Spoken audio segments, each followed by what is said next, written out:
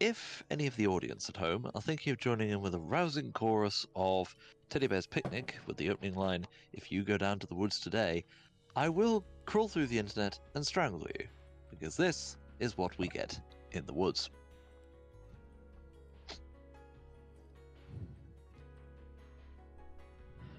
There ain't no teddy bears here. There is no joy in the forest. There is no mercy. We'll not let you leave until your flesh rots from your bones. It become fertilizer for the vegetation to trap the next victims. Hey, make it sound as if it's a forest full of Venus man-traps. To be honest with you, that would be a good description of the women we see in front of us now. Yeah. Also, the quote-unquote joke I did at the start was a fucking mistake because I essentially poured myself half a glass and then proceeded to, like, down the entire thing in one go.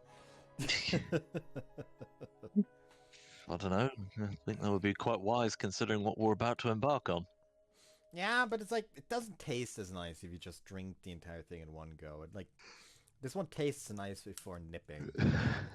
Savouring the taste in order to dull the pain of seeing this. Yeah. Kazuki guided me by the hand back out of the forest. I wish we were out of it.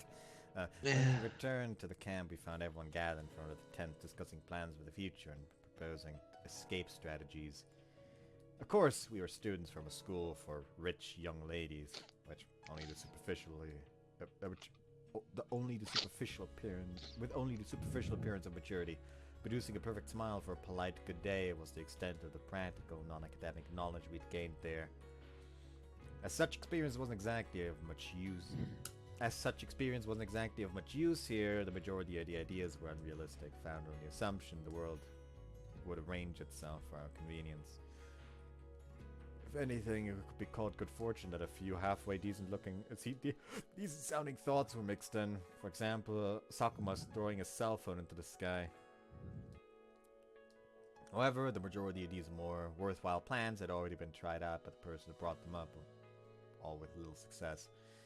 With his life or death situation, everyone tossed out any idea that popped into their head, grasping at the straws in this desperate search for hope. But when someone proposed to capture a bird and wrap a letter around its leg asking for help, Captain Sakashita finally lost her temper at the sheer absurdity. You fucking get off for a goddamn idea then, you massive fucking cunt! I would infer they have depth and warmth. Also, please don't remind me of the original version of this game. それとも何？この次はどうやって鳥を捕まえるかという議題で話し合うつもり？何もそんな言い方しなくて。 I would capture the bird and eat it, frankly. 確かに。一番必死なのは坂下。Protein, yes. 私たちよりまともな意見があるなら言えばいいのに。The stage whispers of her critics naturally reached Captain Sakashita's ears, as they were intended to. あなたたち、言いたいことがあるならはっきりと言いなさいな。そんな陰口のように。 恥ずかしくはないの?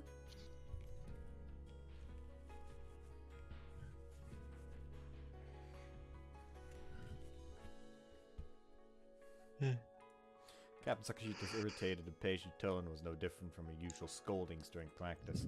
But at that moment, we weren't in that usual situation, tucked away in our safe gymnasium. It was a life or death emergency and everyone was frantic.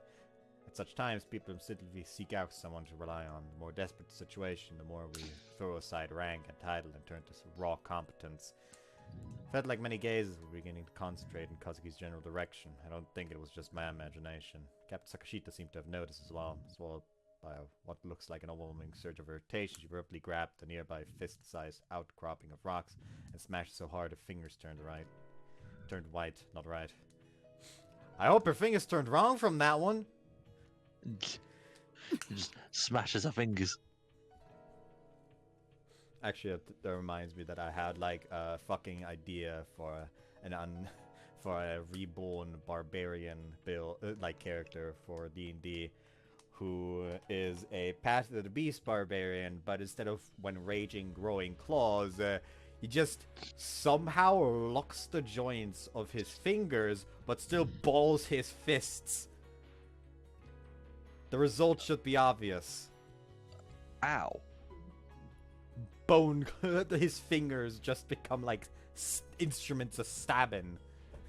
Specifically the bones that are now exposed. The thing Just is... exposed, calcified, it's knife. The only reason why he can do that is because for some reason, ever since he just woke back up, he has been unable to feel pain. And if I ever get to play that character, I'll actually play it in a way where I will give my HP to the DM. And I will never know how much HP I have left because he doesn't feel the pain. He can look at himself and be like, oh shit, I'm close to dying. But he doesn't feel it, you know? Yeah.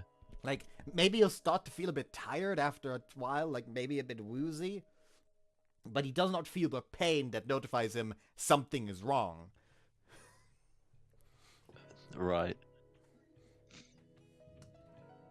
I feel like that could be an interesting thing. Well, like a kind of morphine intolerance with the heightened pain threshold. Like I said, like, I don't even really have a backstory for him, so it would be like essentially just a fucking DM's wet dream where they're given a character with a certain personality, a certain set of circumstances, they can just go fucking buck wild with how it came about. Alternatively, it could be the nightmare for a less than creative DM.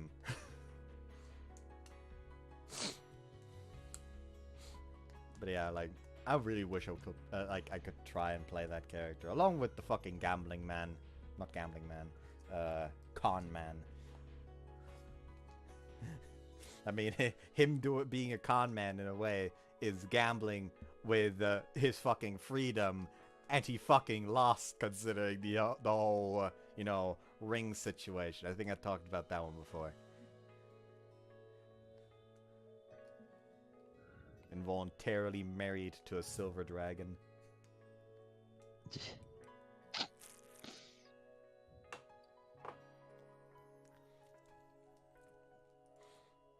isn't good. We weren't going to achieve anything by continuing this attack on Captain Sakashita. I think we all knew that. Even so, understood the temptation to create a scapegoat, the irrational feeling that pushing all the bitterness and blame onto another would wipe away our own shortcomings, as if doing so would save us somehow.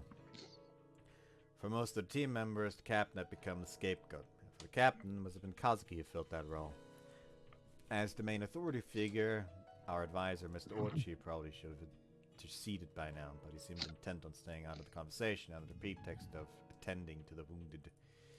He never made a habit of intervening in the team's quarrels, a policy typical of teachers at all female schools who know full well what a nuisance it is to get caught in the crossfire of a schoolgirl squabble. His normal approach was to smooth things over with the individuals involved after the fight died down. He was probably assuming that would be enough this time as well. What should we do? Not that I really have grounds to criticize his passivity. In the end, I glanced pleadingly at Kazuki out of the corner of my eye, hoping she would rescue us from this ugly situation. Apparently reading my mind from that small movement, Kazuki let out a short, resigned smile. Sigh, then slowly opened her mouth to speak. もうその辺にしておきなさい。バカを相手に喧嘩をする人が一番バカよ。その言葉、私に言ったの？それとも彼女たちに？みんなに言ったのよ。あなたにはどう聞こえた？そういうあなたはさっきからずっと黙っているようだけど、何かいいアイデアはないのかしら？おとなしく救助を待つという提案が一番最初に決まったはずですが。何もしないでただ救助を待つというの？いつ来るかもわからない救助を。いつ来るかわからないから無駄に体力を消耗したくないのです。幸いなことにスオさんのおかげで水源は確保できたことですし、接触すればしばらくは持ちこたえられますが、それとも Kazuki covered her mouth with her hand and narrowed her eyes in apparent amusement. それとも以前私が申し上げたように一か八かの賭けに出てあの密林に足を踏み入れて脱出を試みますか？ Again, no need to march right off into the forest. You know that you're in a cliffside road, so following the cliffside means following the road. Or at the least following the water source. Unless it goes That as underground well. again. Like, the water source will eventually lead you to civilization. most likely. It is very unlikely that an active water source would lead to a lake that does not continue anywhere. Like, if it leads to a lake, it would be large enough to where the water being evaporated from the sun would be able to fucking equalize the constant stream of water coming in. So it would have to be a large enough lake for that to be a thing, and large lakes like that tend to not go ignored by people. Like, hell, if it's large enough to make up for that, it might even be big enough to have fish in it. So we'd have a fucking source of food for a while. As she spoke, Kazuki jerked her head in the direction of the overgrown humid jungle, sealing our only exit from the valley. Even from a distance, the tangled mass of plants exuded the indifferent menace of nature. The captain had emphatically shut down the suggestion only yesterday. Overturning that decision now was probably impossible. Cold sweat forming at my temples, I watched nervously as the captain's face changed color to an extremely disturbing shade of red. But the next moment, Kazuki shot me a quick, suggestive glance. Oh, I get it. I abruptly checked my hand into the air as if requesting a teacher's attention in the classroom. よろしいでしょうか。何かしら、スオさん。やっぱり部長がおっしゃったように、うかつに森に入るのは危険だと思います。それはもう誰もが理解していることよ。ですからとりあえず1週間、この場で思いつく限りのアイデアを試しながら救助を待つというのはどうでしょう。どうして1週間なの？この手の遭難事故の場合、だいたい2週間で捜索が打ち切られるそうです。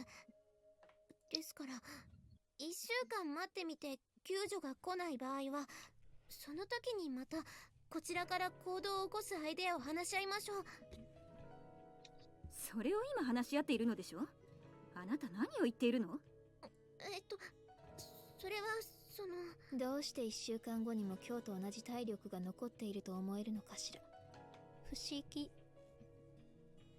なんですって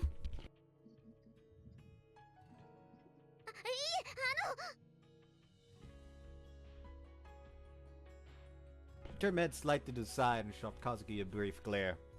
Not that she even noticed, judging from her unruffled, perfectly indifferent expression. Nah, she probably fucking knows. She just doesn't give a shit. いや、でも、まあ、つまりはそういうことです。とにかく1週間、思いつく限りの手段で SOS を発信しながら救助を待って、それでも救助が来なかったら、その時の体力や食料事情に応じた対策を話し合いましょう。Most effective thing to do is just start a fire.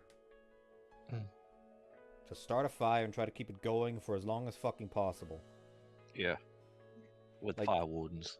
Yeah, even like, yeah, I was about to say, even with like night shifts to make sure that overnight doesn't go out, just keep fueling with fire. You're in a fucking forest. There's enough plant life to fucking keep the thing going.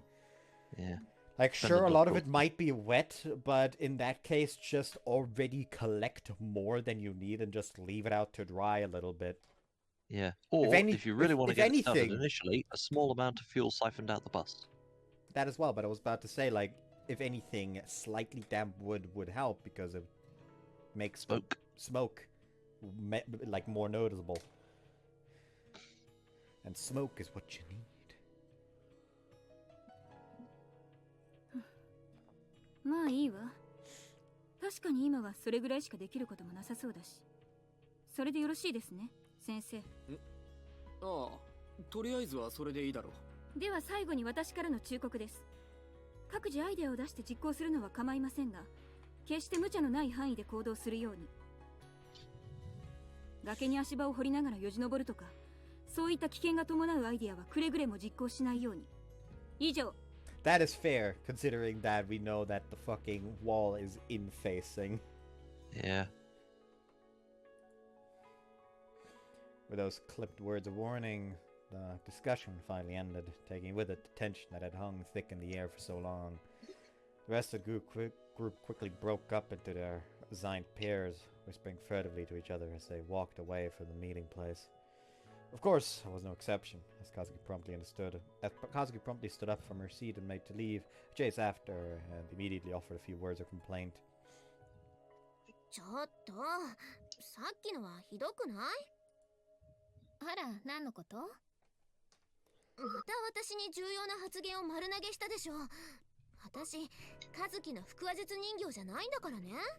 変ね。私、あなたに何か言えと命令した覚えは全くないのだけれど。言わなくてもわかるわよ。それに目で合図したじゃない。ええ、確かに合図は送ったけれど、まさかああも敏感に感じ取ってもらえるとは思ってもいなかったから、私もう嬉しくて。今日は一日ニコニコしていると思うけど、気持ち悪いとか思われないか心配だわ。なんかいろんな意味で気持ち悪いのは確かね。あまね、私はあなたがとても気に入ったわ。もし私が男なら間違いなくあなたにプロポーズしているわよ。やめてよ、私そっちの趣味ないし。ええ、大丈夫。私にも今のところそっちの趣味はないから。At the moment. At the mo- Kazuki takes the noodle approach. What? Do I have to explain the noodle approach? Oh, Noodles are straight until they're wet. of course. Of course. 今 Just のと dawned こ on ろ me. って。 Is she implying there's a chance she'll swing that way in the future? まあ、絶対にないとは言えないわね。 Exactly. Like I say I'm straight. Like I always say I'm straight, but that just might be because I've never met the right man. You know? Eh. Interesting. You cannot say that you can never say anything with absolutes. Like, yes, I personally think that I'm straight. I've only ever fallen for women, and I've only been ever been sexually aroused by women. But hey, maybe I just haven't met the right guy yet. You know? Gosling. Maybe like a week from now, I'll have a fucking fairy tale encounter with a handsome lad, and suddenly I'm fucking gay On for cloud nine, days, you for all I know? know. Well, we are in Pride Month, I think. Are we? Yes, I Yes. think so. Oh, talking about Pride Month. Y'all saw the fucking RT game video where they played Mario Party recently? No. No, it didn't. Essentially, like, yeah, it can be, like, funny if, like, for a short while, they're like, ah, yes, target this guy. And it's, like, for, like, 1-2 turns that they just go for him.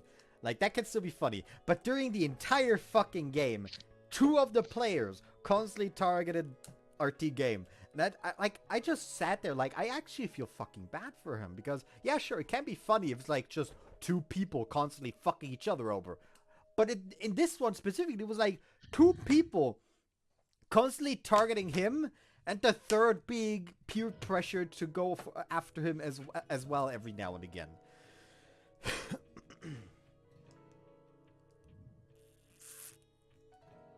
Like, yes, person has 50 coins, but instead of stealing a star from the person with, like, 3 fucking stars, they steal the star that RT just got after going out of his way to use 1 item. And that was not even the guarantee, because one of the others aiming for him stole his golden pipe. Even though someone else, namely the person with 3 stars, also had a golden pipe. At that point, it's just like, come the fuck on. Like, after a certain point, it's just not even funny anymore.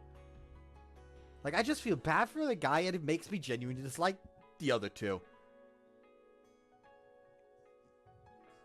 Like, again, it's fine if, like, 2 people just constantly trying to screw each other over. But if it's, like, 2 people ganging up on 1 guy, at that point, it's just not funny anymore. You know? Anyways. だから私の心を先読みして会話をしないでよ。何にせよ、あなたのおかげで話がうまくまとまったのだから、1000の感謝を送りたいわ。は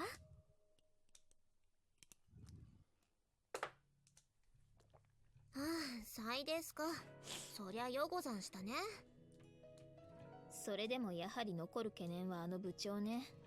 やっぱり私、あの子が嫌いだわ。はっきり言うな。確かにちょっと上から目線が鼻につくけど、基本的に悪い先輩ではないと思うけど。While her tone tended to be harsh, her directions during practice were appropriate and reasonable, and she cared more about the members of her team than you might assume. Like, yeah, her directions during practice. Basketball practice. This is not basketball practice. This is a mortal conundrum. You are right now in mortal peril. Figure it out. Nah, better Mortal Peril than Mortal Kombat.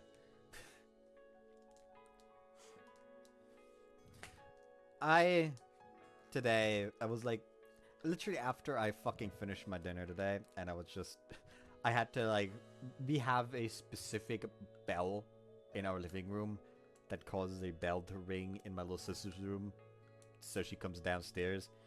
And after she finished her food, she just immediately pissed off, despite us telling her before that we need her to do something after food. So I fucking rang her downstairs, and like, oh yeah, here's like a loaf of fucking bread, bring it to grandmother. And suddenly I noticed that an ad was playing on fucking TV, and it's just like, I don't know what the song is called, but it's like the ding, ding, ding, ding, ding, ding, ding, ding, ding. That one, you know what I mean? No. Piano. No, not at all. Fucking damn it. It also played in Hot Square 1-1 at one point, and I just could not fucking stop laughing because, like, specifically that song plays in one scene at the start of Death End Request that involves a monster biting down on the female main character's head, yanking her off the ground by it so fucking hard that her body is flung through the air despite the head still being in the monster's mouth, pulling her entire fucking spine out from the body as the body just flew through the air like lifeless meat. And it actually like described it like that, even a bit more in depth. And during the entire scene, that song played, so I can't fucking, I can't help but fucking associate the two, and it is never not funny.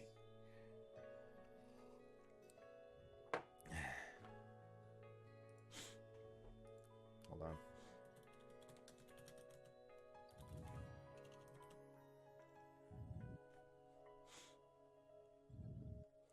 Oh hey, there's actually gifts for Death End requests on Discord. I mean, they're kind of bad, but still. I mean, funnily enough, there's like a duo.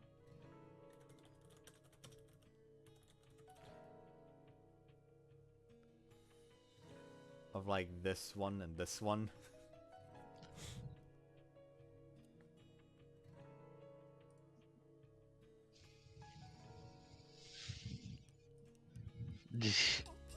Of course. Anyways, currently she was in a far more taxing situation than containing a school team could have possibly prepared her for. Taking that into consideration, you could say she was coping fairly calmly. Nah, she's not really coping fairly calmly. She's still trying to, you know, be the person that stands above the others, even though she knows that there's someone else in the team that is better suited for the current situation. She's clinging onto her authority and does not want to let go. 確かにそうかもしれない。でも仮にも部という一つの組織をまとめる長なのだから、せめてブレインストーミングぐらいは理解していてほしいのだけれど。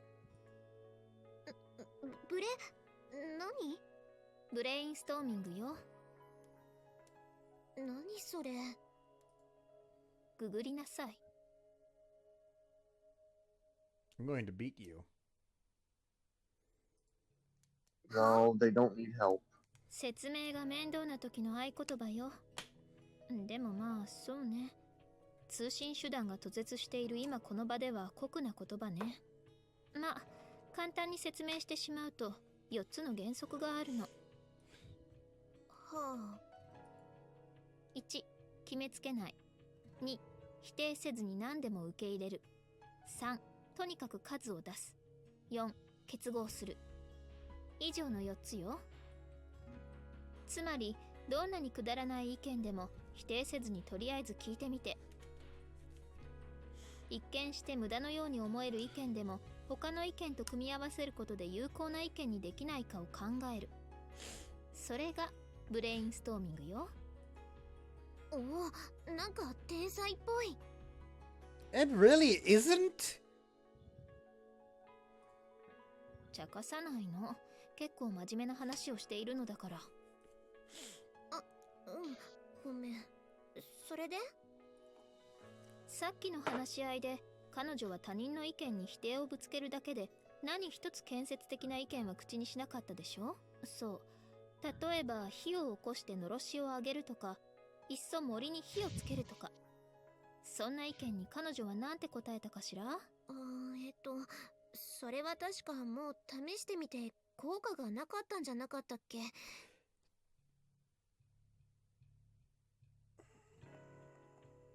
What was her name again? Hold on, let me check. Where's the captain? Where's the captain? Oh, captain, my captain! You do not deserve me to call you by fucking name, quite frankly, but I'm being kind enough to check. Like, wait, it's not. She's not being mentioned by fucking name.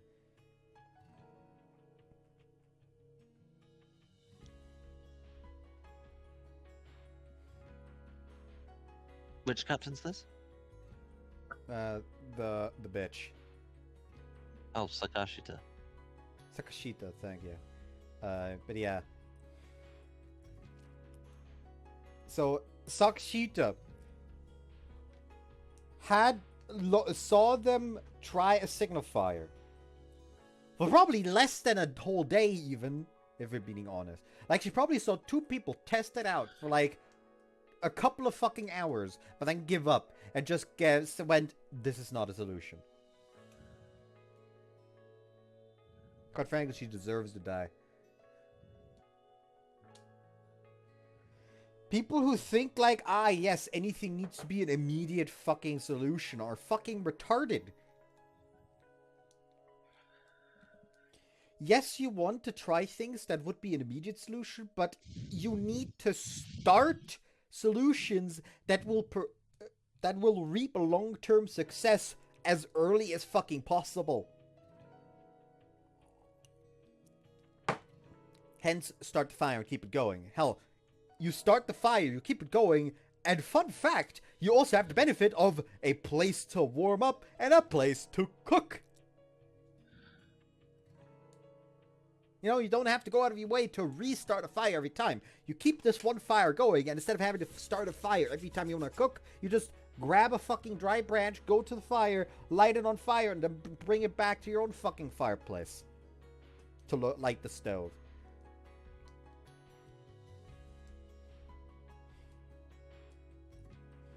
のろしの煙は重なった木々の枝で分散されちゃうし、山火事の場合は冬場ならともかく、今の季節は森自体の湿度が高くてジメジメしてるから無理だって。そう。他にはどんな意見があったかしら？次はメール送信状態の携帯電話を崖の上に投げ込む？それも佐久間先輩が何度も試して失敗しているわね。他は？テントのシートを材料にしてタコを作ってあげるとか、鳥を捕まえて足に手紙を結びつけるとか。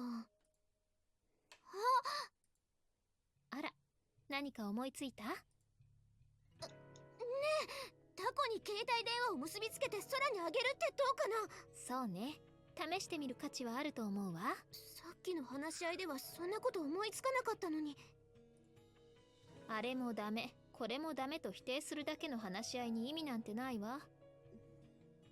くだらない意見も全て受け入れた上で、その中から複数のアイデアを組み合わせて新しい意見を考える。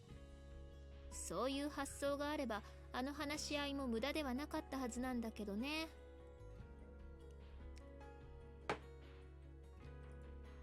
どうしてあの場でそれを言わなかったの？だってまた余計なことを言って怒られたら嫌じゃない。それに物の考え方の価値って人に教わるより自分で気がついた方がずっと高級だと思う That わ。 doesn't fucking matter in the current situation, Kazuki! Oh god, I forgot so much about the force, and now it's just pissing me off even more. But it's like, ah yes, even the supposedly smart character is a fucking dumbass. Like, oh no, someone would just get angry at me. Also, I forgot I need to turn off my webcam for this. I said someone would just be angry at me, and lecturing people is a bad way of introducing them to a new idea. They need to discover it themselves. You don't have the time to let them discover it for themselves. You just fucking shove it in front of them, and just you tell them, hey, this is an effective method. We should use that one before we all fucking starve to death.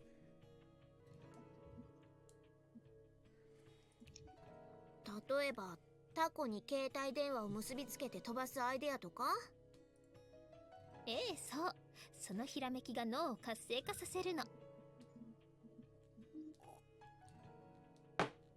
やっぱりあなたは最初から答えが分かっていて、私に思いつかせるように会話で誘導したのね。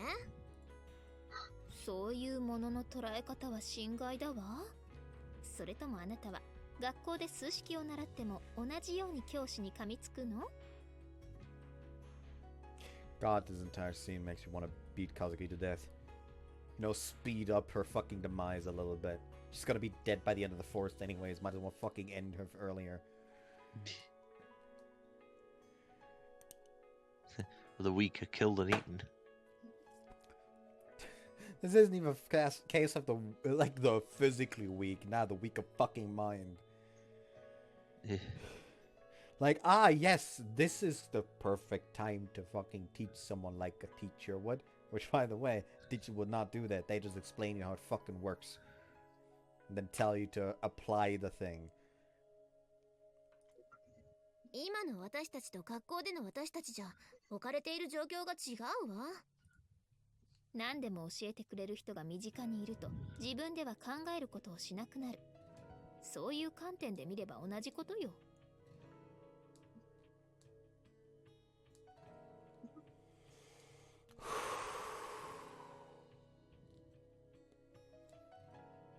God, I already don't feel the dread from being in the forest anymore because it's just been replaced by exasperation. By fucking God. Also, apparently, like, weirdly quiet again. Like, I barely managed to get into the fucking yellow. What the fuck's happening? Ah! Maybe now it works? Nah, I still have to go out of my way to speak louder. Invest in a megaphone. Like, at least according to the audio mixer. Don't know what's going on. I guess I'll, like, fucking lower the decibels of my PC by 1. There we go. But now the fucking music is, like, weirdly quiet, apparently. Hold on. Need one of y'all to say something. 何でも教えてくれる人が身近にいると自分では考えることをしなくなる。 Nah, that won't fucking work. Increase the decibel level back to like 7.2. Can you still hear us?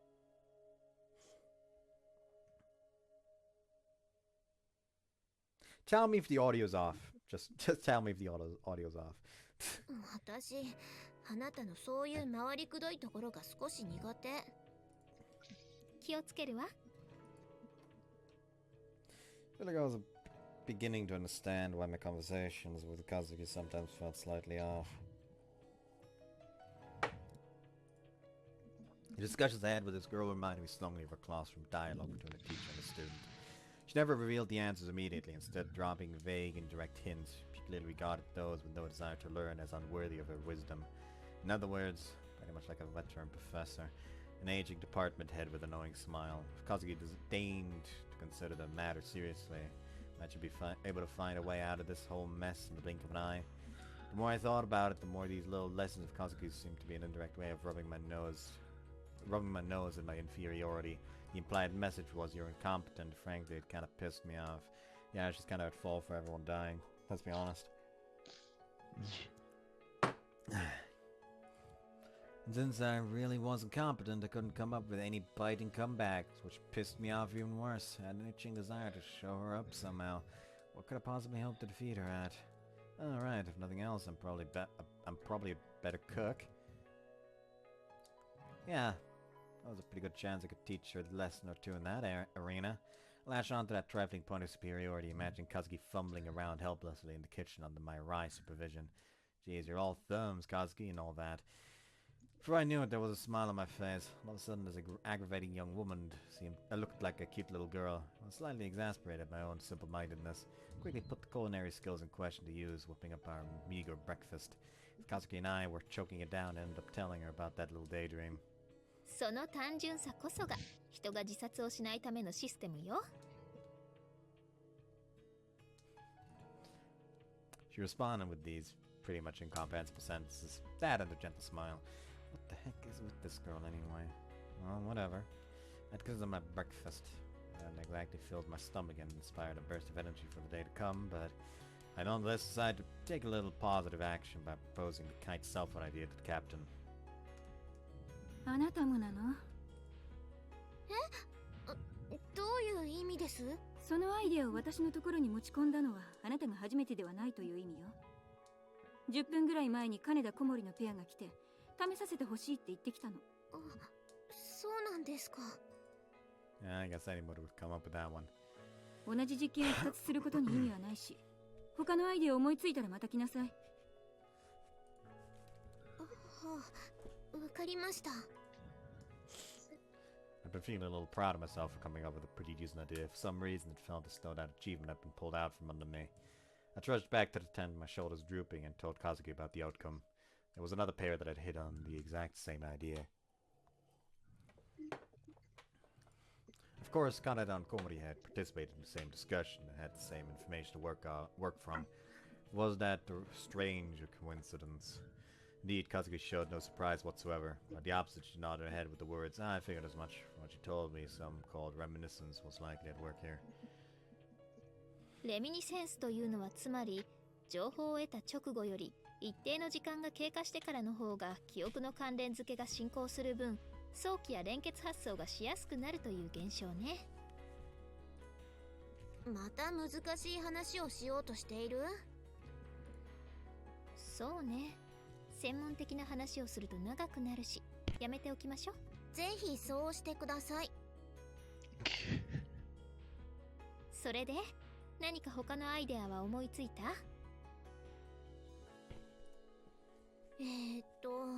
タコをあげて発見してもらうというのは、他者の視覚に訴えかける通信、つまり光媒体の通信だよね。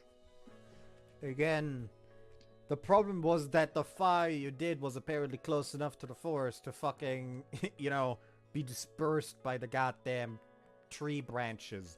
Surely there is a spot in this makeshift camp where there are not trees above it. Considering that, even if there were tree branches above it before, the bus careening through them probably broke them!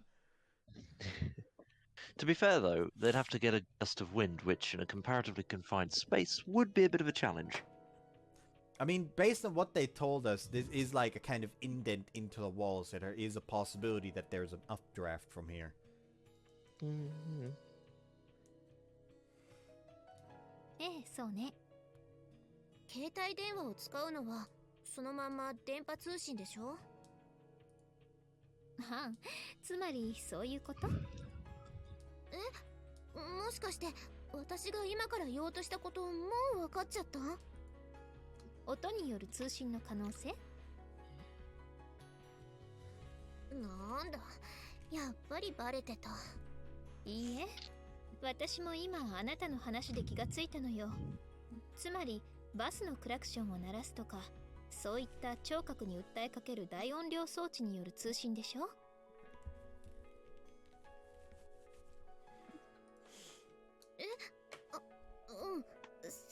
そんな感じ。まさかとは思うけど、みんなで大きな声で叫ぶとか考えていたわけではないわよね。それは考えていたんだ。Maybe when people get in the vicinity, that would be no bad idea. 考えてましたよ。どうせ私はアホですよ。発想の着眼点は悪くないわよ。誰かに先を越される前に部長に報告してみたら？一応報告はするけど、きっと私でなくても誰かが思いつくアイデアよね。言ったでしょ。そういった小さな発想の積み重ねが新しいアイデアにつながるのよ。まあそれはわかるんだけどね。一つ思いついたらすぐに報告ってのもなんか頭悪いかなって。だったらもう一つアイデアを用意したら？例えばそうね、あまり現実味はないけれど発想の一つとしてデジタル通信の可能性とかはどうかしら。デジタル通信？例えばそう、森に行ってこう長い木の枝を何本も集めてそれを縦に連結していけば理論上は何百メートルだろうと長い棒が作れるでしょ。その長い棒の一端を私たちが掴んで右に回転させれば0、左に回転させれば1とすれば二進法のデジタル信号が送れるでしょ。なんか和樹にしては割とバカっぽいアイデアだよね、それ。そうかしら。質量はともかく重量の制限を受けない宇宙空間でならタイムラグのない超長距離高速通信に応用できそうなネタだと思うけど。ダメっていうか、宇宙ってなんだろうな。やっぱなんとかと天才って紙一重なんだね。今思い知った感じ。Between the sublime だ and か the ら ridiculous. 発想の元というかあくまでも着眼点の一つとして報告してみてはどうかしらというプロポーズなのだけれど。まあそうね、そういう考え方もあるって感じで報告してみるけど、バカだと思われたら嫌だな。あなた、それは私に対して何気に失礼よ。After that, I offered the captain my second idea and received a fairly positive evaluation of worth looking into. I did give a half-hearted mention of the possibility of digital communication as well, but as anticipated, the captain's reaction was unenthusiastic. The concept clearly didn't quite click with her either, and was left with a vague permission for experiments within the range of common sense. Well, the proposed experiment just involved gathering long sticks and trying to bind them together, so at least failure wouldn't be a complete waste of effort. We'd have secured ourselves a supply of firewood and nothing else. That said, the first priority was looking into the more realistic possibility of communication through sound. In other words, examining the ruins of the bus and seeing if the horn was still functional. As a matter of fact, I had a bit of knowledge about motor vehicles. I'd liked cars ever since I was a young child. Back in the day, I loved tagging along with my dad to the market every morning in our mini truck. I guess my somewhat tomboyish fascinations with cars amused my dad. He used to let me sit on his lap and drive around the place for the fun of it. Of course, I'd gotten a little old for that, but I never lost my curiosity about automobiles. I picked up a bit of knowledge about how they function. Crawling through the broken rear window, I made my way into the overturned bus once again. Inside, the smell of leaking fuel had grown noticeably thicker in the air. After slowly and carefully making my way the length of the bus, I reached the driver's seat to find the key still seated in the ignition. But the cylinder had been firmly turned to the off position. Come to think of it, that was my doing. When I dragged Miss Dorothy from the driver's seat, I'd found the eerie glow of the dashboard backlight so creepy that I immediately switched it off. Touching the key tightly, I said a small prayer to no one in particular, then twisted it into on. The dashboard sprung immediately to life, and I heard the distinctive stirring of the fuel pump motor. Anundo. As the fucking that fuel ignites, that's what she'll turn into. Oh,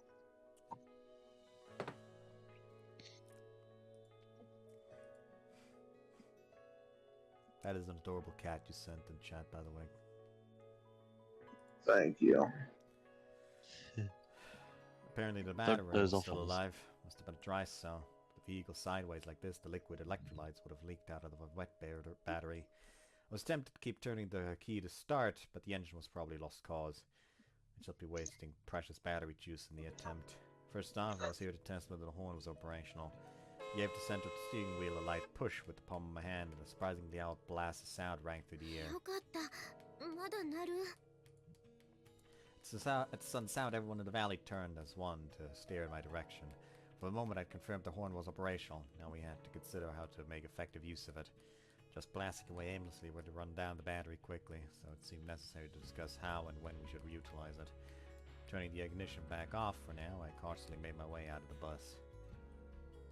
クラクション使えるみたいね。そうだね。あとはどのタイミングで鳴らすかってのが問題かな。いくら鳴らしてもそれを聞きつけて救助を呼んでくれる人がそばにいなければ、まずは音という要素を一つ確保したというところで満足するべきね。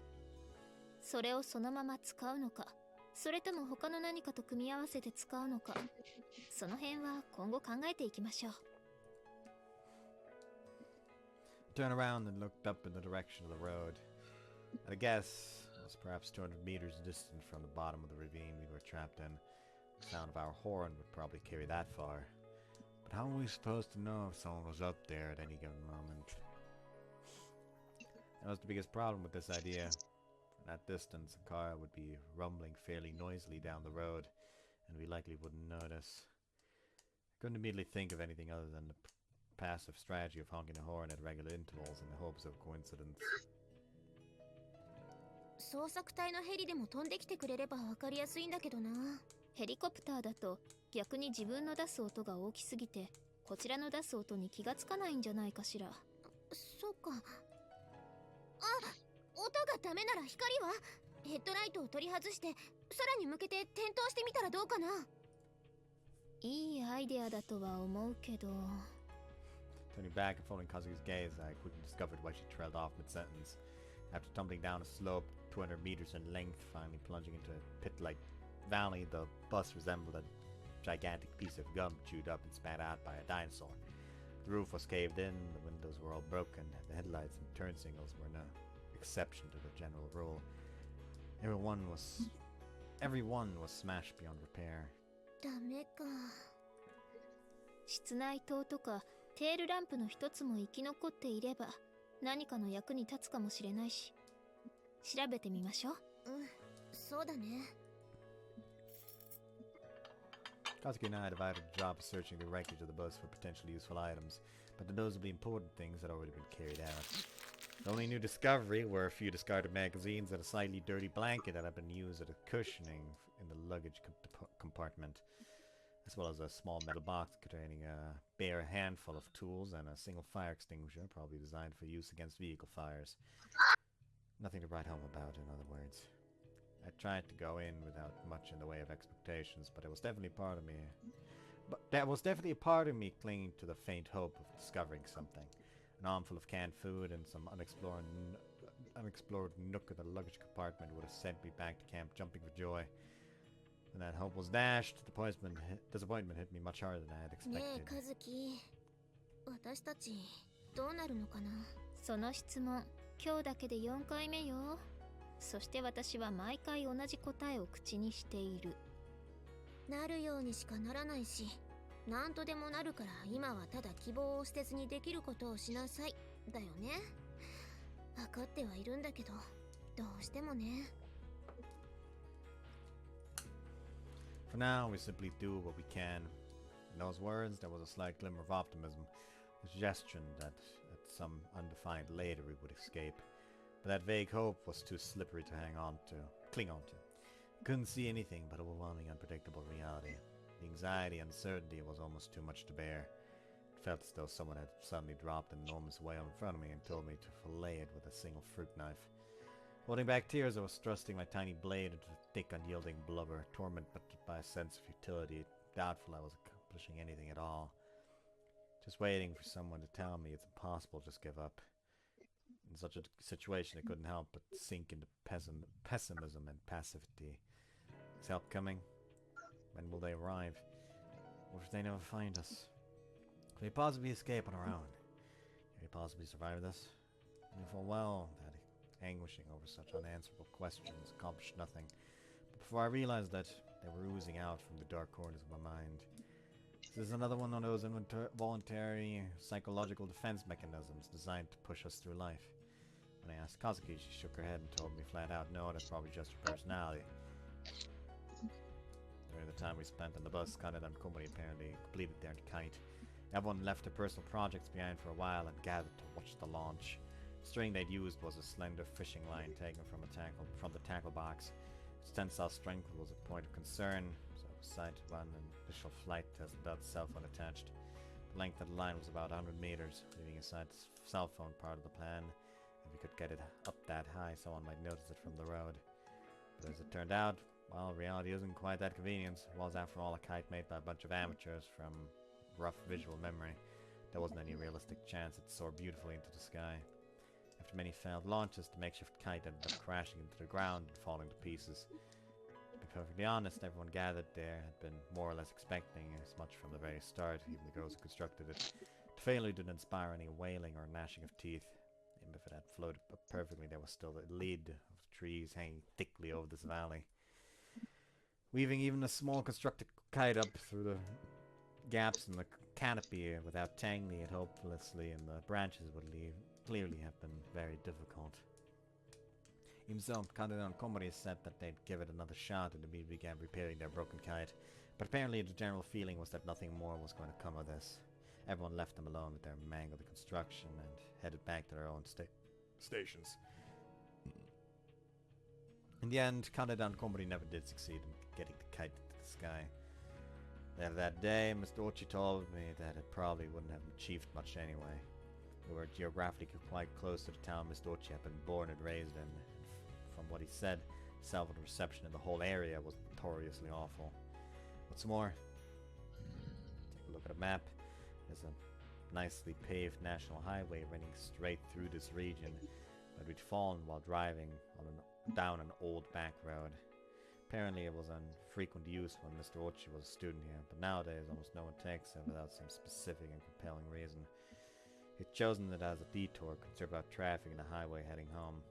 Fortunately, the entrance to the road was narrow and inconspicuous. Because of the poor condition of the surface, it was sealed off every time heavy rain fell. As a result, the traffic was extremely light. In the first place, it wouldn't have plunged off the road if there had been a proper guardrail on the tight curve. I mean, it's a fucking bus, so the bus would have probably just fucking run down the goddamn railway and just plunged anyway. Yeah, I don't There's think mass to guardrail that would save bitch. the bus. Well, I wish it did, but I don't think the guardrail would save the bus. Even if you got a cell phone well above the cliff, there's a good chance it wouldn't pick up a signal. We thought we could probably pass on this information to Content and Company, who were even then absorbed in repairing their almost certainly useless kite. When I suggested as much, however, Kazuki frowned and told me let it be. Rather than wasting effort on a losing bet, it would be more effective to have them trying out something else. In response to that question, Kazuki smirked slightly, cocked her head slightly to the side, and asked me if I was willing to hear out a bit of complicated stuff. That lightly mocky body language of hers was getting on my nerves, but I agreed to listen. After stressing my request for the clear and concise version, of course. 私たちがここに来てまだ2日目よ。今はまだ拡散期です。つまり、今は多くの無駄を重ねて加減を学ぶ時期なの。放っておいても、そのうち勝手に学んで無駄をしなくなるわよ。To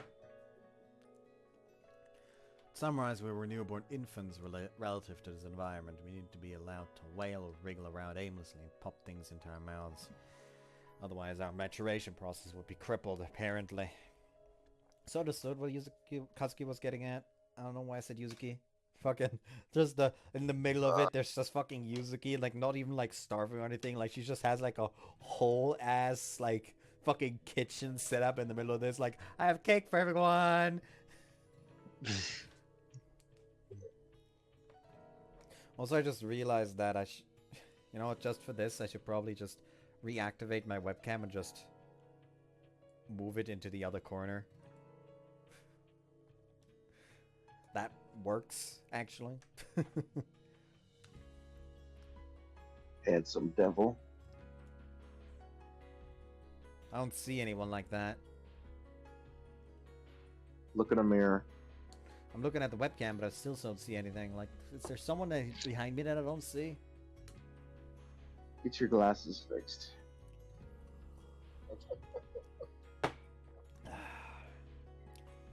sort of understood what Kazuki was getting at, but when I thought about how those two would feel when they discovered their hard work had been in vain, I couldn't help wanting to let them know.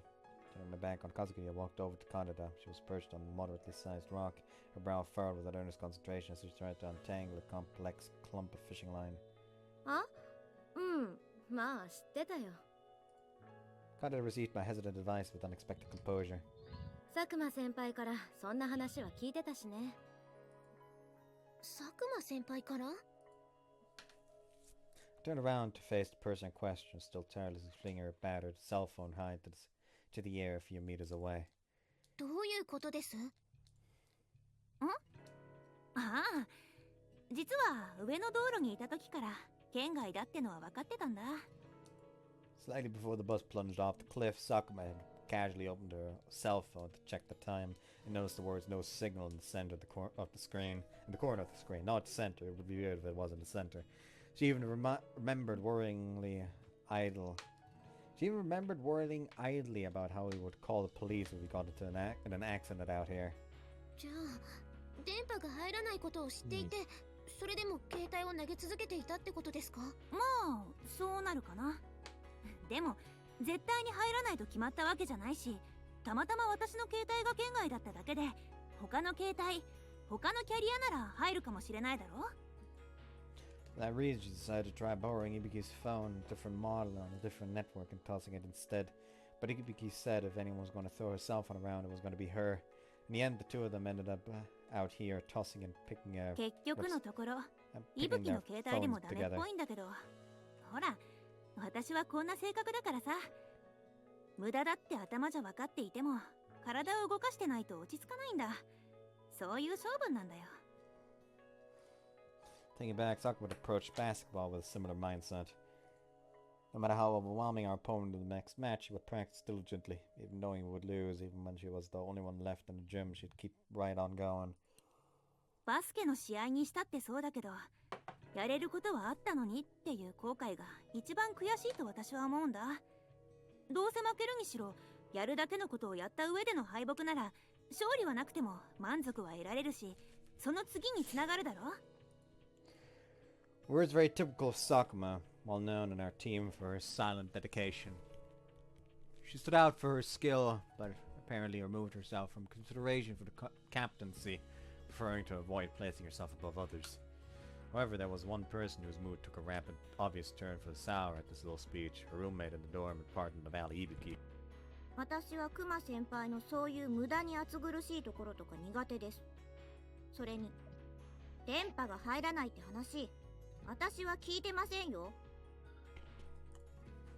Ibuki had been drafted into this exercise of futility without her knowledge. Judging from the way she was biting her lower lip and squeezing her cell phone tightly in her hands, she wasn't happy about it. The girl had a tendency to complain fairly easily, a trait that often left her somewhat isolated from the group of both the classroom and on the team. I don't think complaining fairly easily is a bad trait. The bad trait comes from, you know, getting up in others' faces about it, complaining at the other, complaining to the others, instead of, like at the others instead of to the others. Like, if you just throw it like, God damn it, it's fucking hot, I hate it. Like, you're just throwing out a complaint like that, or like, oh god damn it, my fucking back's starting to hurt from this work. Like, even just throwing out a short complaint like that, just out into the air, or just like telling like, ah, hell yeah, Jesus Christ, this sucks. But anyways, I'm gonna continue anyways. It can just be a help for your motivation. You know? Just like getting something like something that you want to complain about off your chest and then just continue going can help you get going with that stuff. But just complaining at others immediately, that's the negative.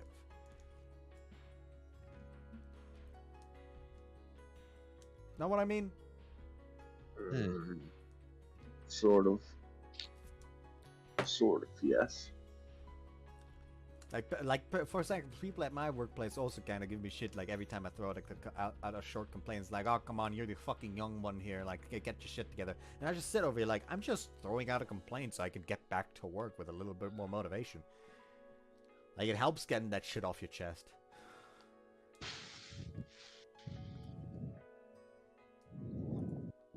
あれ？言ってなかったっけ？そういう大雑把で忘れっぽいところも嫌いです。悪かったよ、ブッキー。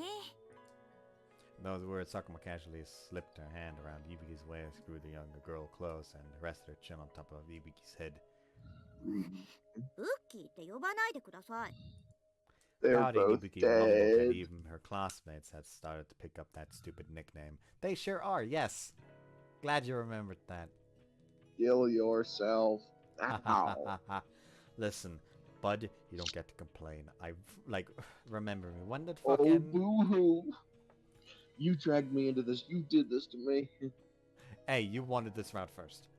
I don't want to hear complaints. You didn't tell me. I fucking openly complained when you chose this route. You have no excuse. We'd have to double back if we wanted to come back to Amane later, but oh well. Yeah, it's too late now. And remember, bud, I fucking experienced this when? Hold on, what? Yeah, fucking when I was 15 or something. That's when I fucking did experience this shit. I don't want to hear complaints from you, bud. Fucking sensitive 15-year-old boy having to deal with this. Imagine that. I am a sensitive 15-year-old boy. You're not except I'm 15-year-old. 15 years old. I know. I'm a sensitive 19-year-old boy. Now get me out of here. Come to Germany, I'll help you. I'll fucking pay for the beer to help drink away the pain.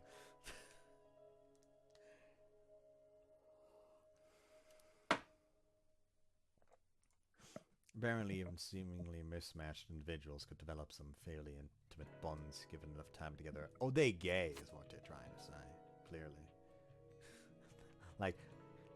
These two, they fucking.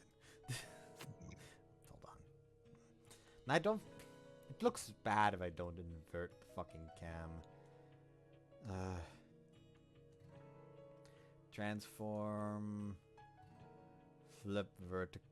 I always select flip vertical instead of flip horizontal accidentally. Flip horizontal, and then flip vertical again, so I'm up, so I'm back, right side up. There we go. I did a flip, guys! Staring at the two of them, I entertained some idle speculation about which one would be wearing the pants, not even noticing my cheeks growing hot. Oh! Oh, I was joking about, oh, they fucking, but nah, Amane was actually like, oh, Yuri fan fiction about my classmates, hell yeah. Yaoi. They're not Yaoi, they're Yuri. I said Yuri, you dumbass. No, you said Yaoi. I said Yuri fan fiction. No, you said the other one. Eagle? To be honest with you, I was only half paying attention For shame. and Wow. desperately trying to drown out the horrors that will inevitably come along. Nah, don't worry about it. Agreed. Guess we'll just have to wait for the comments. To the VOD, yeah. So true.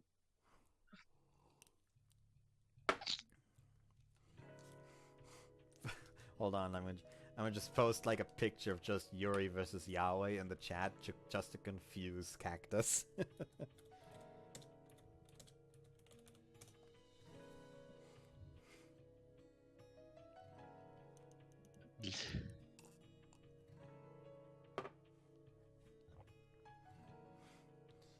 But now, which picture to choose? Nah, that one's also boring.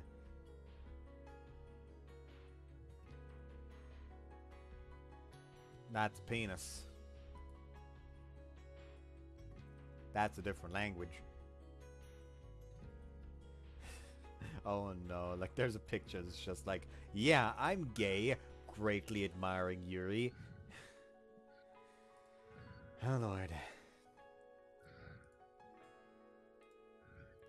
That one's a good one. Let's go with this one. Let's see if this one confuses Cactus.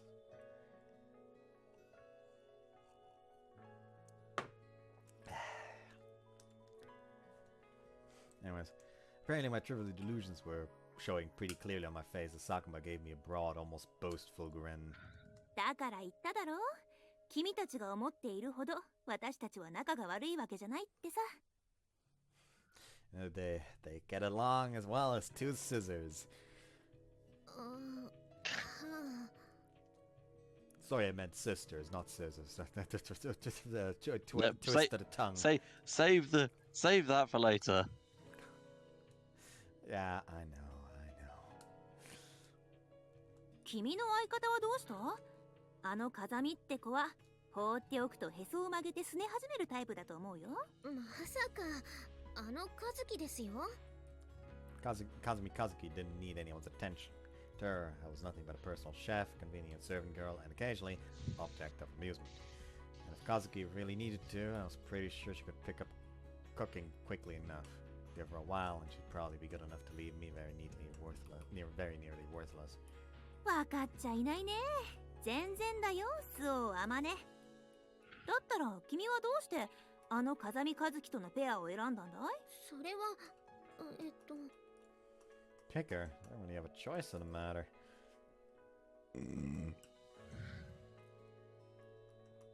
As of why things turned out that way was probably because we both realized I was the only person on the team capable of putting up with that fiercely unique personality of hers. じゃあさ、風見に同じ質問をされたとき、こう答えてみればいいよ。Sakuma leaned over to whisper in my ear, caught a strong whiff of the refreshing citrusy scent of her body. Get the eerie fantasies out of your head, Amane. The way her breath tickled my ear as she spoke didn't help either. I felt stiff as a statue and able to really focus on processing the meaning of her words. それでバッチリ。風見が君のことをどう思っているか、はっきりとわかると思うよ。でも、強い言葉だから、あまり頻発しない方がいいと思うな。それが私からのアドバイス。はあ、さようで。What's her name? Sakuma. Yeah, Sakuma's conversion theory.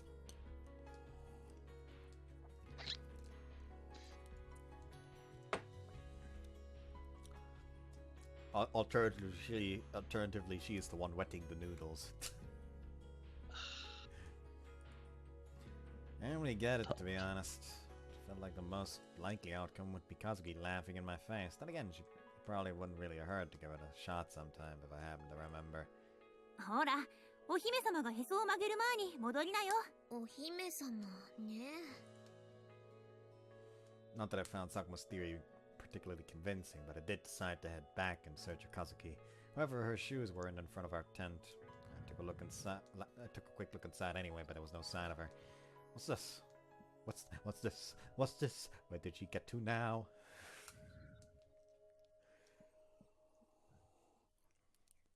I never ever actually watched Nightmare Before Christmas. Every information about Nightmare Before Christmas I have comes from Kingdom Hearts. I never did. There's also the fact that like there's one boss in in Kingdom Hearts 2 called the Heartless Creation, which the entire fucking boss is just a love letter to Nightmare Before Christmas. Hold on, let me check. Actually, I don't think it was even called the Heartless Creation. Kingdom Hearts 2 Halloween Town bosses. One is the prison keeper, but I know that, but that's not the one I need. Now, the experiment was Kingdom Hearts 1. No, never mind. The experiment was Kingdom Hearts 2, actually. They have, let me just grab that. Does the page also have, like, pictures from the references it has? No. No, that's not the one I wanted to open. But yeah, this is the experiment from Kingdom Hearts 2, and it is just filled with love letters to the fucking movie. It's Jack Skellington, everybody.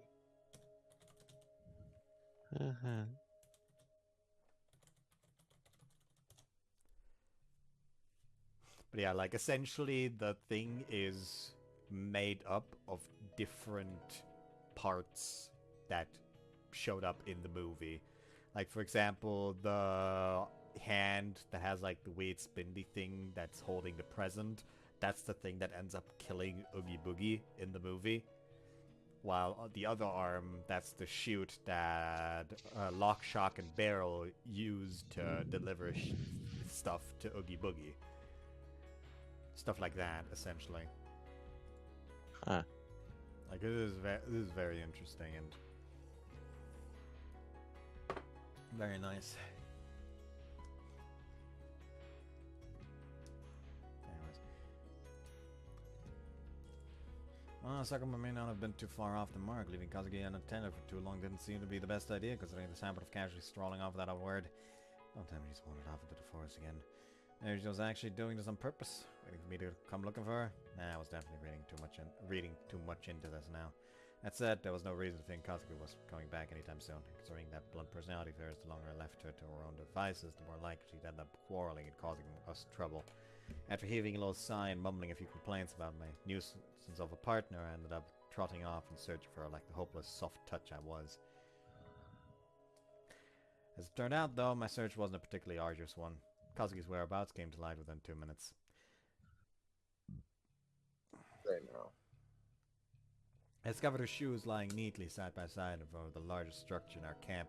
It was a conspicuous 6-person tent. カズキいるの？ No. When dealing with a tent, knocking isn't exactly an option, so I hesitantly called out to her through the door. いるわ。入っていらっしゃいな。うん。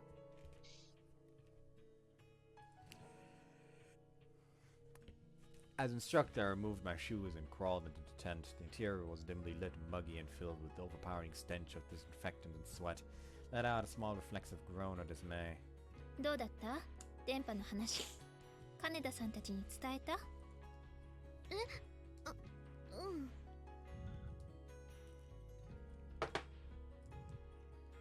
Even as Kazuki spoke, she was applying the disinfectant to Sakurai's wounded stomach. Maybe the gloomy lighting had something to do with it, but the gash across Sakurai's abdomen and the rough little fishing line stitching holding it shut seemed all the more gruesome today, to the point I could barely stand to look at it. 悪いけど、手すきのようなら、広岡さんの額のタオルを変えてあげてもらえる？わかった。 Turned to the other side of the tent as requested. Hiroko was lying nearby with a damp towel on her forehead, repeating long, deep breaths. Her eyes were squeezed tightly shut. It was obvious at a glance that she was still suffering from the fever brought on by breaking both her legs. The howls and moans which had continued throughout the night had gone quiet that morning, so I had assumed her condition had improved. But it was clear to me now that she'd simply lost the physical strength to scream. 広岡さん、大丈夫？ Anyone with a set of functional eyes could tell in a second that he wasn't remotely alright, but he couldn't find anything else to say. When she took the towel from before it was burning with such heat that it could have been resting on an iron hot plate. She was drawing regular repeated breaths, but there was no response whatsoever to my question. Although she seemed to be awake, she didn't seem fully conscious of her surroundings. Soaking the hot towel in a plastic bag filled with cold water, I gave it a very light squeeze and replaced it on Hirooka's forehead. ありがとう、風見さん。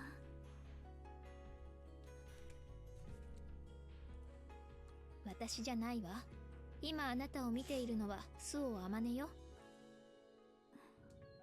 ありがとう、スオさん。そう、意識をしっかりね。呼吸のタイミングを忘れないように。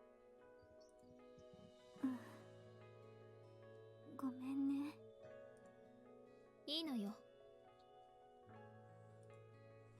Kazuki kept up her conversation with Hirooka without even turning around. In that moment, watching the silhouette of her back in that dim tent was strangely reassuring to me. There was some strong, almost dignified about her just then, as though she were some famous physician, utterly confident in her role. Had completed her disaffection of Sakurai's wound, Kazuki began to quickly wind the bandages back into place, speaking in an ice-cold voice as she worked.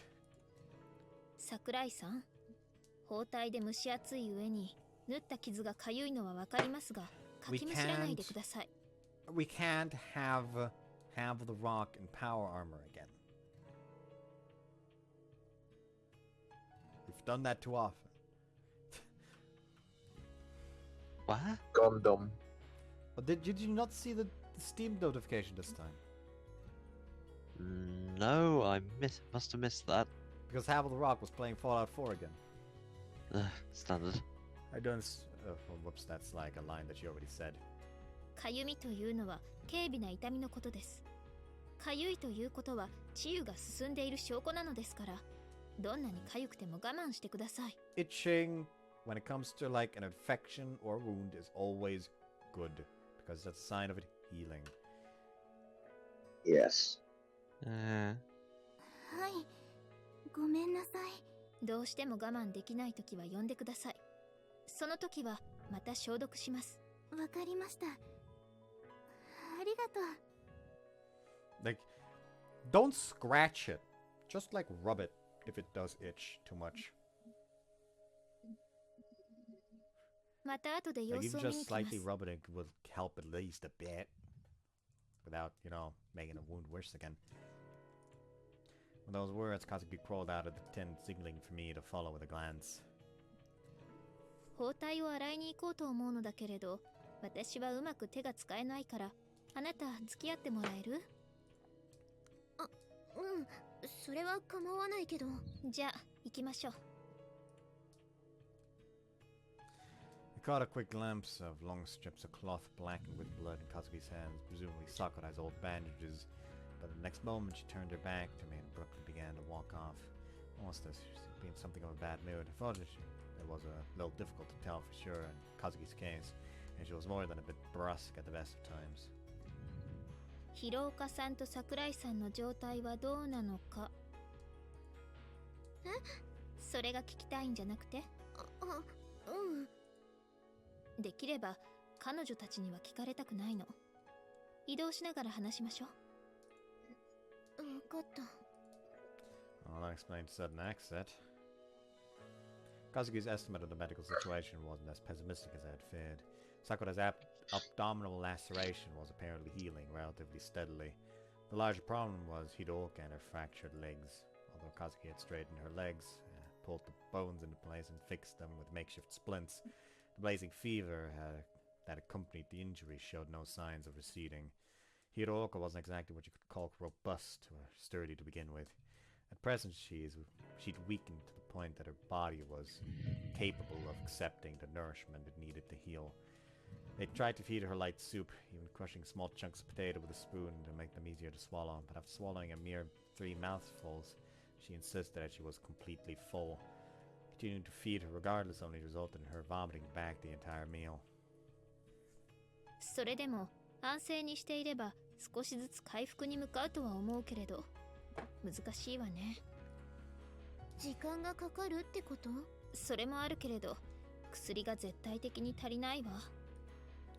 The only source of medical supplies was a single first aid kit we kept on hand to treat scrapes during practice. Though we were well stocked in band-aids, disinfectant and pain-relieving patches, we lacked antibiotics to prevent lacerations from festering and drugs to bring down the agonizing inflammation caused by bone fractures. 彼女たちは自分たちが集団の中で負担になっていることを気にしているわ。わざとらしく優しく接すると彼女たちの自責に拍車をかけかねないから、できるだけ自然に接してあげた方がいいわ。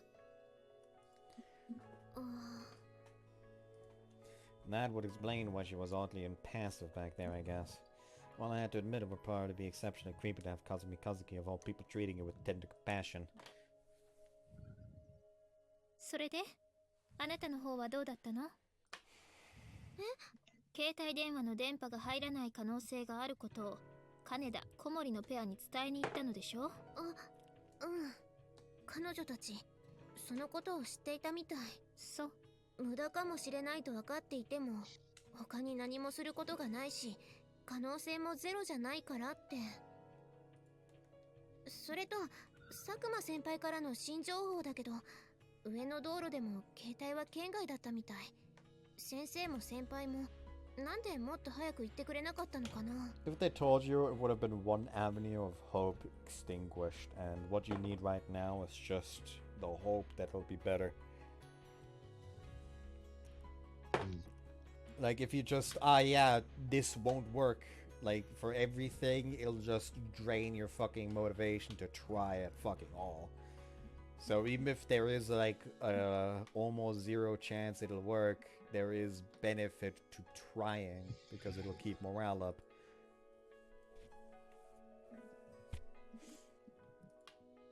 電波の入りが悪かったのは先生が学生の頃の話だから、今は改善されている可能性もあるという希望を残しておきたかったのかもしれないわね。それにこんな状況でしょ。先生としてもなるべくネガティブな意見は口にしたくなかったんじゃないかしら。気持ちはわかるけど、そういう情報って早めに出し合った方がいいと思うな。それに変にペアなんか組まずにみんなで一丸になって情報を出し合ったり、仕事を分散した方が効率がいいと思うけど。The whole idea of dividing ourselves into pairs that would operate independently had been Kazuki's suggestion. It's true that the difficulty of keeping everyone supervised was dramatically reduced under the system, since everyone would naturally be keeping an eye on their partner, but that was pretty much the only benefit I could see.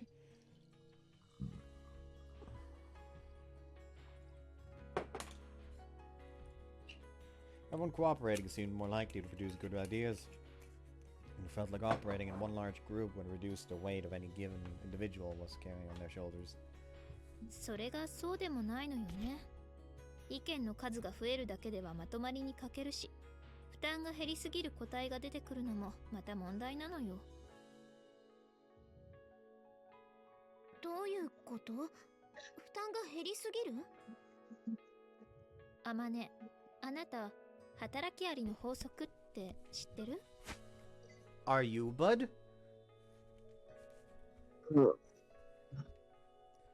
Should we explain it before Kazuki does?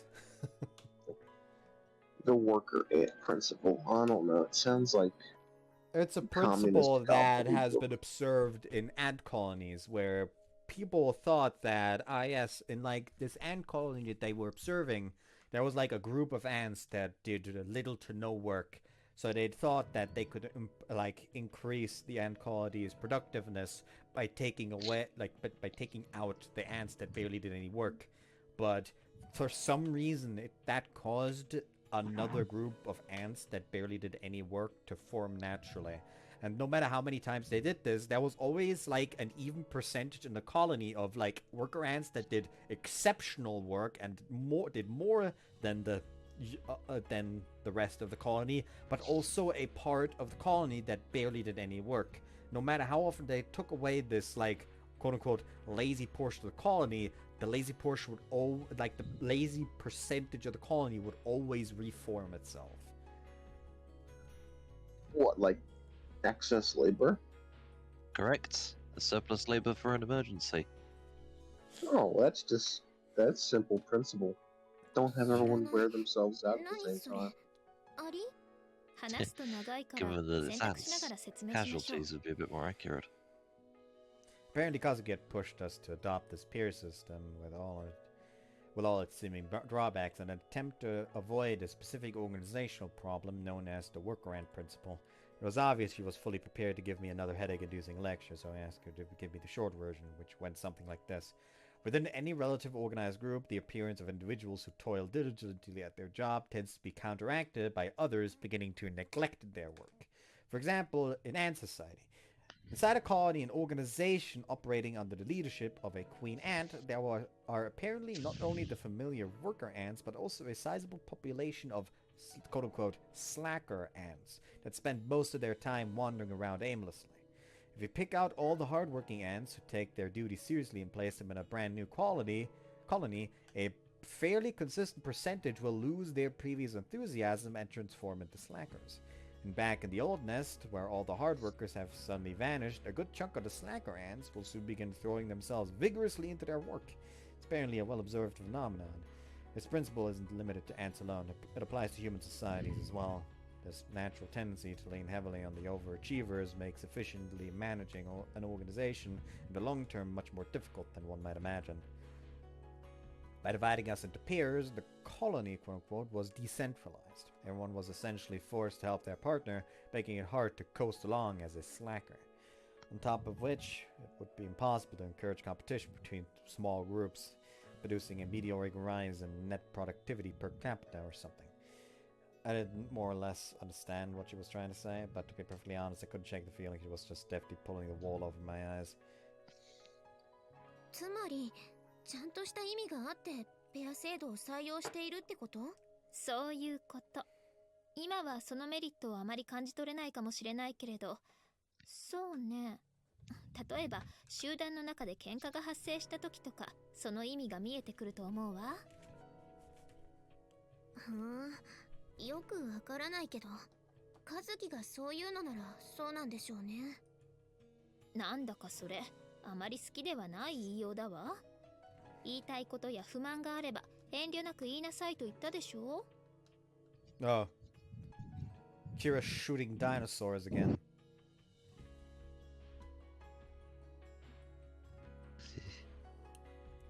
Standard. Yes, Exoprime was a game about shooting dinosaurs while wearing a mech exosuit.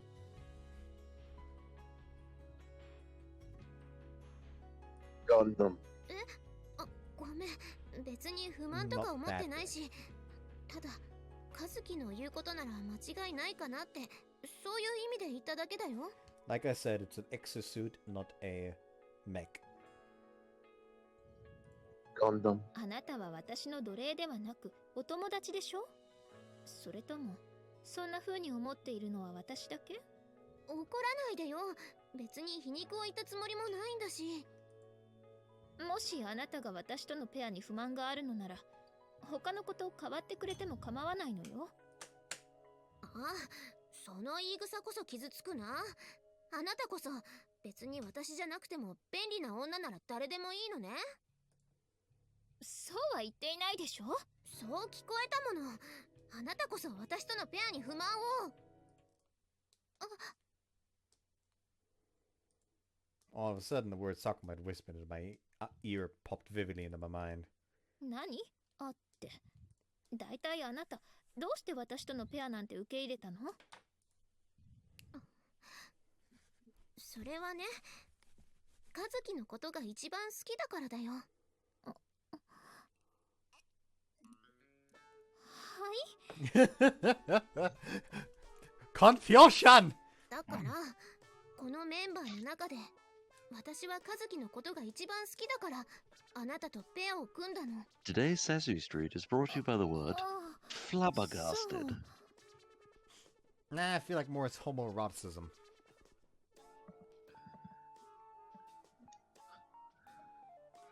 Like we have had two funny ha-ha lesbian moments. That's true.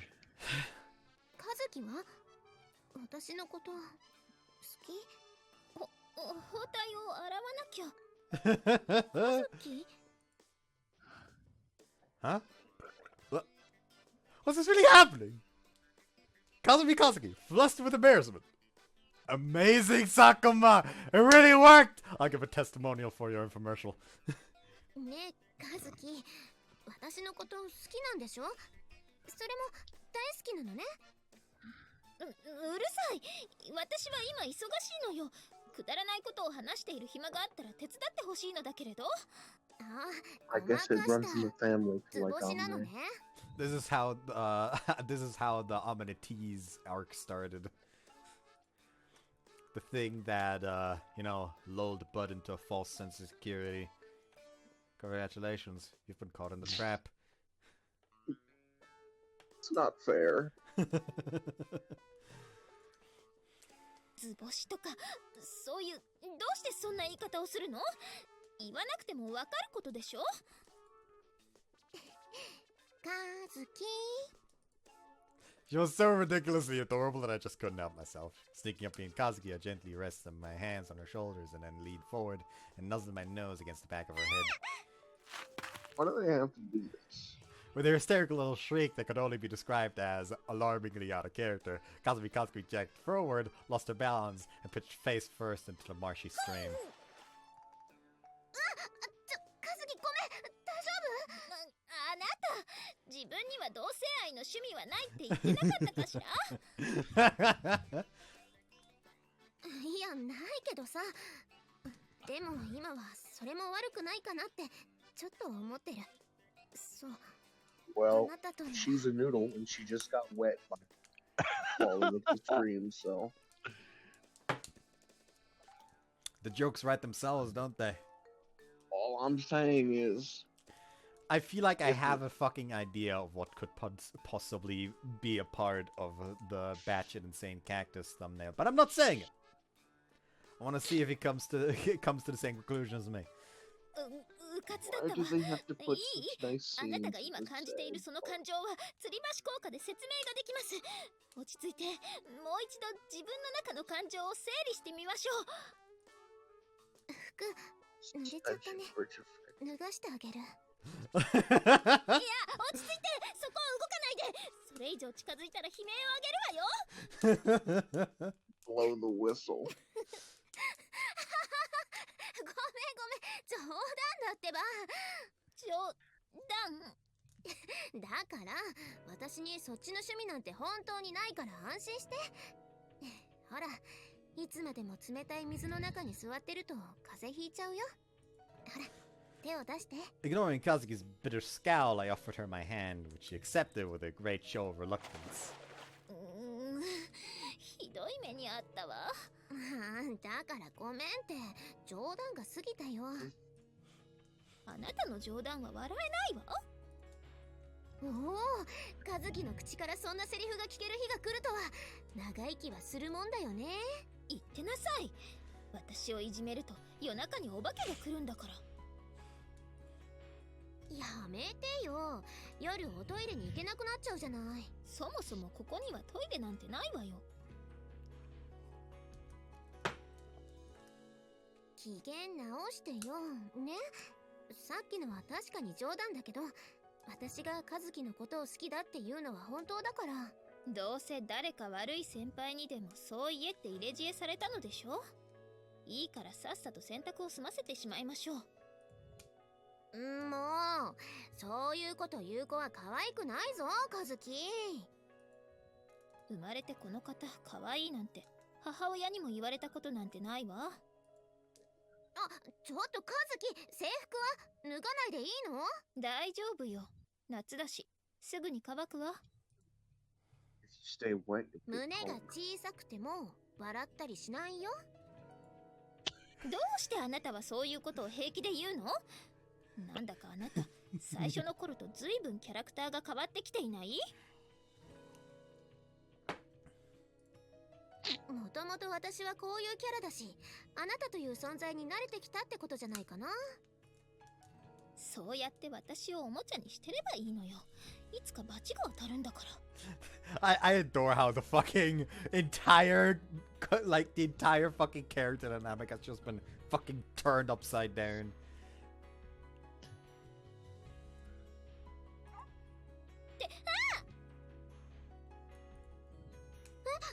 何、どうしたの？犬？ The dog. What the dog doing? I looked down to find a toy-bred dog at Kazuki's feet, rubbing its face against her legs and snuffling in evident curiosity. これって小森さんの飼っている犬？そうみたいね。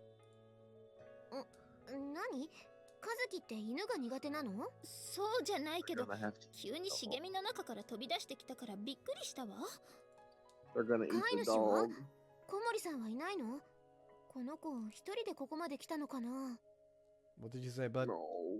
They're gonna eat the dog. The dog doing. What the dog doing? Fucking They're gonna plot eat the twist, the dog. dog eats one of them. No, a good dog would never do that. They're too loyal. Loyal to their owner. The person that is currently lying in a tent with a debilitating fever and two broken legs is not their owner. No. It's A easy to cat. say. Cat would definitely eat you because cats are not loyal. A dog, though. It is a lie that Dogs are cats are very not loyal. loyal. Cats can be very loyal. However, cats can also be No, assholes, and they do no, tend to be a bit more no. wild. Like there is like You're that just a one cat. picture where it's like this cat just like watching this baby sleep, and it's, everyone's like, "Oh, how cute!" And someone's like, "Ayo, that's not cute." That cat is testing if that baby is still breathing. If that baby was not breathing, it would eat it. Oh, you're just a cat. You're a cat plant. You're telling lies about cats. That's Here's the looking thing: by them. I'm entirely fine with dogs at this point. Like, I used to be scared of dogs because I got scarred as a child. Imagine yourself, you're back in fucking kindergarten, and you're visiting a friend of yours that, again, and you like the dog that he has. Like, you like petting him, you like playing around with him a little, every now and again, but it's like mostly like normal stuff. And one day, you arrive at their place, and the dog is so happy to see you that he charges at you. Like, this is a dog that is like as tall as you, you know? Like, you're a kindergartner, and this dog that's as tall as you just suddenly charges you, fucking jumps onto you, knocks you onto the ground, just starts licking you across the face. Not nice to experience as a kindergartner. That fucking scared me, so I was, like, scared of dogs for a couple of years. I still do not like dogs that bark, like, constantly. Like, that just startles me immediately still. But that's only natural. Like, I'm just, like, walking in through the town, and suddenly a fucking some dog bark without warning comes from my right. Of course, I'd be startled. So I'm still like not... I'm not about like overly loud dogs, but I generally just don't really have a big problem. Like, I could probably be convinced to adopt a dog at some point.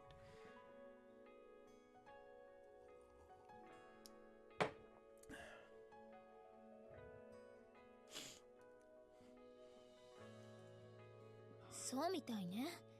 喉が渇いているみたいだから、水の匂いをたどってここまで来たのかもしれない。そっか。じゃあちょっと待ってて。今お水汲んであげる。やめた方がいいわ。どうして？この手の品種改良が施された小型犬は内臓が弱いことがあるし、飼い主の許可なく生水はあげない方がいいわよ。あ、そうなんだ。でも私、昨日からここのお水ガブガブ飲んでるけど、全然平気だよ。Well, yeah, but you're also a goddamn unit of a woman. あなたは見るからに健康だし、生水ぐらい全然平気だと思うけれど、この子は見るからに繊細そうだから、一度煮沸してから飲ませた方がいいんじゃないかしら。But the question is, what unit is she? Is she meters? Kilograms? Perhaps liters? Yeah, Americans will use anything other than the metric system. I love using stupid terms of measurement. I mean, we all know that the entire... We all know that the entirety of America are massive foot fetishists. After all, they even use them for measuring.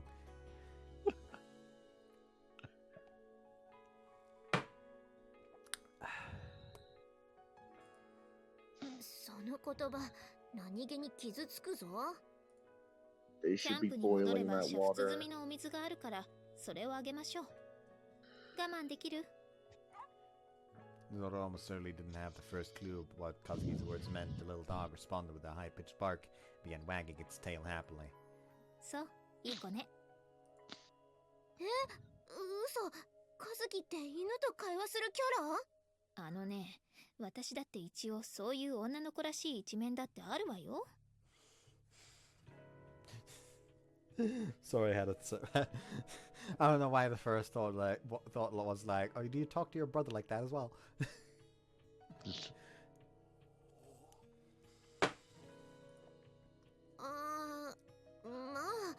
まあ、わかるような気もする。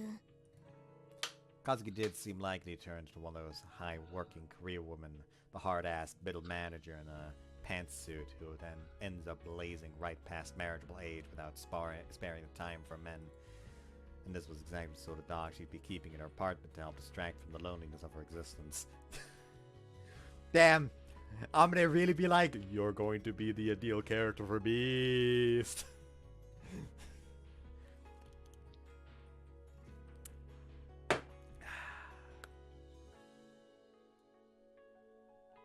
Incidentally, I'm still hoping that Tsukikana is gonna actually get an English translation, because not only is it another Toneworks game, it also has a mature woman as a main character, like as one of the heroines. Huh. Yeah, because I think like the MC also does like fucking work for like a fucking publishing company or something like that, and she's like one of the editors at the publishing company, and it's just like, ah, yes, but you're a woman. Still can barely wait for the Wagamama High Spec fan disc.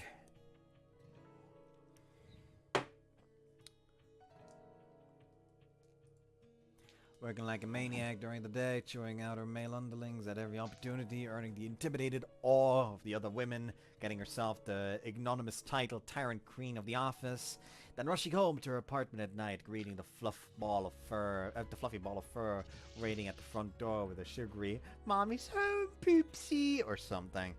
Then proceeding to pamper it with gourmet meals, maybe even dressing it up a little in little sweaters, keeping up a simpering stream of baby talk all the while. 今私あなたのリアルな未来を少しだけ想像してちょっと涙が出そうになったわ。そう。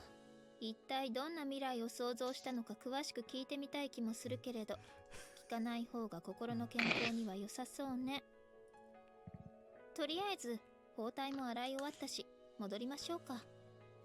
この子も飼い主のところに連れて行かないといけないし。With those words, Katsuki bent down and scooped up the dog, playing at her feet into her arms? Yeah, or one of them. Arms? I don't know why, but I imagine like having a dog could be potentially awkward for me because like depends on how big the dog is. Because like with my cats, with my cat overall, I say cats in plural because I also count the cats that my grandmother keeps.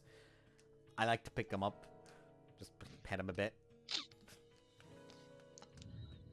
Yeah. One of them tends to not really like that for too long, at least at the start. I have reached a part where I was able to pick her up. Namely, that's the one that I got to name Nora. And I picked her up, and I even could sit down in the chair and like pet it a little bit, and it would just stay there for a little bit before, you know, fucking leaving immediately. Actually, it reminds me, have I ever sent that video in here? Hold on. I feel the need to send this now.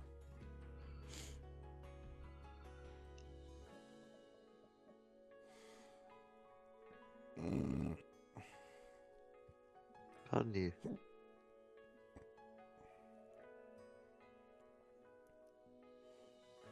You deem yourself important enough to be able to pardon me. I don't know where that came from. Yeah, behold, it's taking a while to send. I'm sending a video of Cookie. That's the one that my little sister got to name. Cookie. Ah. Cookie. That is sending. It is not even halfway done though, so I'm gonna just continue. あ、カズキ、片手じゃ大変でしょ。ワンちゃん、私が預かるよ。そう。じゃあお願い。あれ、なんか嫌がってる。ほらワンちゃん、こっちおいで。どうしたの？あまね、あなた犬に嫌われるタイプ？おかしいな。そんなことないと思うんだけど。っていうか、逆にカズキはどうしてそんなにその子に懐かれてるの？前からお友達？Like, Cookie tends to be in my grandmother's bedroom, on the bed, and every time I walk into the bedroom to see if she's in there, she'd like look up at me from the fucking bedroom, see that I'm there, and just immediately fucking meow at me like, get the fuck over here and pet me. Yeah. I mean, Nora's also very manic for petting, because like, I tend to get into the living room at the first instinct for is just get off the couch, jump onto the windowsill on the far end of the room, and then she's just kind of waits there for pets, where she like damn near fucking does goddamn flips trying to cuddle against both my hand and the window in search of pets. It doesn't sound good. いいえ、小森さんが犬を飼っているのは知っていたけど、見たのは初めてだし、名前だって知らないわ。I will say though that for a time Like, Nora was the one that opened up first, while Cookie tended to run a little bit at first, but there was a point in time where that entire dynamic got flipped upside down, where Cookie was the one that was very amicable, because I had to put drops into one of Nora's eyes. But here's the thing, my grandmother gave me the wrong fucking thing. So essentially, while thinking there were eye drops, I put what was not eye drops into that eye. What was it? It was it was medicine for the other cat, namely something to put in the neck to help against fleas. Uh-oh. Ah. So yeah, no fucking wonder that the cat didn't want to fucking be anywhere near me. Like, I was set up for fucking failure. Like, the fucking doctor told her, oh yes, this for that cat, this for that cat. And he's like, okay, I can't catch the cat on my own, so I need help. So you got me and you gave me the wrong fucking medicine.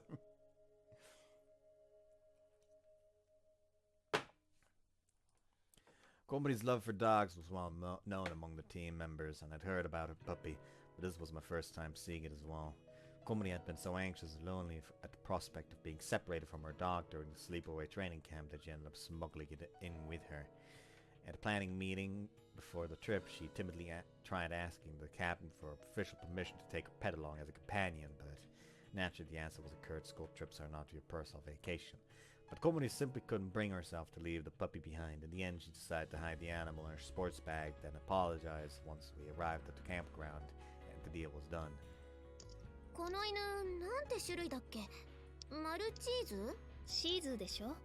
あなた小型犬は何でもマルチーズに見えるの？ Hold on. I feel like the Shih Tzu was also like name of like a fucking mythical thing. Or am I going insane?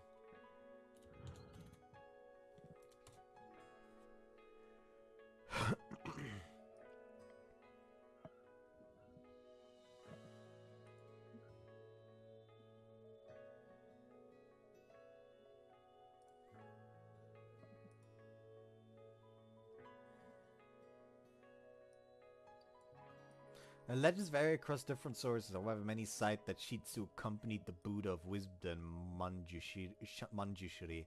This lion dog had the ability to turn himself into a lion to carry Manjushri on his back. The physical features of Shih Tzu served as proof of the eternal connection between Buddha and this breed. According to legends, several robbers surrounded Buddha with the intention of robbing and murdering him when the Shih Tzu transformed into a ferocious lion so large that the robbers were scared and fled the scene. As the Shih Tzu returned to its dog form, Buddha blessed him for his courage.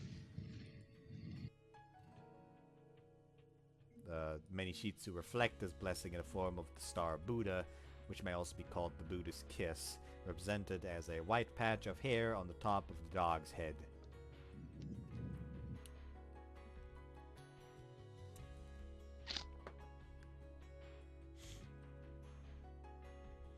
Which sounds very adorable.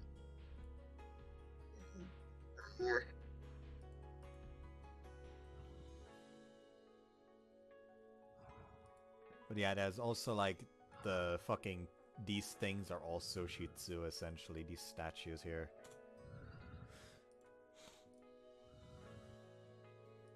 Oh, Like yeah. the guardian lions are supposed to be based on Shih Tzu. Ah, right. So totally unlike the Chinti. Mm-hmm. While the actual Shih Tzu is this thing.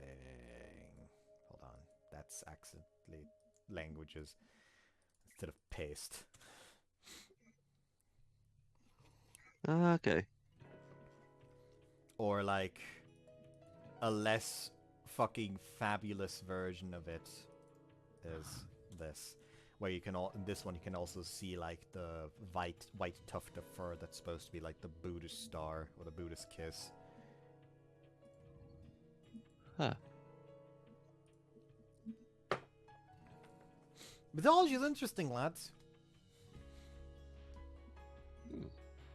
だって小型犬なんてマルチーズかチワワぐらいしか知らないもの。あとトイプードル。どうでもいいからこの子を受け取ってよ。結構重いわ。いや、わかってるんだけどね。 When I reached out towards it, the tiny dog bared its fangs and gave a sharp bark of warning. なんかむっちゃ嫌われてるんですけど、なんで？何か悪いことでもしたの？この子の餌を盗み食いしたとか。カズキ、あんたもしかして私を食いしん坊キャラにしようとしているの？ If anything, dogs tended to like me and didn't remember mistreating this animal in the 5 minutes I'd known it. I almost felt like rather than having a problem with me in particular, the dog just didn't want to be carried by anyone other than Kazuki. もしかしてこの子、カズキのことを群れのボスだと思ってるんじゃない？はい？ああ、犬は飼われている家の中でボスを決めるっていうあれのこと？ That's why it's important when you adopt a new dog that you always feed it after you ate yourself.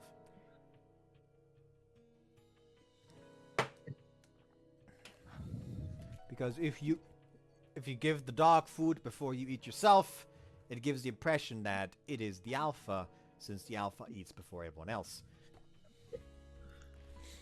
So if you want to, house train a dog, always eat before you give your dog something to eat.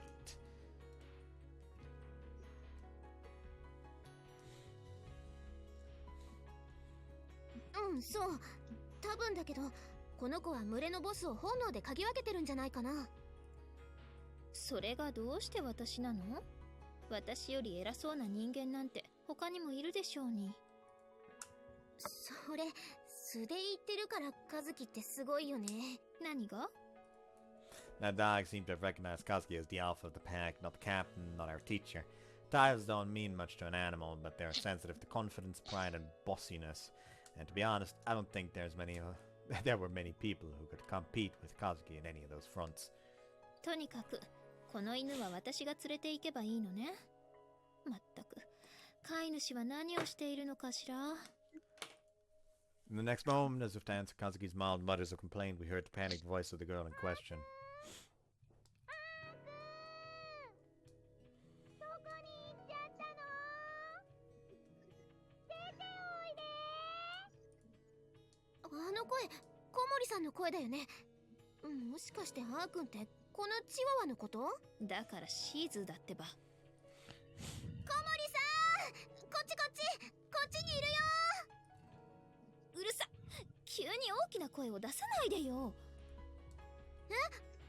ごめん。なんかカズキってさ、大きな音って嫌いだよね。私はあなたと違って体も小さいし繊細なのよ。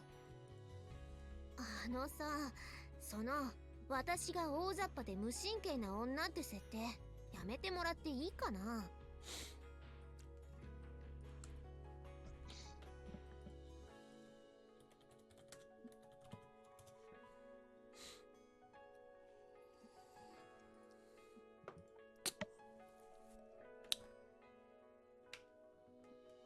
I mean, to be fair,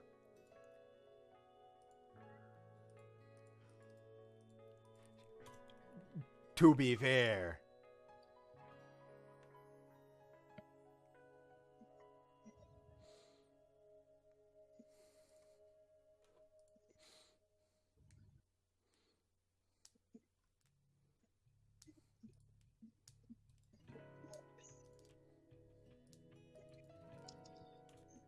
to be fair. Bear.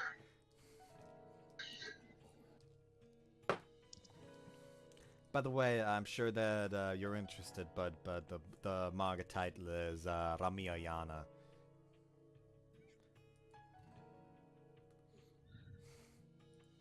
Excuse me? I'm sure you're interested, but the title of the manga is Ramayana. Very nice.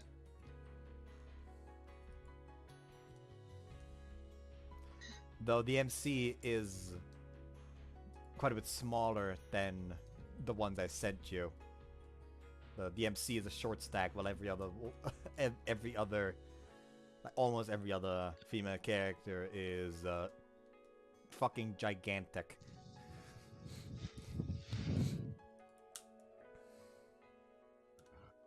Incidentally, this is one of the fucking panels from the most recent chapter that came out. This one here. That just looks psychotic.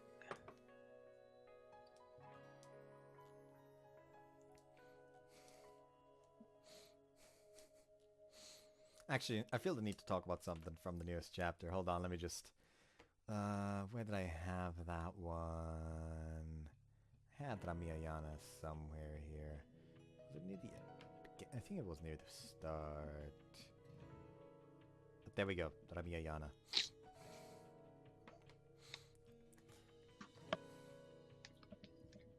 Hold on.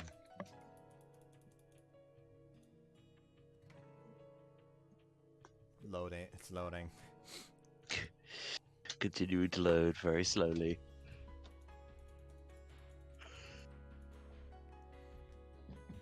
For some reason it loaded like the previous fucking chapter instead of the most recent one. Yeah, hold on.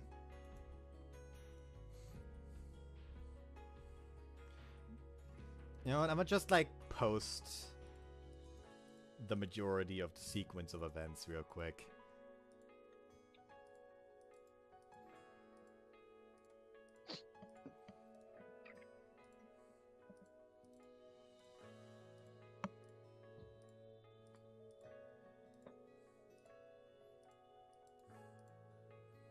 And then I'll like read out the majority of the sequence of events to the people watching, so they have an idea of what the fuck's happening. But if they want to get a better idea, go ahead, read Ramayana. You get a muscle short stack mommy. Thank you. You've done a great service today. I'm not just a muscle short stack mommy, but also big muscle mommies. Truly bloody enormous. Also bloody. I'm gonna need it after today because every Wednesday ruins my week. But yeah, essentially, like, they're just in the fucking, like, main bad guy's castle. Like, one of the fucking other demons is just sitting there fucking nervous while Ramia is just lying on her side, scratching her ass. And as they're talking, and we're given, like, a bunch of meat, like, ale that the fucking big, bad, evil woman made herself. It's her hobby. And served in a fucking apron because someone made a joke that, like, when he was told to serve drinks, was like, why don't you serve it? Just kidding, I'm served. And she's like, nah, good idea. And so she just showed up in, like, a fucking apron. It's like, here's the ale. And suddenly he's like, yes. Well, am I hearing the cry hearing the cry for help from a cute big lady? Do not fear, milady, for I am here now. I did say that milady like that for fucking reason, because it is exactly that kind of character that you imagine. Fucking fedora coat and replica katana.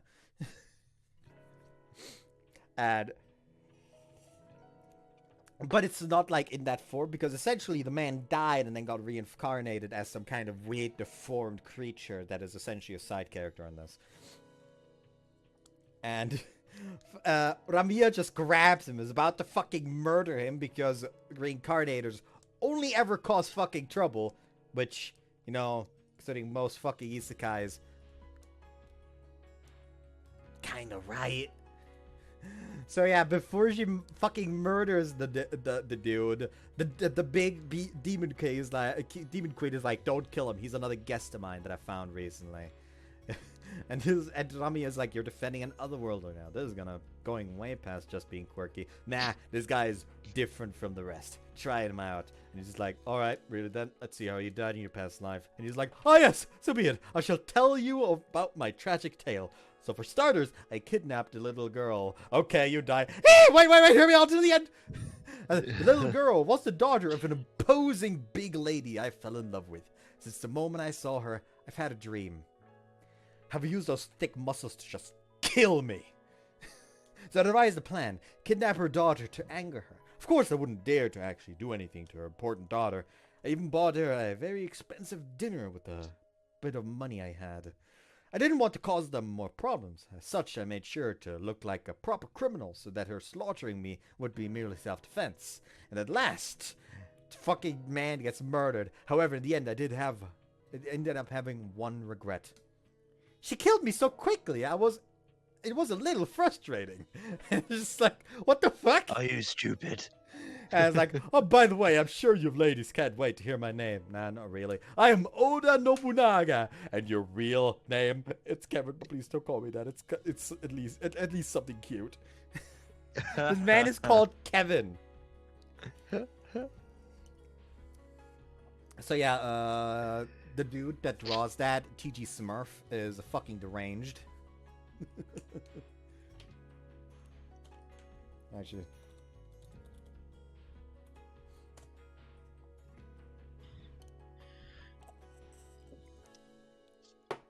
The Twitter is the Golden Smurf with the tag being... Like, hold on. Let me open the Twitter so I can actually be correct about what I'm saying here.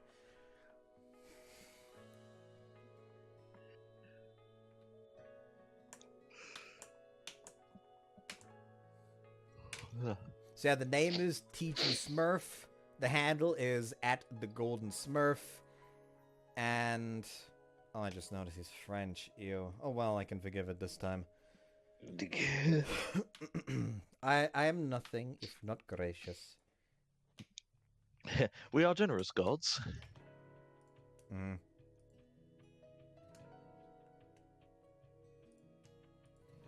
Oh yeah, hold on.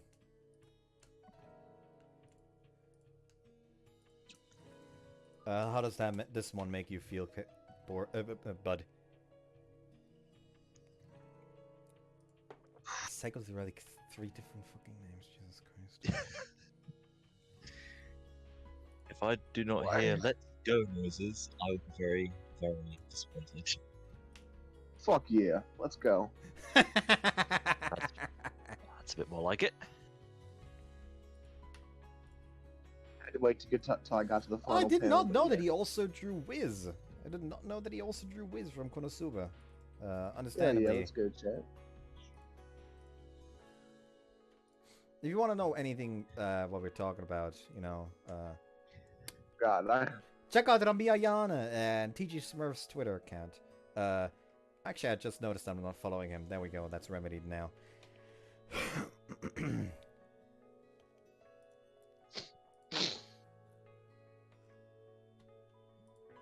Or there's also Picture of Darkness. Incidentally, it also has one of the Rambia Yana characters in the background. Hold on, that's the last. That's gonna be the last one I fucking post, and then we can, you know, get back to the fucking game. Wade through this wood. As you can tell, audience, we are making every effort to stall here. Nah, it's nothing new, quite frankly. It's fucking everyday shit here at the fucking Wild Hunt channel. Yeah. It's not even the Wild Hunt channel anymore. It's the fucking Beast Barbarians Vienna. Keep forgetting. Yeah. Oh, you know what? Actually, I still have to send this one. Just because it's like... the main character also decided to like train 2 other humans, and for some reason she's able to make like copies of herself, and for whatever fucking reason, this is the copy that she sent to train one of them.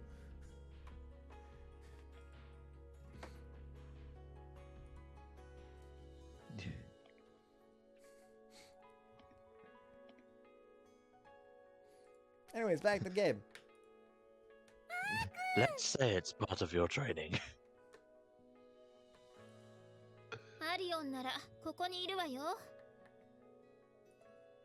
The instant Kazuki lowered the dog to the ground, it trotted over to Komori and jumped into her waiting arms. よかった。急に姿が見えなくなったから心配しちゃった。ねえ、アリオンって？その犬の名前よ。なんで名前知ってるの？さっきは知らないって言ってなかった？そうか、アー君って呼びながら名前を推理したとか？ Nah, it probably has a fucking dog tag that states its Yeah. name. And it's a bit of an it's on his さっ case き見た roll ら moment. 首輪のプレートにアリオンって書いてあったから。あ、そうなんだ。なんだ。あのね、いくら私でもアー君からアリオンを推理するのは無理だと思うわよ。あまり私を超人だと思わないでね。なんか和樹の場合、その人の好きな数字を聞いただけでその人の人生を10年先まで言い当てそうな気もするのよね。あなた、私のことを妖怪か何かと勘違いしてない？いや、さすがの私もそこまでは言ってないけどさ。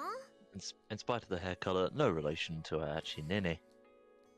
That said, if someone were to tell me that I'd seen her brewing potions in a cauldron by moonlight, I don't think I would have dismissed the story out of hand.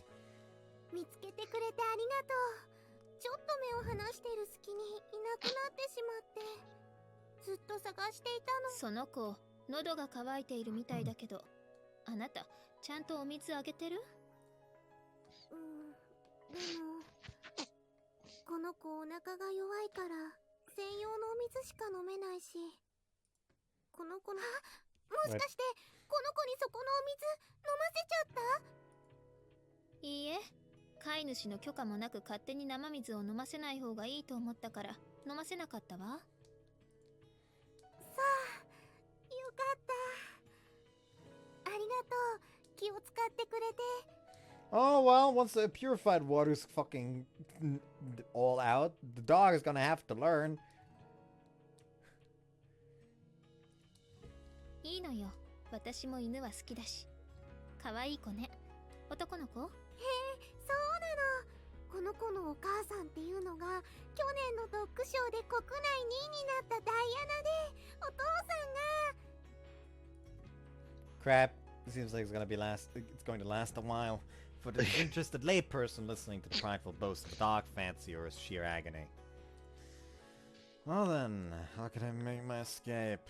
Maybe I should just counterpunch and start lecturing these two about the relative merits of the TE-27 and 510 Bluebird. But as I was idly pondering these matters, from above the sky, from the sky above the quiet forest, usually silent for the cries of birds and the whimpering of the branches, there came a soft but distinctive sound of propeller blades tearing through the air. Ah. Kazuki! What's the point? I already know this doesn't save them. ヘリだよ、ヘリコプターの音だ。戻ってみんなに知らせなきゃ。急ごう。 All aboard the helicopter.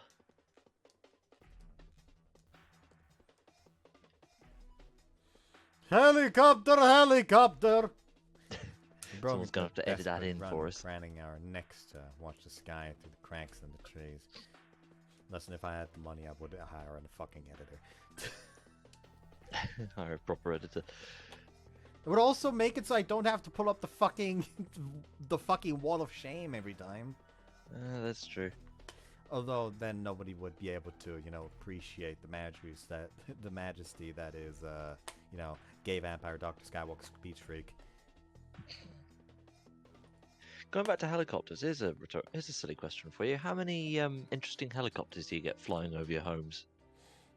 None really. Really? Yeah, we're kind of out in the fucking middle of nowhere. Not even the electricity helicopter flying overhead checking power lines. We get that one occasionally. No. Wow. If it happens, I don't know if I can notice it. Hey bud, how about you? How about me? What? Helicopters. Anything? Do you get any interesting aviation misadventures over your house? All the time. Military helicopters. I live near a I live near one of the biggest military air bases in the world. Oh goodness. You probably shouldn't have said that. You kind of fucking... you kind of fucking Look. DDoSed yourself. Look, I live in Delaware. No one's gonna come here. Yeah. Yeah, I live up the road from a sensitive military site as well, and we get military aircraft coming through.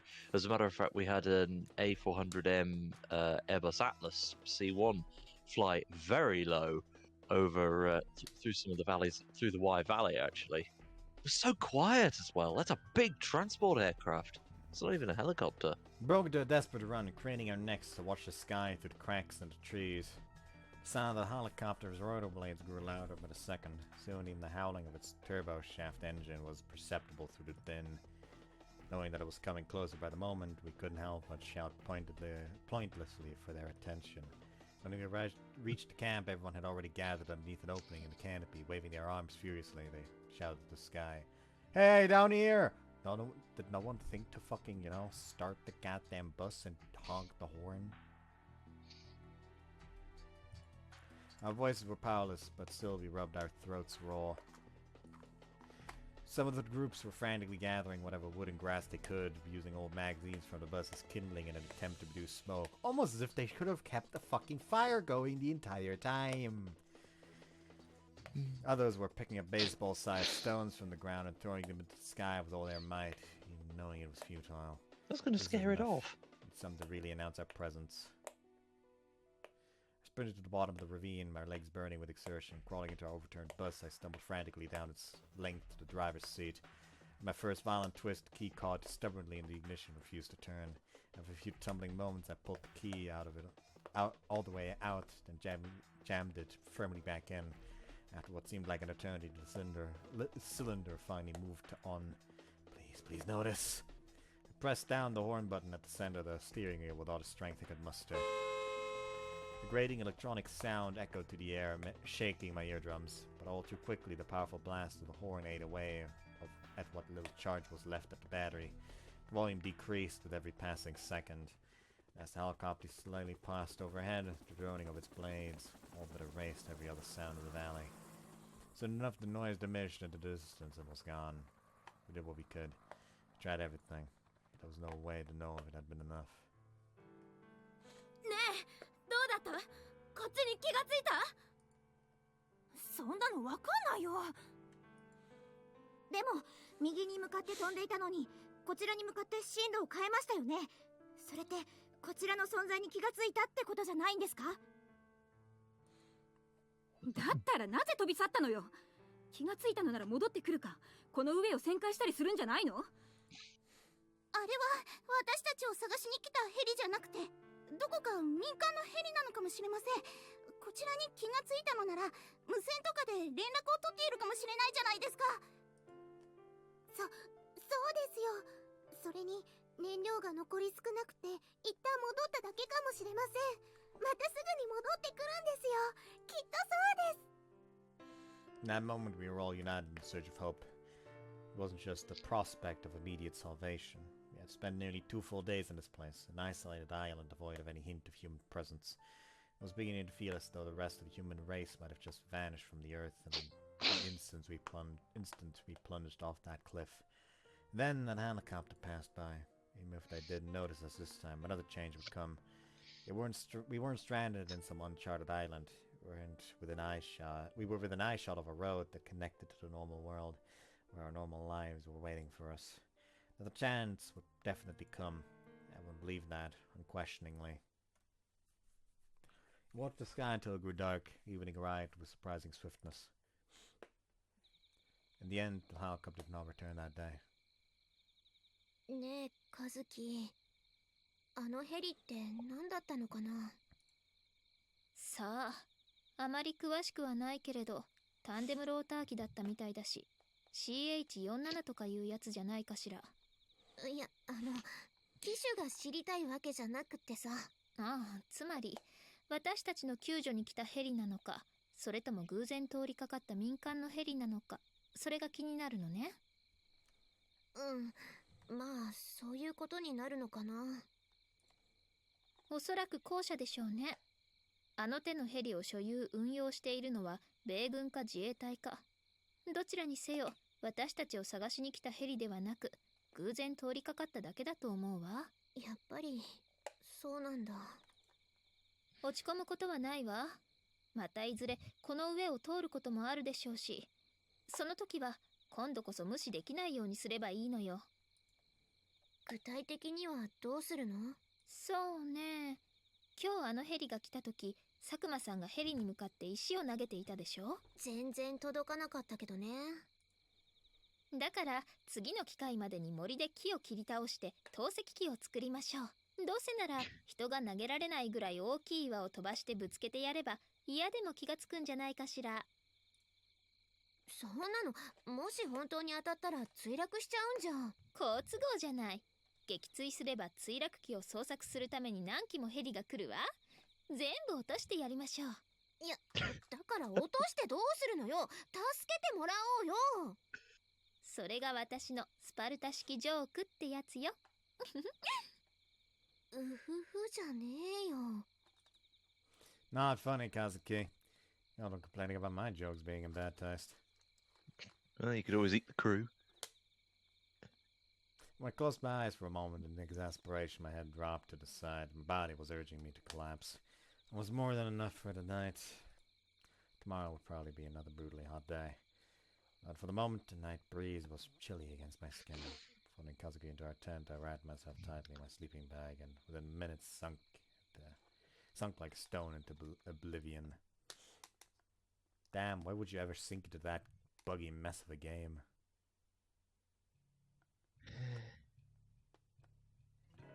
Ha. Ha. Ha. Ha. Day 3 in the Big Brother house. Ha. The house is now full of wasps. Ha. The third day in the valley, and society slumps into an economic recession. It seems high-achieving graduates from elite universities often have an even harder time finding employment than their less brilliant peers. Normally, you'd think businesses facing difficult times would want skilled new employees to help them turn things around, but when a company is focused entirely on treading water and protecting the status quo, providing good positions for intelligent and ambitious new hires can be very difficult. And if you're just going to be wasting hotshot talent on trivial chores, might as well just hire cheaper, less skilled workers to start off with, or so the thinking goes. That's why I'm bringing this up all of a sudden. It recently occurred to me that Kazuki's situation within our team is something like that of the elite graduate in a recession. She has exceptional, even unique skills. In terms of raw ability, she's in a different league from Captain Sakashita. But since her rank is freshman, the very bottom of the totem pole, that talent puts her in an awkward position. Everyone recognizes and respects Kazuki's intelligence, but that doesn't mean they're ready to overturn our familiar system of authority, mainly because nobody knows where they stand in a new pecking order. Kazuki told me that pride isn't inherently a bad thing. What she sees as a moderate sense of self-respect can be a balm for the soul. But still, an overdose of medicine is just another way of poisoning yourself. Amane? どこにいるの？アマネ？こっちだよ、カズキ。ああ、いたいた。あなた、また日記をつけていたの？なんていうか、癖で暇な時に思いついたことを書き殴ってるだけなんだけどね。いいことよ。こんな状況だからこそ、そういった日常の行動が心を安定させるし、日記をつけることで現状を深く理解して客観的かつ冷静な判断力を得るという意味ではとても有効だと思うわ。いや、そこまで考えて書いてたわけじゃないけどね。日記ってそういうものよ。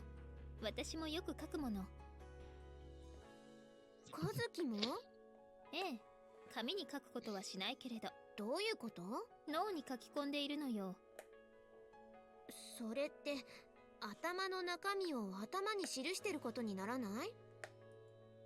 通常記憶用の脳みそと日記用の脳みそを使い分けているのよ。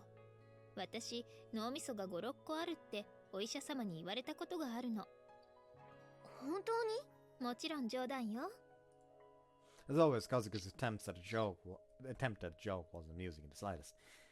idea of her having half a dozen brains stashed away somewhere like some biological supercomputer felt far too plausible. I felt more like shuddering than laughing. で、私に何か用事？うん、そうだった。ちょっと毒ダミの葉を摘んできてもらえないかしら。毒ダミってあの臭いやつ？そう、沢の近くにたくさん自生していたでしょ。あれを摘んできてほしいの。まさかあれ食べるの？食べられないわけじゃないけど、今回は薬に使うわ。薬？何の？かゆみ止め。薬のストックが乏しくなってきているから、代用の効くものは代用します。できればよもぎなんかもあると嬉しいけれど。よもぎって草餅に練り込むあれのこと？どんな草なの？見たことないの？どこにでも自生しているのに。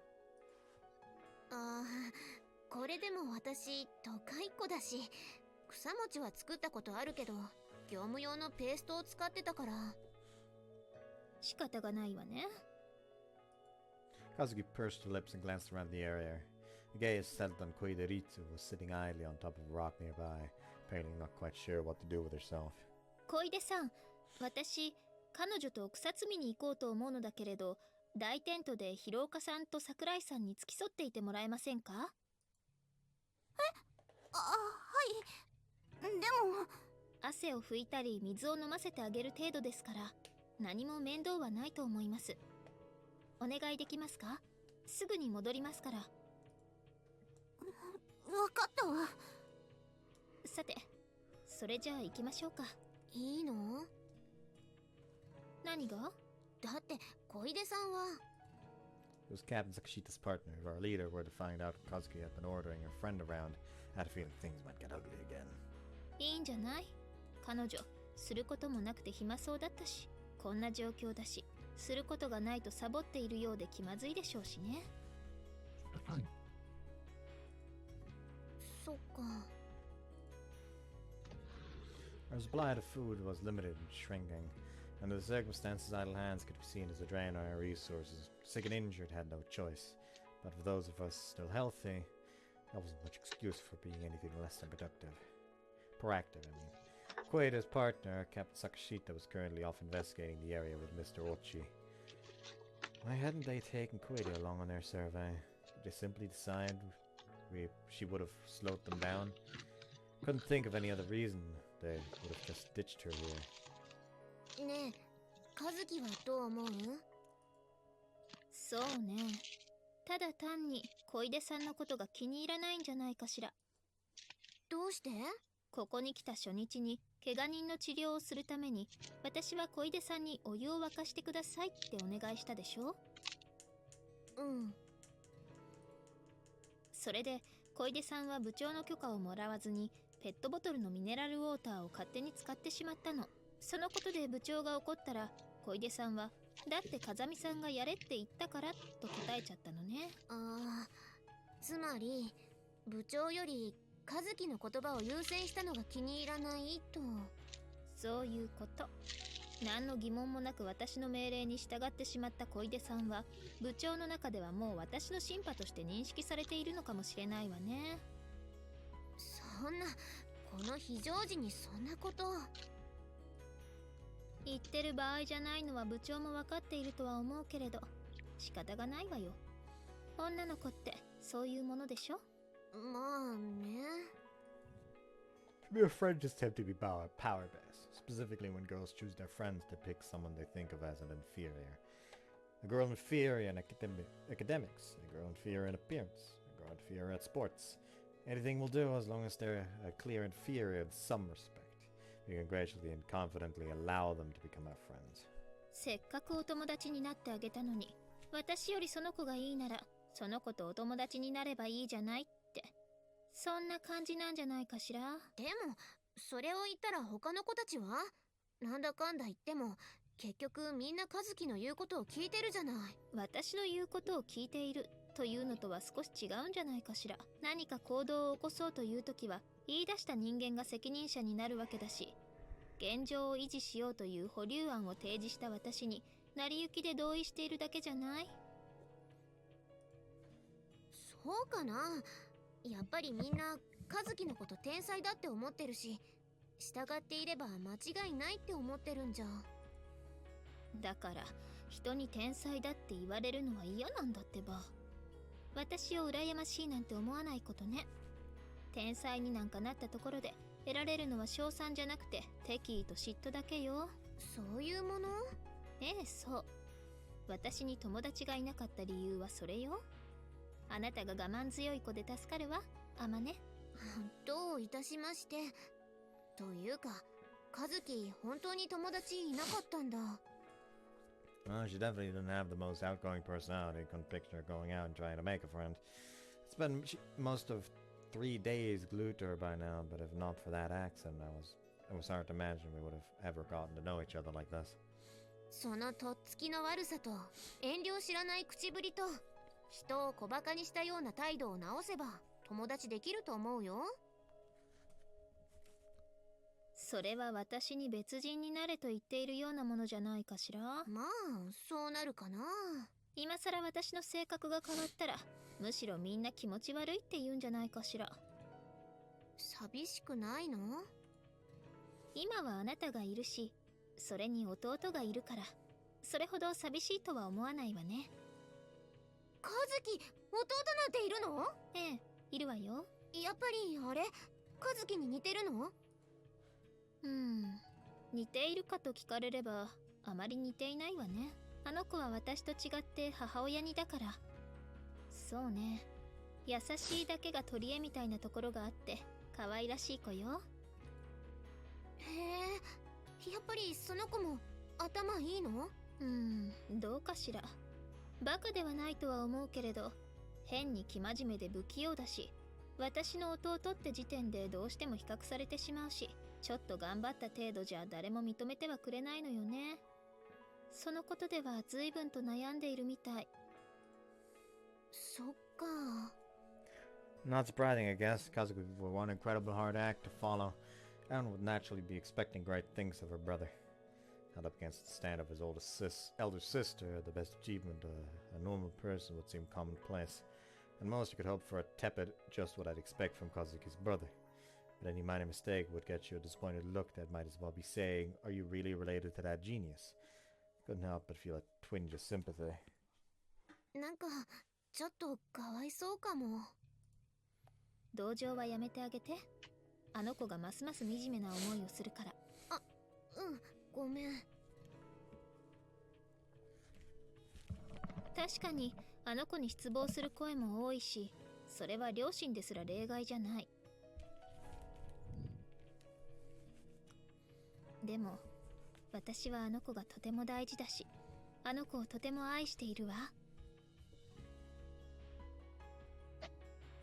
それでいいのよ。たとえ世界中があの子を嫌っても、私が誰よりもあの子を愛している事実は変わらないのだから。偏ってるな。相手は弟なんでしょ？そうかしら。まあ確かに変質している自覚はあるけれど、弟に甘い姉というのも別に珍しくはないでしょ。甘い？和樹が甘い？ I always viewed Kazuki as something like a walking beaker vest in a school uniform. Sweet struck me as the single least appropriate adjective you could possibly apply to her. そんなに驚くようなこと？弟なんだから可愛がるのは当たり前でしょ。これでも一応優しいお姉ちゃんのつもりなのだけれど。似合わない、全然似合わない。びっくりするぐらい似合わない。Kazuki, the girl who'd probably take one look at the classic abandoned puppy in a cardboard box on a rainy day, tell it fate is cruel, I suggest you curse the heavens, and then walk right off without batting an eyelid. Kazuki, of all people, a doting big sister. I impulsively pulled my cell phone out of my pocket and checked the date. あれ、今日は4月1日じゃないよね。あなた、失礼にも程があるわよ。私だって人間だもの。弟を可愛がりもするし、弟が落ち込んでいれば不器用ながらも慰めようと試みることぐらいはするわ。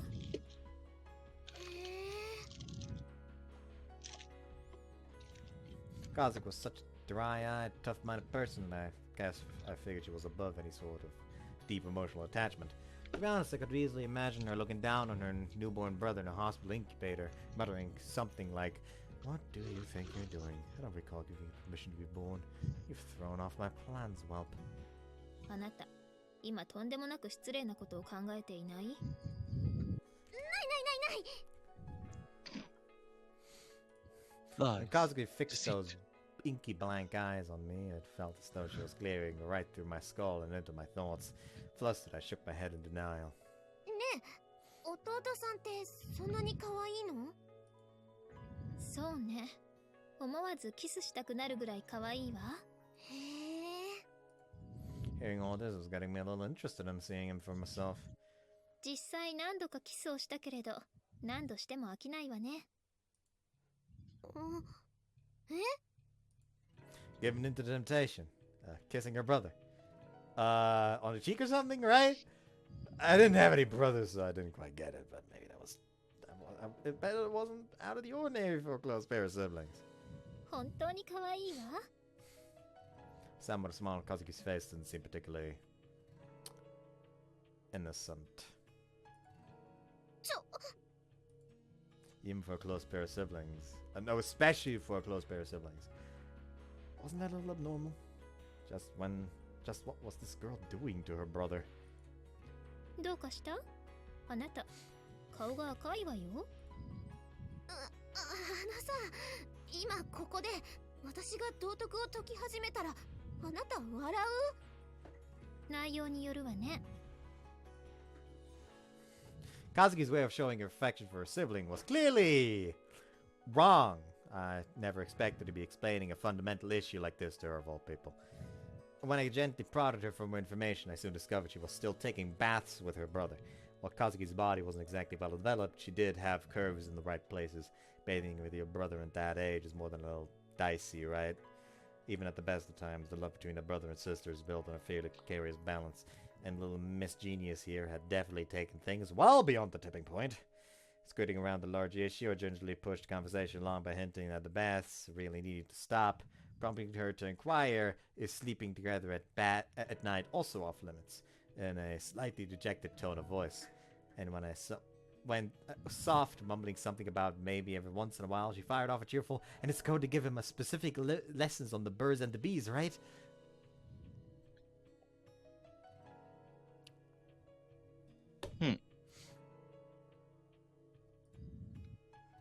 What do you say about this? You're muted, bud.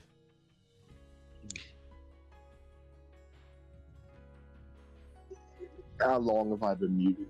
I have no idea, but at the very least, ever since they started talking about Yuji. I thought you guys were just ignoring me. No, you just muted yourself again. Oh. Well, You that's tend to sad. mute yourself have a lot fucked on up. accident. I didn't even mean. Your thoughts on how Kazuki is acting towards Yuji? Oh. Understandable. Hey, might have asked you something? To be honest, I feel a little silly asking a question like this to the infamous prodigy Kazuki, but I just can't help myself. I'm burning with curiosity. Here goes. Hey, might you be completely out of your mind? Okay, look, this is the only way of life I know. Really isn't helping me deal with this, you know? Can you cut a girl break here? というか、今まで誰も注意しなかったの？例えばほら、母親とかさ。I feel like something was cut here. Eagle? Probably. I think, looking back at it, there might have been some flashback sequence. I forget. Specifically a bathtub involved. Yeah, I know there's definitely one flashback sequence involving the bathtub in the labyrinth, but in the original game on Amane-Route, I can't remember.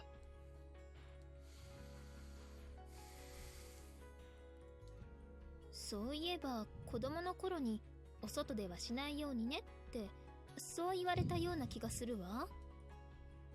家の中でなら OK なのかよ。Sounds like their mother made some mistakes here as well. Some pretty fundamental ones, actually. It wasn't hard to imagine Kazuki's home must have been an unusual place since it was the environment that produced a super genius, but his freakish lack of common sense was well beyond my expectations. とにかく間違ってるから、このままじゃ和樹の弟絶対にろくな大人にならないよ。そう？これでも結構真面目に育てているつもりなのだけれど。どの辺が？ありがとうって上手に言える子に育てているの。どういう意味？言葉の通りよ。素直に人に感謝することができるって素晴らしいと思わない？そりゃまあ。そう、例えばあなたの口癖のごめんなさいだけど、人に迷惑をかけた時素直に謝罪できるのって素晴らしいことよ。そうかな。Wasn't trying to make it my catchphrase, but I was taught from a young age that if you think you did something bad, apologize first and make excuses later. It was a major pillar of the vinegary education and manners I received from my mom. それと同じことよ。人に感謝することができる人間はできない人間よりも幸せな人生を歩めると思わない？確かに。Maybe a subtle difference as often as not. But if you can remember to show your gratitude in small ways and for taking the goodwill of others for granted, your life will probably end up ever so slightly richer. The richer for it. Bless you. Thank you. あれ、和樹あんた、今ちょっといいこと言った？あなた本当に失礼ね。私はいつだっていいことしか言わないでしょ。それこそ私の言葉をまとめれば風見和樹名言集として税込み1890円で売れるぐらいよ。何その微妙にリアルな値段設定。What publisher would make a hardcover edition of that anyways? Could just picture chapter 1, taking a bath with your little brother is not a crime. Maybe the better question is, what's the target audience for a book written by a woman who sexually harasses her own little brother? Oh, they just straight up stated it, yeah.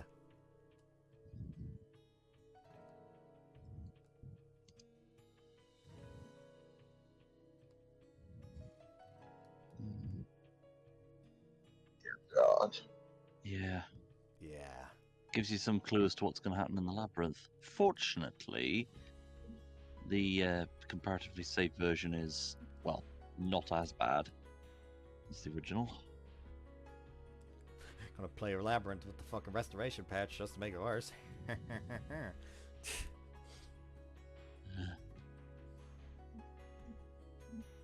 Wow, I wonder who the fucking notification just showed. お風呂か。そういえば。It had already been 3 days since the last time I washed myself.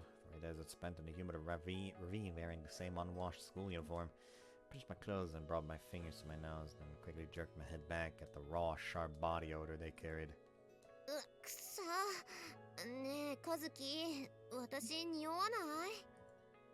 人は生きていれば代謝を続けるものだし、それに今は臭い切れというか毒ダミの苦い匂いしかしないけど。やだな、お風呂に入りたい。沢が見つかって水は潤沢なのだし、水浴びをしたら？佐久間さんなんか沢が見つかってすぐに私のところへ水浴びの可否を聞きに来たわよ。いいの？むしろ衛生面に気を配らないと皮膚病になる可能性もあるし、その辺の事情を含めて部長にはすでに許可を取り付けてあるから何も問題はないわ。私も何度か水浴びしてみたけれど気持ちいいわよ。言ってよ。つか誘いなさいよ。私たちペアでしょ？だって私あなたの隣で裸になるの嫌だわ。高級スポーツカーの隣に駐車された軽自動車の惨めをあなたは想像できる？なんで車で例える？その方があなたには分かりやすいかと思って。I mean, what's the problem with the mini cars? Love them for your information. They're cheap and easy to maintain for one thing, but more importantly, they're incredibly light, and a wise man once said when it comes to turning, nothing beats a low-weight car, you know. 和樹って時々姿が見えなくなると思っていたけど、私に隠れて水浴びなんかしてたのね。別に隠れていたわけではないけれど、まあいいわ。薬草を摘み終わったらあなたも水浴びに行ってきたら。そうさせてもらう。 Bath sounded fantastic, but we had other priorities. Picking the mugwort and chameleon plants we planned to use for medicinal purposes, Kazuki and I took the opportunity to search for vegetation that looked edible. It was the third day of our imprisonment in this ravine. Not year. That'd be Third year? Holy shit, I'm not staying here for 3 years. Well, son! How long was he stuck on that island, actually? I never watched the movie. I think A it was. long I think time. it was a. I think at least it was 1 year. Let me cast. Let me cast. Let me look it up. Castaway. How long was the on the island and cast away? 4 years. Oh shit.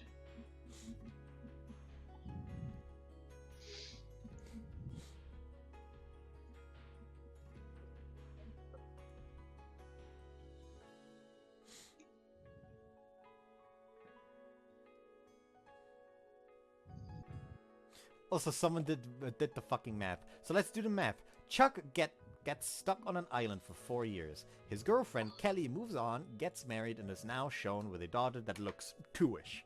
Pregnancy is theoretically 9 months. Jesus, Kelly didn't waste any time.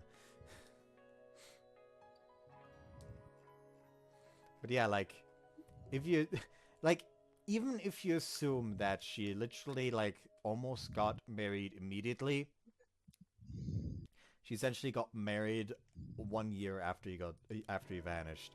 If you assume that she, like, actually, you know, took some time to meet, took some time to fucking mourn, then meet someone, then after a while of dating, got married, and then had a kid. Yeah. Maybe, like, a couple of fucking months. Bounces back really quick, huh? Huh. Didn't waste any fucking time. Anyways, bath outfit. I already read that. It was perhaps that in the very beginning we'd assumed the vibrant mass of nature that trapped us here would also provide us with a steady supply of wild vegetables. But that optimism evaporated the moment we actually began to explore the jungle. Chuk, carefully surveying the woods, turned out something in the way of edible-looking vegetation, but the vast majority were fern sprouts, honeyworts, and chrysanthemums, greens, or other leafy plants. More garnished than main course, and could fill the bellies of a group of growing teenagers. As an added bonus, pretty much all of these wild grasses and flowers proved strongly palatable. Eaten raw, they were unbelievably bitter, and most gave off a sharp, nasty scent. Even when boiled, the harsh, caustic taste of lye usually remained. Seasoning to disguise the flavor was an absolute necessity. The first of our supplies to vanish was the curry powder. Thanks to its strong smell and powerful taste, it violently drowned out the taste of any individual ingredient. It was our magic pixie dust, transforming anything into a tolerable meal. On the day of the fall, we'd each been distributed 2 tiny single-serving packets of curry powder to last us 3 days. In combining my share with Kazuki's, our 4 packets didn't amount to much at all. Although Kazuki had entrusted me with all of our precious supplies of food, she got downright angry when I tried to make curry croquettes using the powders and potatoes. She was always strictly lecturing me about keeping our portions as small as possible, but any ingredient containing anything in the way of salt was a particular obsession. Her argument is sodium can't be produced inside the human body, therefore ingesting it from the outside is absolutely necessary. 確か植物からミネラルを取り出して塩を作る実験をしている中国の大学教授がいたわよね。何急に。そんないきなりいたわよねとか同意を求められても知らんがな。児童向けの科学雑誌にそんな記事が出ていたのを今ふと思い出したのだけれど、残念なことに大量の素材とそれなりの規模の装置が必要なのよね。塩がそんなに大切なの？ Well, yeah. 今はまだ体内での調整でごまかしが効いているけど、このまま数日経って飢餓が極まった時、最後に必要になるのは塩だと思うのよ。だから今のうちにできるだけ確保しておきたいの。一応言われた通りに塩は節約してるし、半分は使わないようにして隠してあるけど。それは最後まで隠しておいて。それと塩を隠し持っていることは誰にも言わないで。わかった。そうするけど。What's the point of having salt if there's no food to put it on? If anything, it seemed like we should be stockpiling stuff that could fill our stomachs, not a condiment. Since the fall, we've been getting by on potatoes, carrots, and the weedy vegetation we picked from the forest. Without any meat or rice in our diet, we were starved for protein and carbohydrates alike. If we had to make a meal out of these scraggly bit of plants, at least I'd like to stir-fry them with a little crumbled bacon, filled with a generous helping of butter and soy sauce, seeming white rice on the side. That's right, rice. Settled the supply to that being held in reserve, didn't we? The second day of our training camp, having rain, cancelled our plans to cook a big curry dinner outdoors. We've been eating many of the ingredients from that meal, but not the rice it would have been served on. In other words, we had a 5-kilogram sack of perfectly good rice sitting in a tent somewhere. Just when were you planning to distribute that? There was no point in whining about bacon when we didn't have any, but I wanted some rice pretty badly. A nice fluffy bowl on the side would make a main dish of fried weeds seem a lot more tolerable. I know we had some shimeji mushrooms to throw in, it'd be... あ、キノコ。はい。ねえ、カズキ、キノコは？キノコなら山の中でも生えてるんじゃない？キノコを探そうよ。やめておいた方がいいわ。キノコは危険よ。どうして？カズキなら毒キノコと食べられるキノコ見分けがつくんじゃない？一応知識はあるけれど、キノコは地域によって差もあるし、それに私の知識は本で得たものばかりで経験が伴わない。本で得た知識だけでキノコを食べて食中毒になるケースは今の時代になっても後を絶たないわ。キノコはダメ。私、軸がきれいに縦に裂けるキノコは食べても平気って聞いたことあるよ。それは俗説よ。軸が縦に裂けるキノコでも致命的な毒を持つ種類はたくさんあるわ。悪いことは言わないからキノコは諦めなさい。いいアイデアだと思ったんだけどな。Some tells me one of them is gonna have the idea and not have Kazuki there to tell her to cut that shit out. We would hope. Well, you want to bet this the first fatality? Come on, let's start a betting ring. Who's the first fatality? I forgot who it was. Oh, I'm not betting. Fuck you. I also forgot who it was. However, I'm betting the girl with the 2 broken legs. Kill yourself. Nah, I'm killing the girl with the 2 broken legs, so I win my bet. Come on, we need some fucking levity in this bullshit before we also come to depression. Okay. I'm gonna bet the adult. I'm betting Mr. Ochi. Oh no, it's like a wild card. Okay, Bud is betting Mr. Ochi. I'm betting the girl with the broken legs. Forgot her name. I am also going to, if my memory serves me right, I think it's going to be poor broken-legged individual.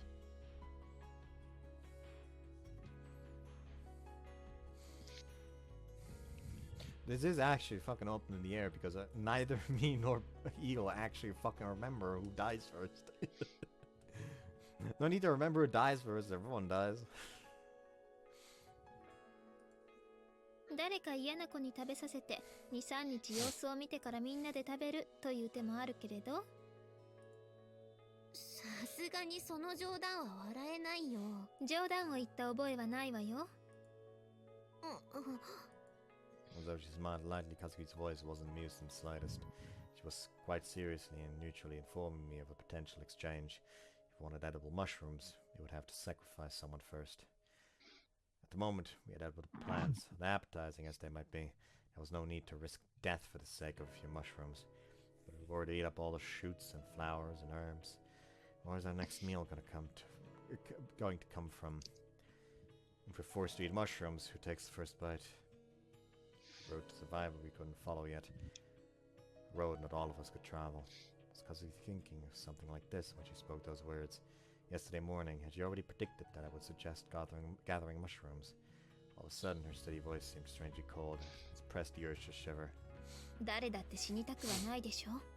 ほら、さっさと積んで戻りましょうよ。With those words, Kazuki bent down and began to put away the plants we had gathered in the mess kit rice cooker we were using as a makeshift bucket. None of us want to die.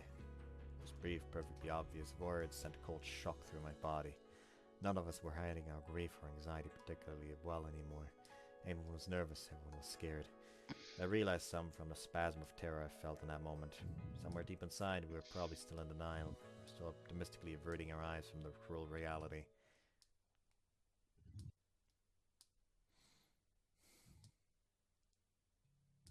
The fourth day in the valley. As expected, another hot one.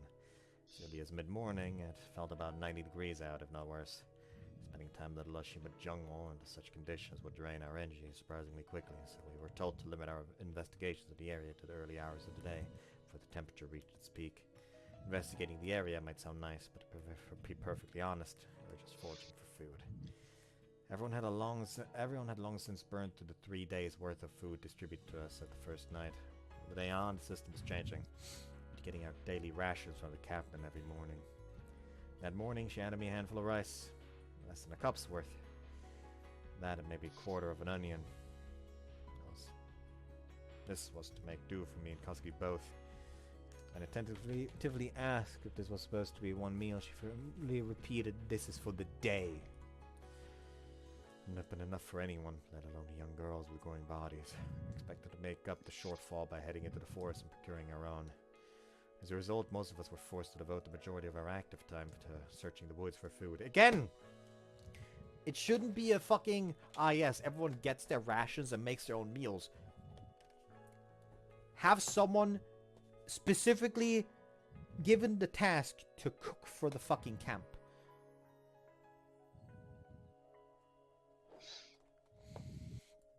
Fortunately, my partner, Kazuki, had as small an appetite as her diminutive frame would suggest. And even when all I could offer was a thin gruel of rice and mountain weeds, she ate steadily away without a single complaint. If anything, the problem lay in my direction. In my direction, I mean. ダメだ。全然食べ足りないよ。アマネは体が大きいから基礎代謝が高い分、動かなくてもエネルギーを消費するものね。Kazumi glanced over as I sucked regretfully on my gruel-soaked chopsticks, gave a little laugh, and helpfully compared me to an American gas guzzler in human form. Hey, you leave our gas guzzlers alone. 食べる？それは和樹の分だよ。It was only the alter ego to gobble down any morsel offered to me, leftovers or not. Even so, it would have been a dire mistake to accept Kazuki's kindness. If our pair was a body, I was the hands and feet, while Kazuki was the head. No matter how healthy the limbs may be, they can't move unless the brain's functioning. いいよ。あとはお茶でも飲んで我慢する。Of course, our tea was nothing more than hot water flavored with onion skins. Wouldn't fill my stomach, to be sure. For what Kazuki had told me, the skins were rich in antioxidants, which would reduce the stress in my body, providing something of a detox effect. As I slowly sipped away at the reddish-brown tinted water, I looked around the campsite. Surprisingly, many of the others were sitting restlessly on their silver sleeping mats, their arms wrapped around growling stomachs. ねえ、あれ放っておいていいの？ Clearly, I wasn't the only one longing for something to supplement our inadequate meals. A group of 3 girls had sat themselves down in a tight circle with Sakuma at their center. They were playing cards with a deck somebody must have brought along, gambling for small snacks and pieces of candy they had been secretly hoarding. It was a common sight lately. まあいいんじゃない？みんな楽しそうだし。あなたも混ぜてもらったら？ Kazuki puts her hand on her skirt pocket and pulled out a single chocolate bar. 軍資金は私が提供するから、勝ったら分け前は私とあなたで半分ずつ。いい？でも負けた時は、そうね。おやつ抜きってのはどう？もともとおやつとかねえよ。ていうか、どうして和樹がやらないの？私が勝つと面白くないでしょ。それに私は怪我人の世話があるし、今は小出さんが一人で見ているけど、私がいないと不安らしいから。こんな時に遊んでていいのかな。こんな状況だからこそ退屈すると悪い方へ考えが進みやすいし、ガス抜きは必要なのよ。無駄に動いてもお腹が空くだけだしね。それにたかが遊びだなんて思っていてはダメね。私のペアである以上はあなたには敗北は許されないわ。たとえトランプ遊びといえど、不退転の心意気を胸に他人を蹴落としてでも利益を得る覚悟で挑んでちょうだい。不退転。踏み出したら振り返らない。それがルールよ。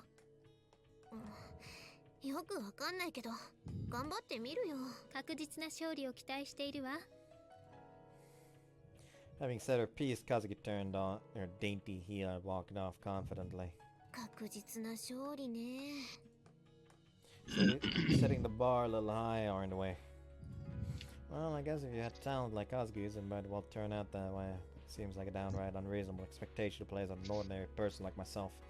Of course, if I had said as much to Kazuki, I'm sure she would have given me another talking to.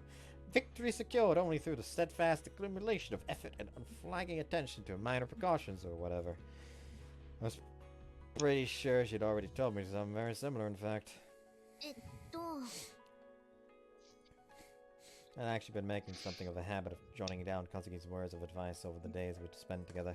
Do your utmost to avoid placing yourself in a position where you'll be forced to rely on chance. When the time comes to use a card, play it without hesitation. Betray before you're betrayed. Once someone has betrayed you, never trust them again. Don't let anyone realize you don't trust them. Remember to chew your milk before you swallow. What? Not that I really understood most of them. Especially the last one. Chew your milk. Stitch in time saves 9, yeah. Whatever. Things like that. I actually don't know what the fuck the chewing milk one is about. To make sure there's no impurities. To make sure it hasn't rotted into cheese.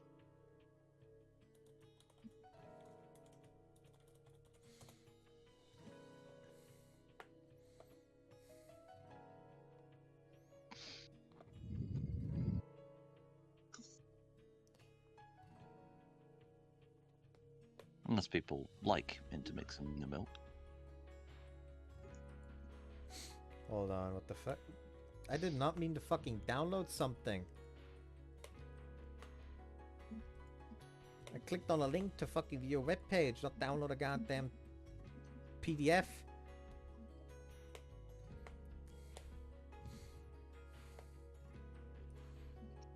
Well, let me like get at the fucking full thing again. Remember to chew your milk before you swallow. Meaning, remember to chew your milk. Metaphor meaning.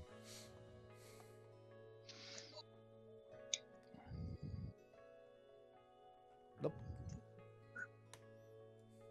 Metaphor.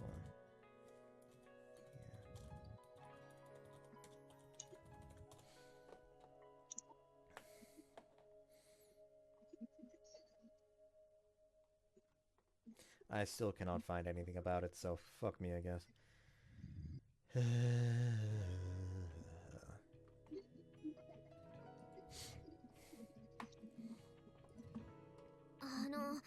私も混ぜてもらっていいですか?" それは構わないけど、何かかけるものを持ってる？チョコレートがありますけど。へえ、君まだそんなものを隠し持ってたのか。いえ、別に隠していたわけじゃ。それにこれは和樹が持っていたものです。風見が？あいつ甘いものなんて興味なさそうな顔してるけど、こんなものを持っていたのは意外だね。Couldn't deny it seemed a little out of character for Kazuki to be carrying chocolate around. That said, at this point I wouldn't really have been surprised if she pulled a pigeon out of a hat. She was clearly capable of anything. 何にせよ、チョコレートは大歓迎だ。座りなよ。はい。 What should we do next? What's going to become of us? How long before we can go home? Immediately after the fall, every word coming out of our mouth is boiled down to a variation of those 3 sentences. But as with that morning, the litany of unanswerable questions had finally trickled to a halt. For our fourth day in the valley, we'd started to adapt psychologically. Harsh as our environment was, we had our tents to shield us from the elements and our sleeping bags to keep us warm at night. As we began to find comfort in such things, we were gradually growing calmer. Provisions distributed on the first day gone, and our daily rations reduced to a bird's helping of rice, it was only natural that the topic of our conversation shifted to such vague anxieties to the concrete topic of food. チーズが食べたいな。 While studying the cards she'd been dealt, Conrad muttered those words to no one in particular, like some kind of prayer. Her love for dairy was well known to the team. Practice ended and the freshmen took orders for their obligatory snack run to the nearby convenience store. She'd always request something cheesy. ないものは仕方がないだろ。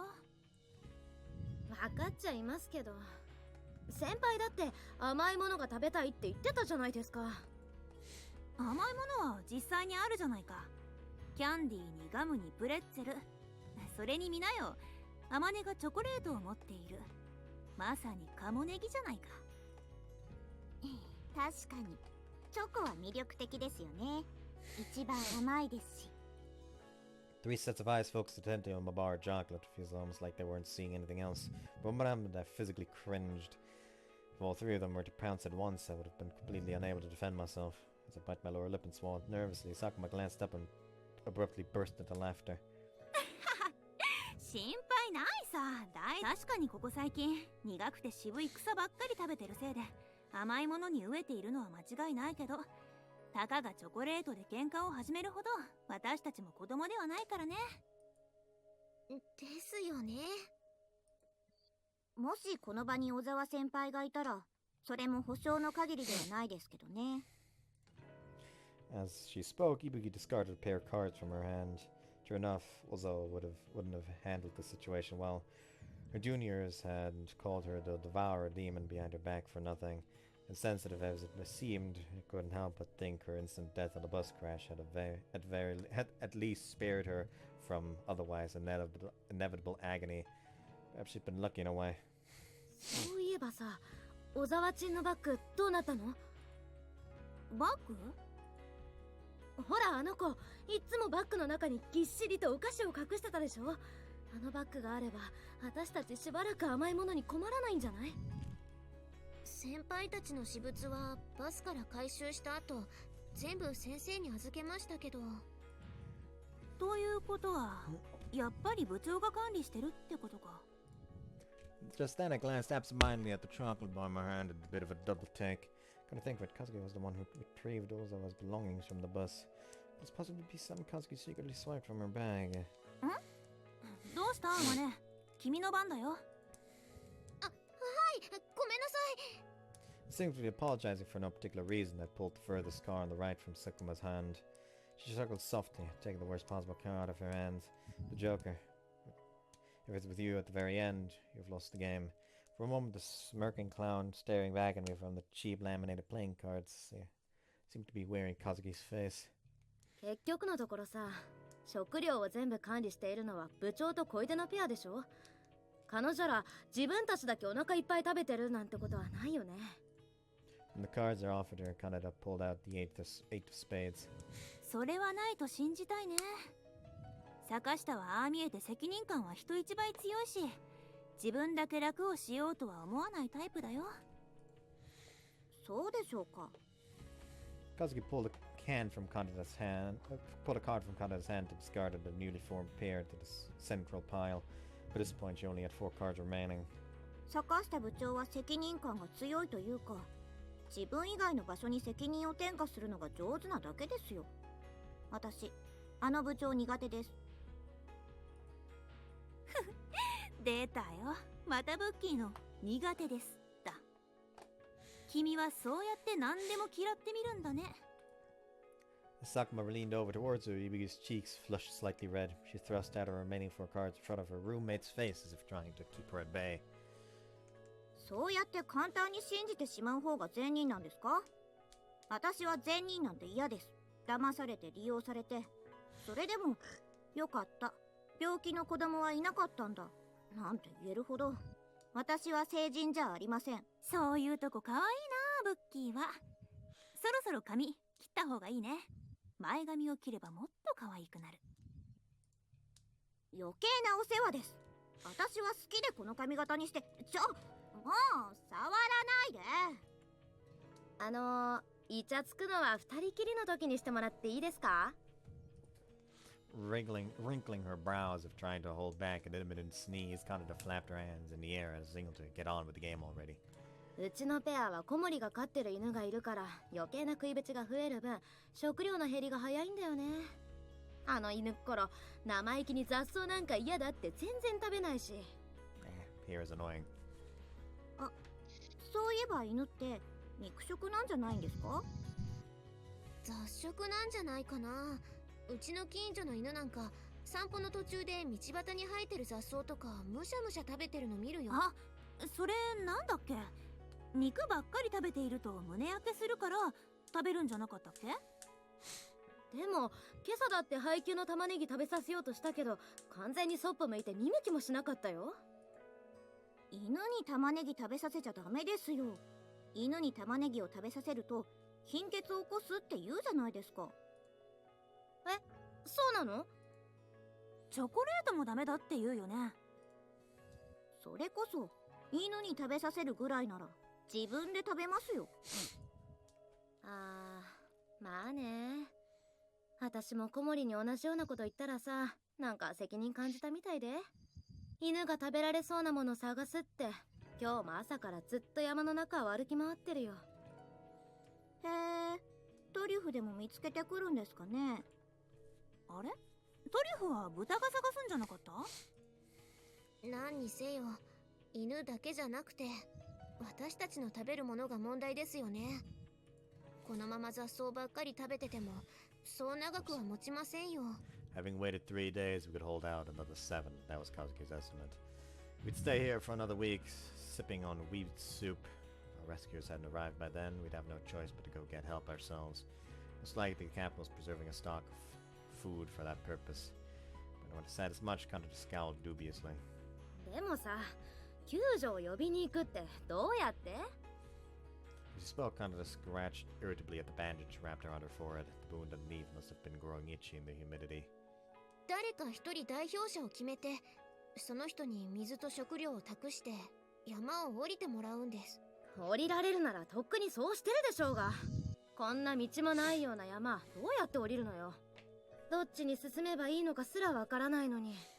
だから部長と先生はそれを調べるために今も山に入っているんじゃないですか。Well, What's wrong? you said something, huh? Oh, you might have heard me sneezing.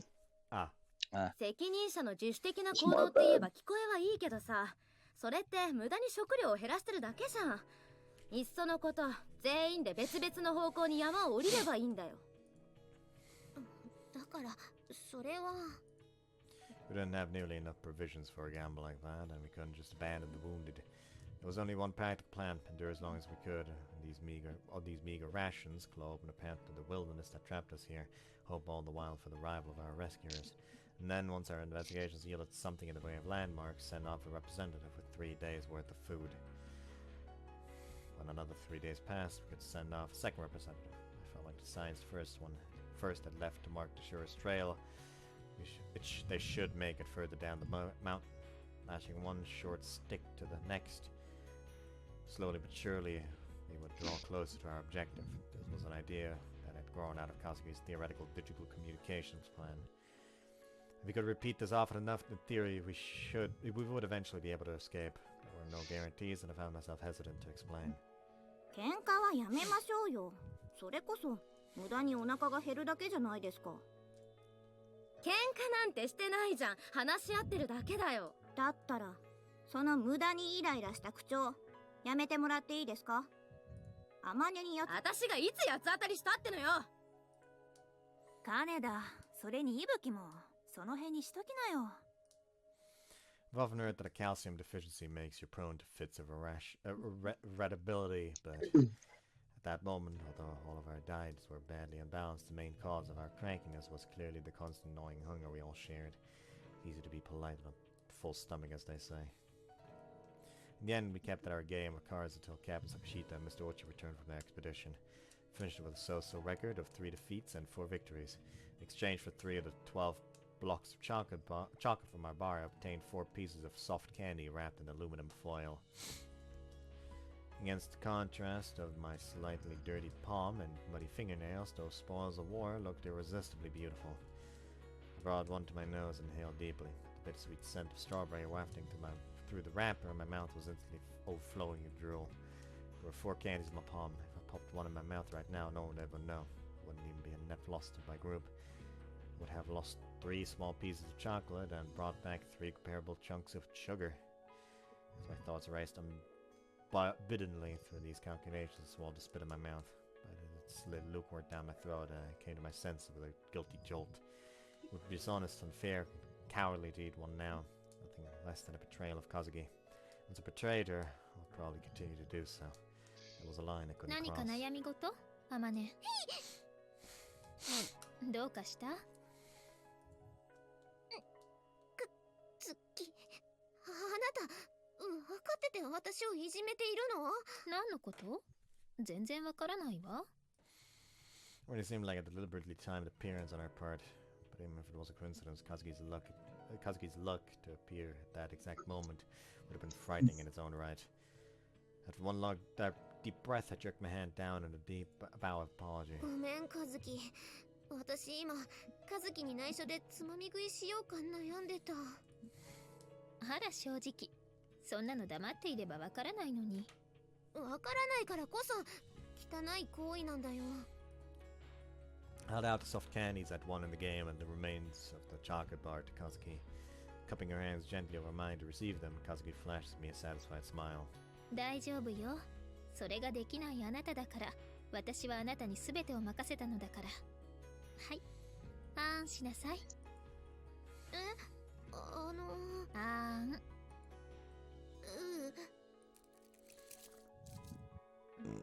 Kazuki deftly unwrapped one of the candies he'd received from me, then plopped a small white pillow into my open mouth. おいしい？ Candy was unbelievably sweet to my tongue. My entire mouth was instantly flooded with the taste of sugar, and the next moment it felt as though that vibrant sweetness was seeping Stop into my tempting me veins into my cookies, I beg you. and spreading throughout my body. A single piece of candy was so delicious I was actually trembling. Kazuki watched affectionately as I rolled my eyes up in bliss and swirled the candy clumsily around in my mouth and popped another of the candies into her own mouth. And with the words, goodness, it really is tasty, he smiled in pleasure. でも、こういった熱量食は一人でこっそりと食べた方が美味しいのかもしれないわね。どうして？私の弟がそうだったの。変に禁欲的というか、好きなものをあげてもあまり喜ばないし、後で一人で隠れてこっそり食べるの。どうしてって聞けば、下手に喜ぶと誰かに取り上げられるかもしれないし、一人の方が落ち着くっていうのよね。人間は喜んでいる瞬間が一番無防備だということを、すでにあの年齢で知っているのだから、さすがは私の弟ね。そういう卑屈に歪んでいるところもすごく可愛いわ。なんだかわかるようなわからないような。理解しない方が幸せよ。特に家族に対してすら不器用にしか生きられない人間はね。Family. That brief word resonated painfully inside me. It felt so isolated that it unexpectedly pierced my chest to the core. What are my parents doing right now? Worrying about their missing daughter? It was a little past 5 o'clock. Normally I would have been heading home from after school practice right about that time. I tend to come home a little hungry from practice. The refrigerator would be packed full of sweet drinks. On the kitchen table, more snacks than I could possibly need were always waiting for me. After a satisfying snack, I could head to the bathroom and take a long, luxurious soak in the steaming hot water. Then cool down with a cup of cold milk, idly distorting my voice in the electric fan while my mother prepared dinner. Without even asking, my parents offered me more food than I could eat. I accepted it without a second thought, often without a word of thanks. That stupid, ungrateful ignorance filled me with bitter shame. But at the same time, comparing myself to the filthy and frightened girl who just quivered ecstatically over a single piece of candy, I couldn't repress a surge of miserable self-pity. あまね、どうして泣くの？泣いてないよ。周りを見てごらんなさい。 The extractor looked around the area only to find it deserted. 今はあなたと私しかいないわ。 There's no need to hold back. The instant those words left her mouth, I felt tear glands swell up in the corner of my eyes. My self-restraint crumbled like sand and I burst into violent sobs.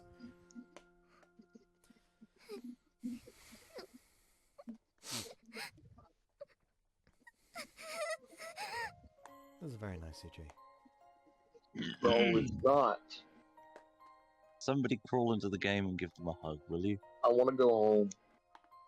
I don't like it here. You are home, though. No, I don't feel like I'm at home. Just Right. away from the valley of death. Crying wasn't gonna fix anything. Nobody was gonna swoop down and rescue me. No matter how much I grieved over my own powerlessness and ignorance, there were no do-overs to be had. What was done could be undone. 帰りたい。私、帰りたいよ、和樹。 Hiding my twisted, wretched expression behind the palms of my hand, I crumbled onto my knees on the spot. Without a word, Kazuki drew near, wrapped her arms around my head, and hugged me against her slender stomach. Pathetic, utterly pathetic. When I was still a child, there was a girl among the neighborhood kids who'd break into tears at the slightest thing. I remember thinking of her as a nuisance, a stupid, useless crybaby. If I weep, somebody will come help me.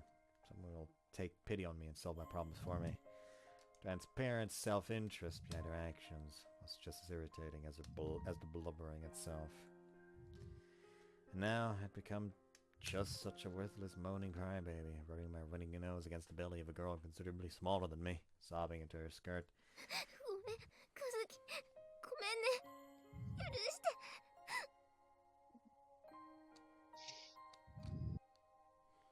いいのよ、大丈夫。今すぐってわけにはいかないけれど、いつか必ず私があなたを家に返してあげる。約束するわ。 As she spoke, Kazuki took one arm from around my head and began to softly stroke my hair. My family wasn't with me. There's no way such a pointlessly clean little breakdown could have been anything but irritating to anyone in this place. They were all suffering just the same. Even so, Kazuki didn't push me aside. She held me gently in her arms and accepted it all, offering me soothing, helpful words. That kindness was painful in its own right. At the same time, it felt like an irreplaceably precious gift. 和樹は辛くないの？帰りたくないの？ Turning my face up from Kazuki's belly, I made her gaze with watery eyes and mumbled a distinctly childish question. I gave a little laugh, her stomach shaking lightly against me, and answered, "Don't worry about me, I'm a 帰 genius." りたいかと聞かれれば、それはもちろん帰りたいわ。私がいないうちに弟が両親にいじめられてやしないかと思うと気が気じゃないわ。 Choosing a single eye, Kazuki furrowed her brow and pursed her lips. Closing a single eye, I mean. こんなことになるのなら、小森さんが犬をそうしたように、私も弟をバッグに詰めて内緒で連れ込んでしまえばよかった。失敗したわね。Nah, I'm pretty sure that wouldn't have worked out too well for you. With one final loud sniffle, I found my sobs had given way to a small burst of laughter. 天才でも失敗するんだ。もちろん天才だって失敗はするわ。失敗を失敗で終わらせない人を天才というのよ。そしてそれに一生気がつかない人を凡人と呼ぶの。天才も楽じゃないね。私の苦労を思いばかる余裕が出たのなら、そろそろ泣き止んでいただける？大の男を腹で泣かせることができれば女として一人前だとは言うけれど、あなたは女の子だしね。そろそろ鬱陶しいかも。優しくないな、和樹は。それは心外だわ。私だってできることならあなたが泣き疲れて眠ってしまうまでベッドで絵本でも読んであげたいけれど、ここにはベッドも絵本もないのだから仕方がないでしょ。ごめんね。多分もう大丈夫だから。なんだろうね。自分でもなんで急に泣いたのかわからないよ。流した涙はきっちりと舐めておきなさい。貴重な塩分がもったいないわ。それと Kazuki reached out, took my hand, and dropped all the remaining candy and chocolate onto my palm. これはあなたに預けます。即効性の高い熱量食は貴重よ。私がいいと言うまで手をつけずに保管すること。いい？わかった。If Kazuki was entrusting me with such important provisions, it was clear she genuinely trusted me. I absolutely couldn't betray that trust. Biting my lower lip at this heavy sense of responsibility, stared intently at the chocolate in my hand. Watching my reaction, Kazuki sighed slowly through her nose. 生真面目なのはいいけれど、責任と責任感を履き違えないことね。そうやって何でも我慢して耐えちゃう子は弟を見ているようで切なくなるし、そんな子は長生きはできないわよ。責任と責任感って何が違うの？負うべきものが責任。負わなくていいものまで追いたがるのが責任感。その境目を見失わないように。よくわからないけど、わかったふりだけしておくよ。I don't get it, but I don't need to get it either. If Kazuki says so, that's the way it is. I was aware I'd taken the easy path in letting someone else think for me, but honestly, I didn't really care anymore. Clumsy idiot who tries to take a heavy burden on their shoulders won't achieve anything but catastrophic failure. I understood that just fine even before Kazuki drove the point home. For that very reason, I decided to obey her orders without a second thought. Kazuki told me I couldn't eat that candy without her permission, so I would sit on my haunches, slobbering like a dog until she spoke the magic words.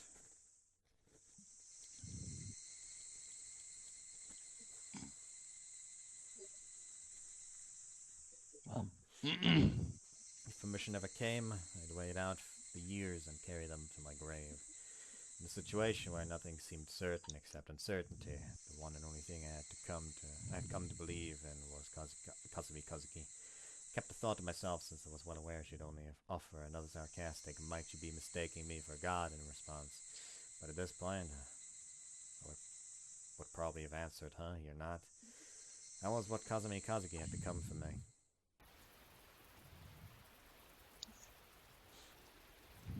Any fans of ASMR out there? The fifth day in the valley. Let's begin from the conclusion. Today it rained all day long. To be honest, I had no idea rain could be this unpleasant. The constant drumming of water against the tent was unexpectedly loud, enough to make conversation difficult. And the light entering the tent was far dimmer than usual. Thanks to my strong astigmatism, everything seemed fuzzy and indistinct, so it was extremely difficult to do much of anything.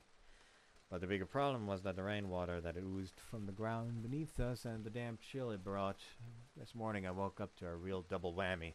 Psychological jolt of emerging from a familiar nightmare and the physical pain of a throbbing headache. I piled 2 mats out of my sleeping bag last night, but when I came to, I was soaking wet. My body temperature had fallen and I slept, and the chilled blood running through my veins had numbed the blood vessels in my brain. Even after waking, my calorie-starved body struggled to warm itself. My teeth clattering uncontrollably in my mouth, I stared reproachfully up through the tent at the merciless sky.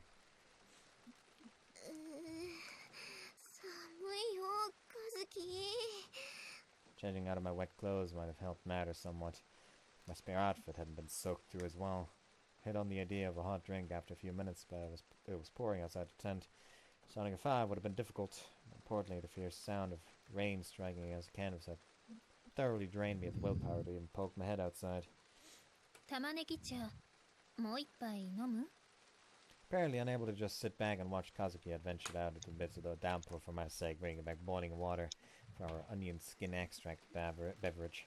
Stuff was never really worthy of the name tea, but by now we'd let those same skins seep so many times it was a little more than faintly yellow water. Of course, I was plenty happy to have even that, and Kazuki's act of mercy contrasted so strongly with my own cowardice that I felt about ready to cry with gratitude.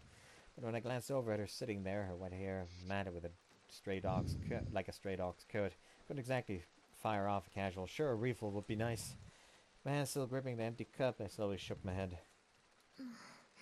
ひどい雨だね。明け方近くに大きな雷が何度も落ちたのに、あなた全然目を覚まさなかったわね。なんか大きな音がしてるなとは思ったけど。 Even when the roars jolted me awake for a moment, my listlessness quickly overwhelmed me again. Simply didn't have the energy to wake up that early. Immediately after the fall, I'd been unable to sleep through the night. As I dozed lightly with frequent interruptions, the morning often seemed to sneak up on me before I knew it. But lately, that has changed dramatically. Once I managed to doze off, it was very difficult to wake me up. More and more, falling asleep felt like sinking into a thick bed of mud. 疲れてるのかな。肉体的というよりは精神的な疲労が濃いのでしょうね。それと単純に環境に慣れ始めたのが原因ね。過酷な環境に慣れないうちは寝ている間に記憶の整理を行いながらも周囲の状況に警戒を怠らないから小さな物音でも目を覚ましてしまうのよ。It sounded plausible now she mentioned it. The first few days sleeping in a tent, the stirring of a neighbor next door would be enough to jerk me awake and my eyes would open automatically at the first light of dawn. In that respect, Kazuki was an ideal tent mate. Once asleep, she'd lie so still in her bag, I sometimes half worried she'd suddenly died in there. I never once heard her snore or grunt in her sleep. Lately, Kazuki has been sleeping on a very regular schedule. We started preparations for dinner at 6:30 p.m. and I finished our meal by 7, or what passed for a meal at this point at least. By 8, I'd noticed her stifling small yawns, and around 9, she'd come out and declare herself sleepy. At 10, she would crawl into our tent, cheerfully spread out her sleeping bag, and take off her uniform and leave it neatly folded at her bedside. The instant her head hit the rucksack she used for a pillow, she exhaled noisily just once and go to sleep. But in 10 seconds, I'd hear the soft, regular breathing that indicated she'd fallen asleep. Of course, I couldn't flip the switch to sleep mode quite as so easily, or on such a predictable schedule. My conversational partner lost, I had very little to do with myself late at night. So, until I managed to fall asleep, I'd stave off boredom by staring at Kazuki's sleeping face. After a few minutes in dreamland, she'd occasionally make faces in her sleep. It was often furrowing her brow in a character of troubled thought, sometimes smiling dopily at nothing in particular. ねえ、和樹って夢を見たりするの？そうね。看護師さんとかお花屋さんとかケーキ屋さんなんて素敵ね。そういう話じゃなくってさ。And in the first place, what's with the half-assed attempt at pretending you're some run-of-the-mill girl with cutesy little dreams? Forget being a nurse, you'd be much better suited to the role of a black market surgeon with a tattered old doctor's robe. Florist, cupcake peddler, check con artist. You'd have found her some sketchy cult. ああ、夢って睡眠時に見る方の話？それならもちろん見るわよ。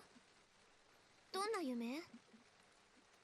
今日見たのは学校に入りたての頃、学食のセルフサービスのシステムがよくわからなくて戸惑った時の夢を見たわ。基本的に過去に経験した記憶の再配置が多いかしら。空を飛んだりするような夢はあまり見ないわね。そうなんだ。私は最近高いところから落ちる夢をよく見るよ。I've had dreams of the sort ever since I was a child. Most often I'm falling from the top of a cliff. The ground beneath my feet crumbles to nothing and I plunge downward. I stare in quiet composure at the earth far below. My thoughts are oddly calm. I guess I'm going to land right about there. As long as I keep that detached perspective, I never seem to hit the ground. But eventually it occurs to me that I'm dreaming. The next moment I slam into the earth and jerk awake in my bed, my whole body rigid with shock. What might a dream like that signify? Kazuki's answer was brief. It means you're uneasy. Other than falling, my most common dream was probably of the running variety. This very morning I had found myself fleeing some vaguely defined but menacing pursuers. Countless number of black shadows hot on my heels. I was pushing my way desperately forward through oily, thick air, dragging my strangely heavy legs along the ground. The illusion was unusually persistent.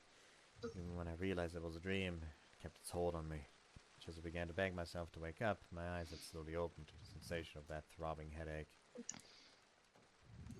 I turned on my cell phone, briefly to check the time. Apparently it was already past 2 p.m. The rain was still hammering fiercely down, but now the tent was half submerged in muddy water. There was nothing to do but curl myself up in my heavy, wet uniform, knowing my arms and trembling from the cold.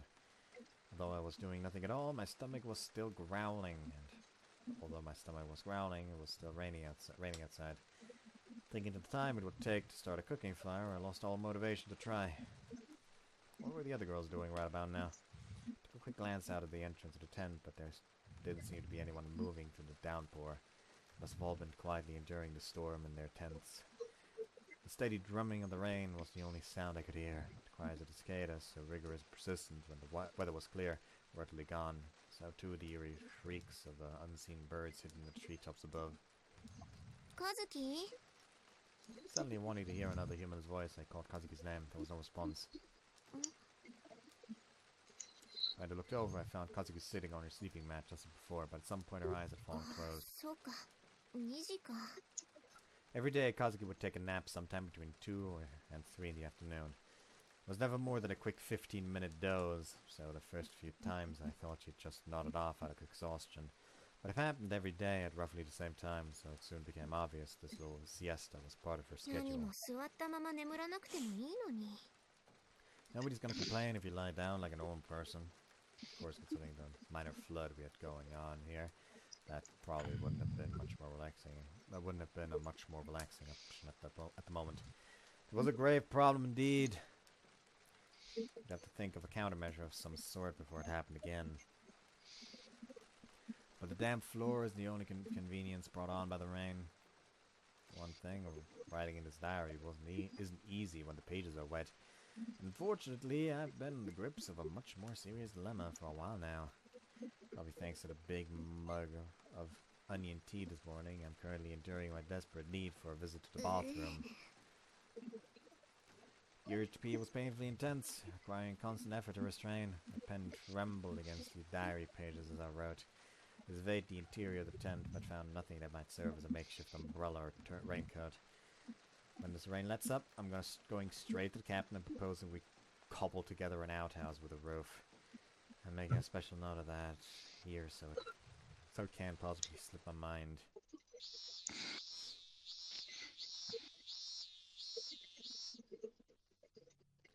The 6th day in the valley. After a full day of unrelenting rain, we woke up to a blessedly clear morning. Our life here has begun to assume something of a rhythm. Initially, our mornings were a bit chaotic, with people crawling out of their tents at random times, but recently everyone's been waking up at 6 AM at the latest. Although it would be more accurate to say that they're being forcibly woken up. Naturally, the one beating the stragglers out of bed is none other than my partner, Kazumi Kazuki. Of course, that doesn't mean she literally goes around thrashing them. That would be much too efficient. The recipient of her violence is the bottom of an anodized aluminium cooking pot. 15 minutes before the 6 AM wake-up call, Kazuki dangled the pot in question from a tree branch and began to wail away on the metal surface with a wooden sword she's nicknamed the Punishment Rod, producing a piercing series of clangs. 総員起こし15分 Then shouted a wake-up call in full military style. What's the use of that Punishment Rod anyway? Sadly, it's nothing more than a crude wooden sword we'd used to split watermelons as part of our recreational activities at the camp. And when someone as tiny as Kazuki brandishes it around, it looks less like a weapon, more like a prop for some corny slapstick routine.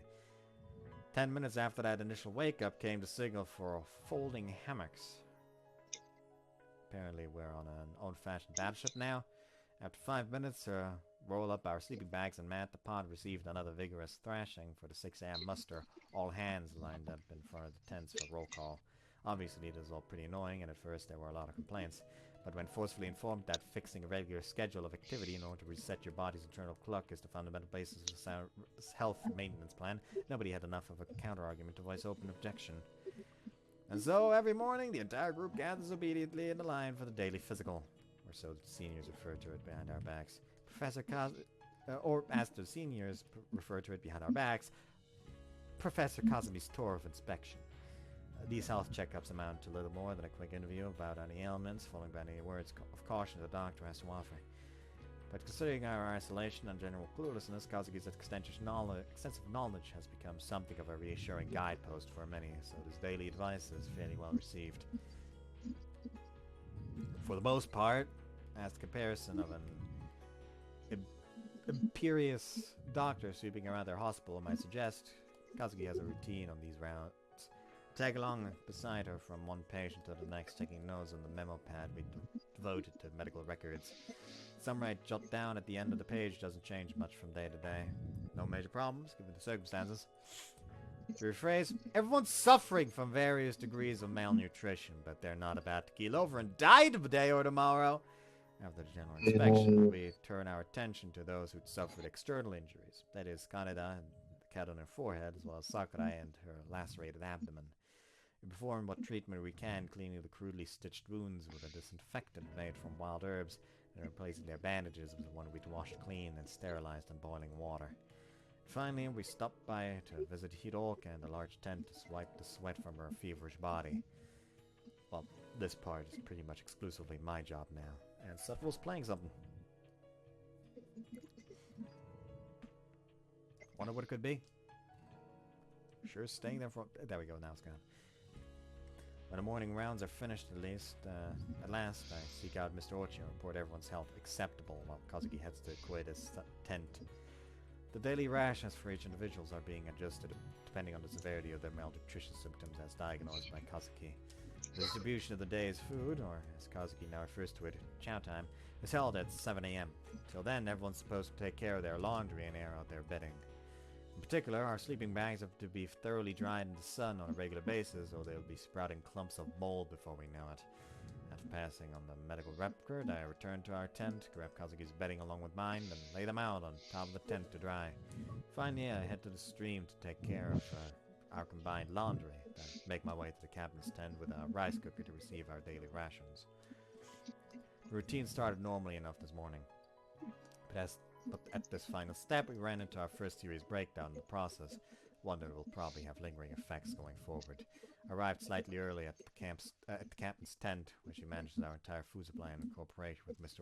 Ochi and her partner. Koeda was waiting outside as usual, but today her face was ghastly pale. どうしよう。何かあったんですか？一本足りないの。どうしよう。足りないって何がです？人参の数よ。小出さん、数え間違いではなくて？もう一度数え人参？ As they explained the situation to me, there had been a total of 11 carrots carefully stocked away. In Captain Sakashita's orders, when that number fell to 10, they were planning to halt distribution and hold the rest in reserve. But when Koeda counted this morning, the 11th carrot they'd been intending to divide and hand out to the group was missing. じゃあ、今日から人参は配給されないってこと？それはさして重要ではないのよ。問題はいつの間にか一本消えていたという事実ね。消えた？人参に足があるわけでもないし、一人でに消えることはないわ。ということは、可能性は2つ。単純に数え間違えていたか、もしくは誰かが食べちゃったか。私じゃないよ。私食べてない。本当だよ。私人参なんて嫌いだし。疑ってはいませんから安心してください。ただそうなると、もっと厄介な問題が浮上してくるのよね。どういうこと？つまり、誰かが盗んだという問題です。盗まれた？誰に？そう、厄介なのはその点です。こんな閉鎖空間で犯人探しでも始めようものなら、誰もが疑心に暗鬼を生みます。正直、現状では結束や信頼が失われるのが最大のデメリットです。Everyone suspects everyone else, and is suspected in turn, has ever pleasant feeling, and it rarely ends well. It certainly wouldn't help that our group was composed of half-starved teenage girls. If the criminals were discovered, there's no doubt she would have faced vicious denunciation session. Hey, vicious. Talking aside. If the investigation failed, it was all too obvious that the reign of condemnation would fall instead on Koeda for allowing this theft from our food supply to take place through her incompetence. どうしよう。助けてよ、かがみさん。私が悪いんじゃないよね。だって私、ちゃんと千秋さんの言う通りに、部長の言う通りにしただけだよ。落ち着きなさい、りっちゃん。いや、りっちゃんって呼んでやるなよ、先輩だぞ。あんた幼馴染か。いいですか、小出さん。幸いなことに人参紛失の事実を知っているのはここにいる人間と犯人だけです。つまり黙っていればバレないのではなくて。うわ、隠蔽だよ。泥に泥を塗って隠す気だ、この女。それは無理。人参の残りの本数は部長も先生も知ってるし、黙っていてもいつかバレちゃう。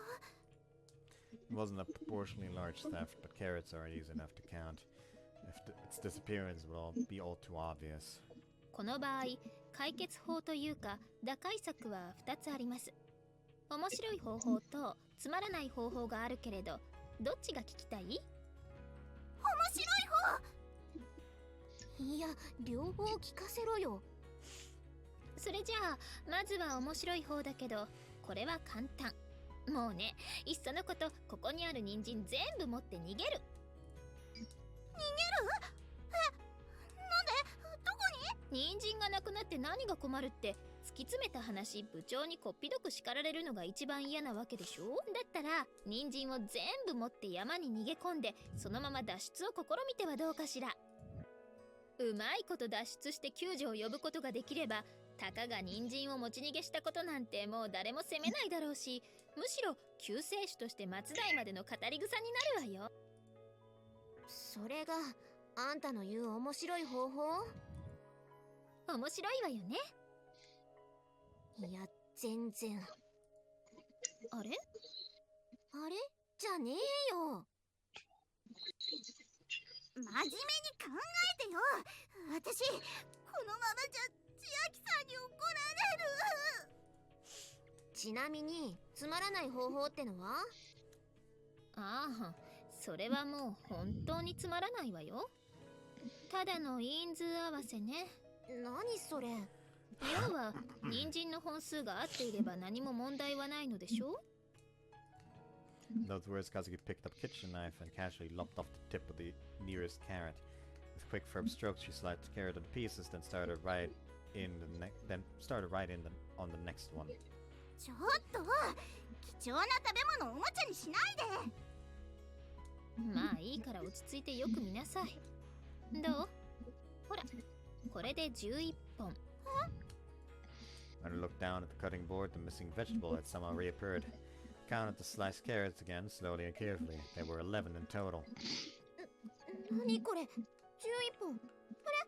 嘘、本当に11本ある。不思議。どうやったの？結構有名なパズルなんだけれど、知らな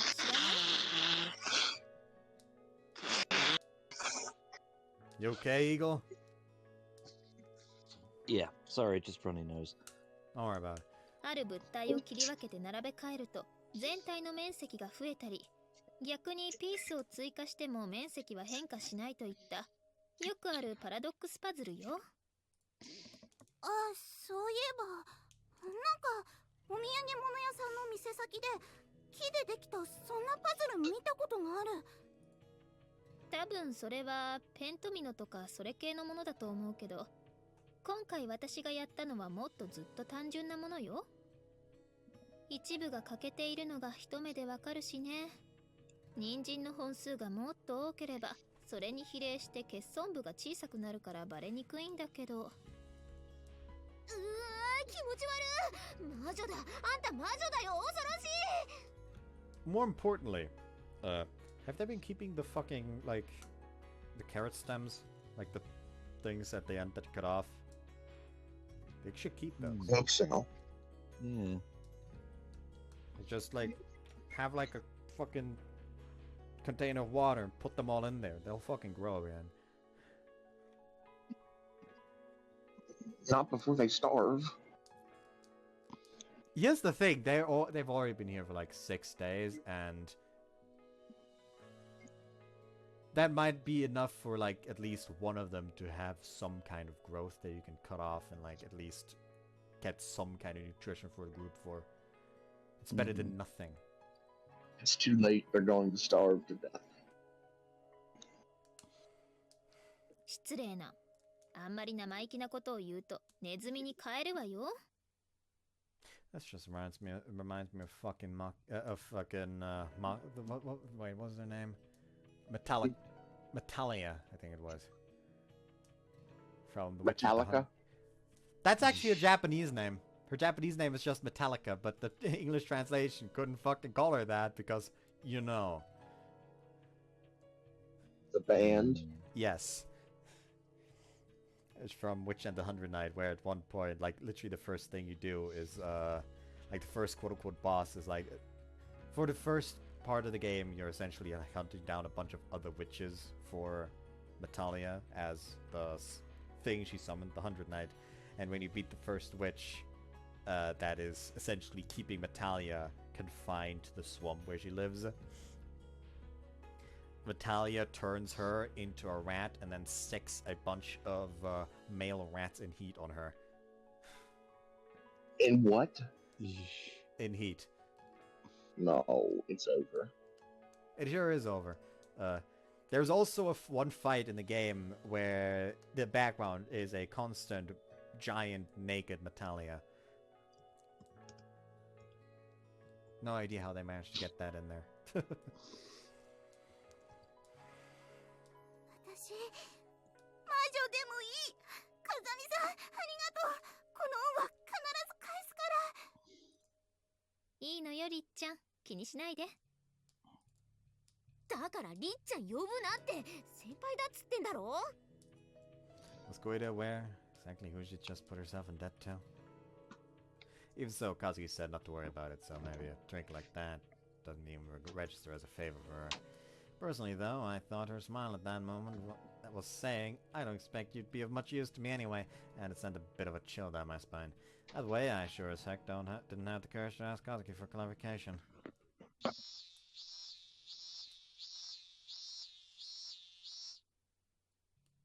The 7th day in the valley. Jesus Christ, the time's going now. Status quo unchanged. The end. No, I guess that's a bit too extreme in the British version. We'd now spend a solid week shipwrecked. Naturally, no one was running around like chickens with their heads cut off anymore. Our lives had taken on the repetitive quality of a long-running television series show that's decayed into a pale imitation of its former self, the kind you keep watching every week out of sheer inertia. Although we were thoroughly sick of eating, even looking at the vile plant soup that had become our primary sustenance, its proportion of our diet was only rising.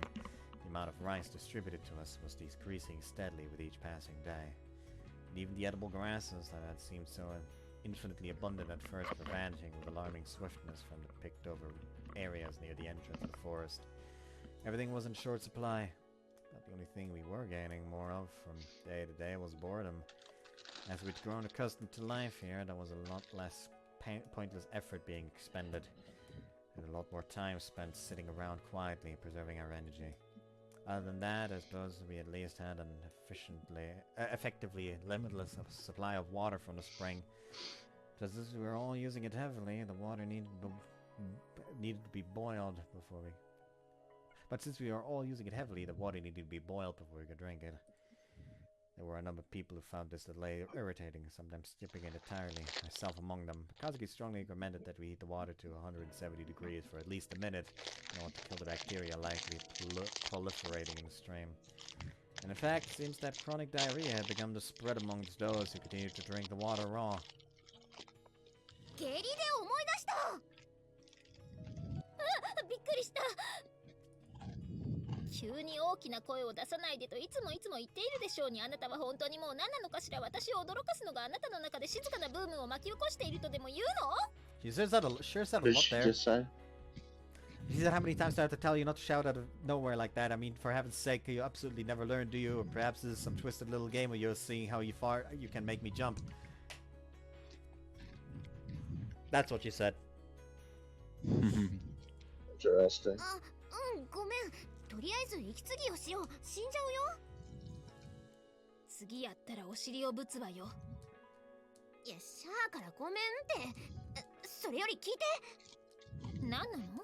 トイレを作ろうよ。は？なぜ病原菌の発生源をわざわざ。あ、いや、そうか。今のうちにガソリンを。なるほど。まずプラスが1ね。カズキ When I tentatively called her name, Kazuki instantly thrust out her right index finger. This was a signal for wait 10 seconds. If I ignored his command and kept talking, I knew all too well Kazuki would fire right back with a forceful don't spew out gobs of worthless noise at me when I'm not ready to listen, then glare at me with her deep dark eyes full of cold scorn, muttering almost like a television in human form in the disgusted tone of someone pulled out of bed by a telemarketeer. I quickly learned to respect the signal. By now, one finger in the air from Kazuki, and I fell instantly silent for 10 seconds.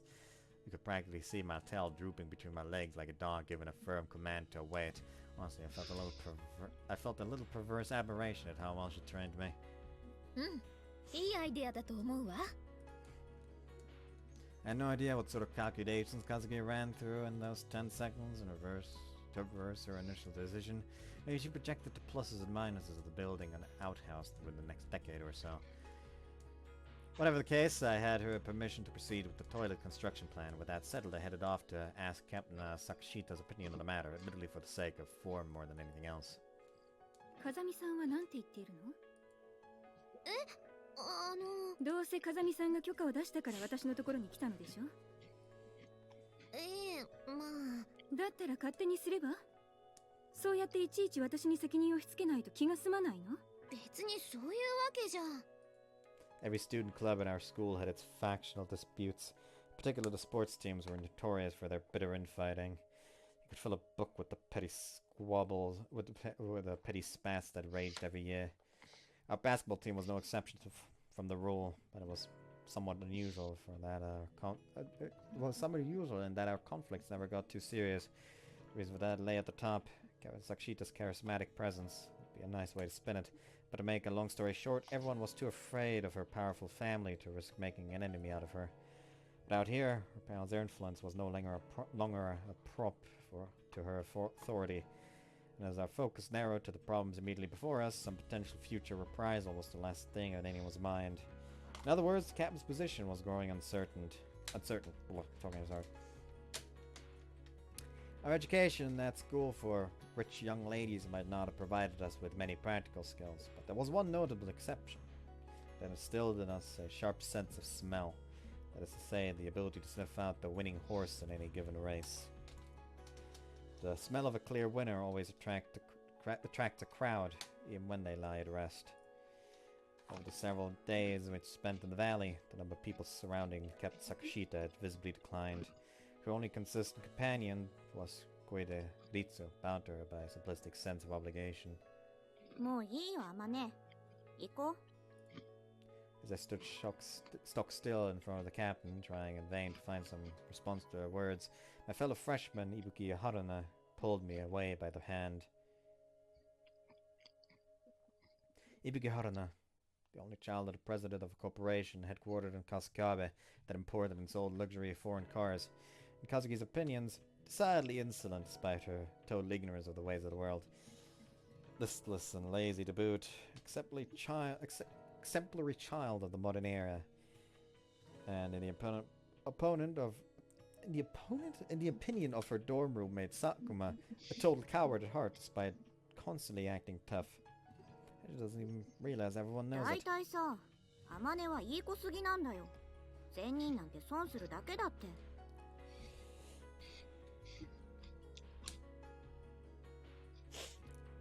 そう言われてもな。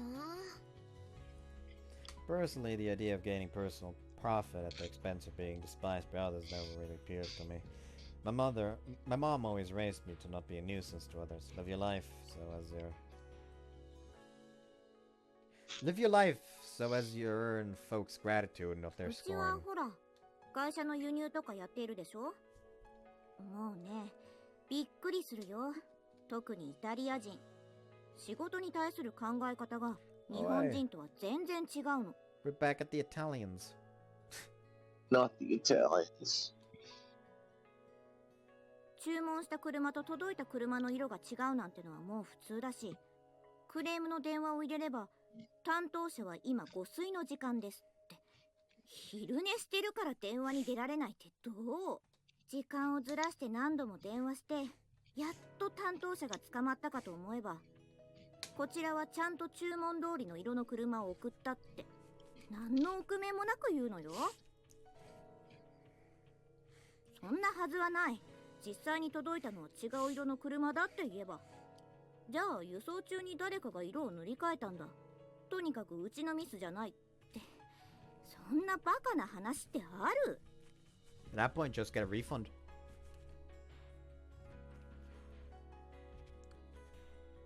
Refund, and they have to pay for the fucking boat trips both over there and back. それで結局泣き寝入りしてしまうのが善人なのよ。結局のところ、善人なんてのは弱者を耳障りよくしただけのことよ。それも極端だと思うけどな。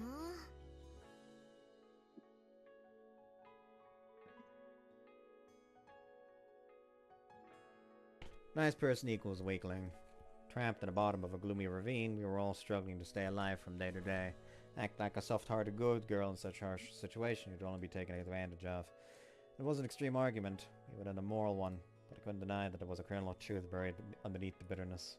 Ibuya had a definite dislike for soft-hearted people from the very beginning. She was always the sort to be vocal about her distastes.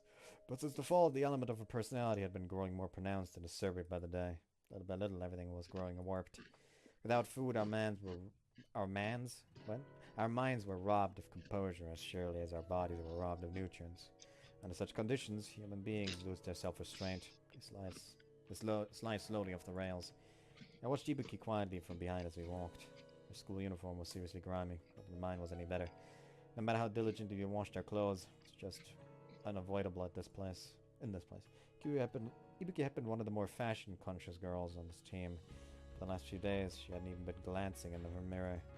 Without warning, she came to a stop and turned back to face me.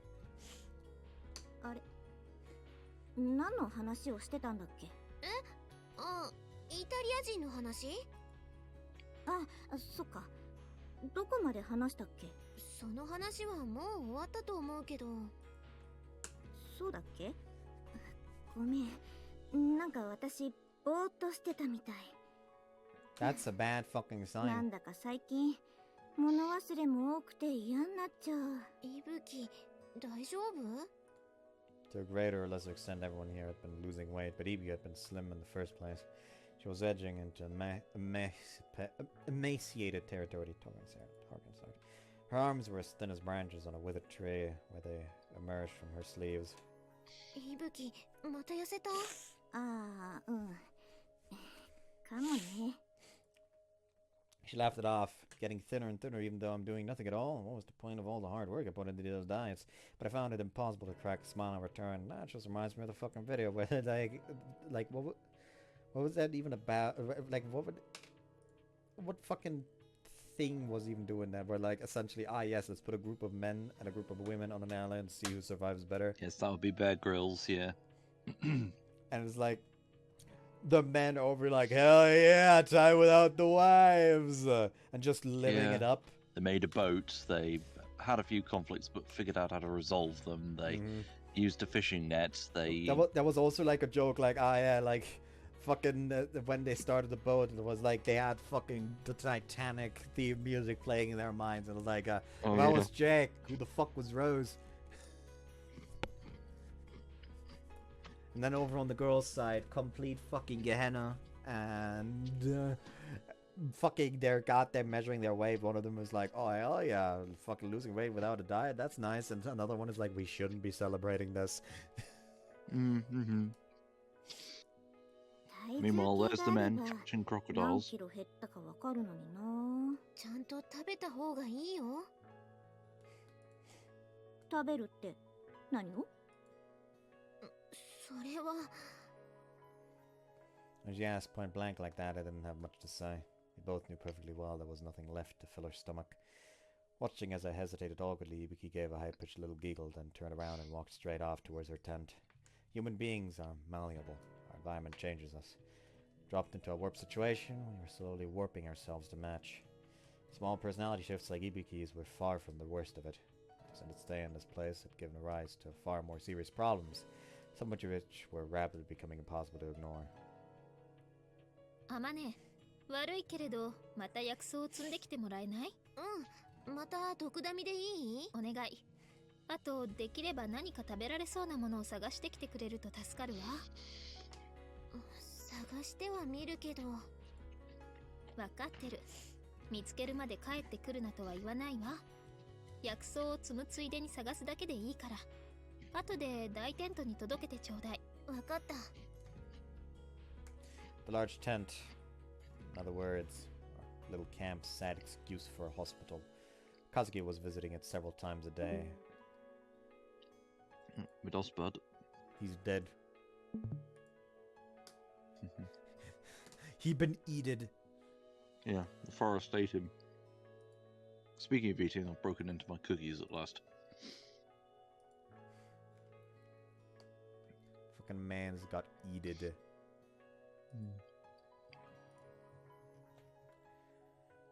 I mean, I guess that means the girls are gonna survive a little bit longer.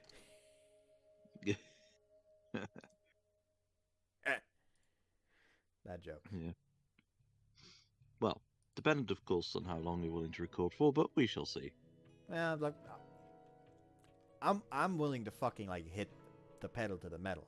You know, I want to get out of here. Yeah, it's just that I know it takes. from what a I while. recall from this point, it's another give or take 3 hours or so. I'm aware. I'm aware.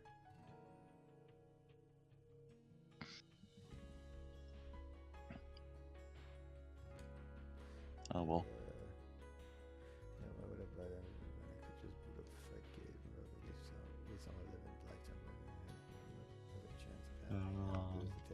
Get out of all this.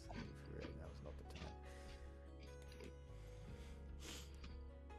Some people are fucking stupid. Like, oh yeah, why the fuck would I buy a fucking collection of older games if I can just, you know, start up the older game in a different fucking manner? It's like, that just and fucking make them not want to make new things in the fucking series. Encourage them to fucking continue the damn thing if you like the damn thing.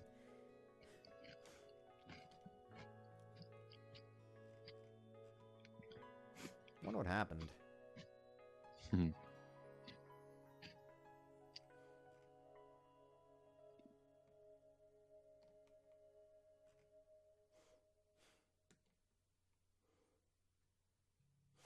We need a slur for beginners in a hobby who already bought the most expensive gear. Okay.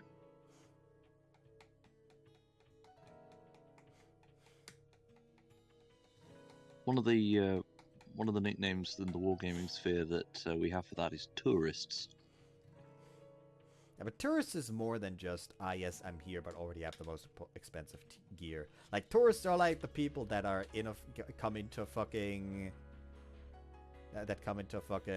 franchise and try to talk like they're in the fucking know, but they fucking aren't.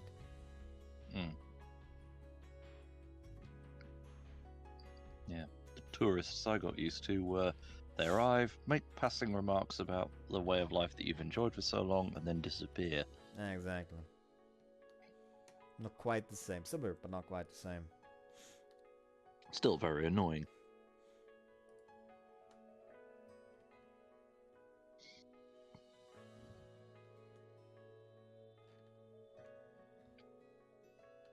Are we waiting on Bud to reappear, or...?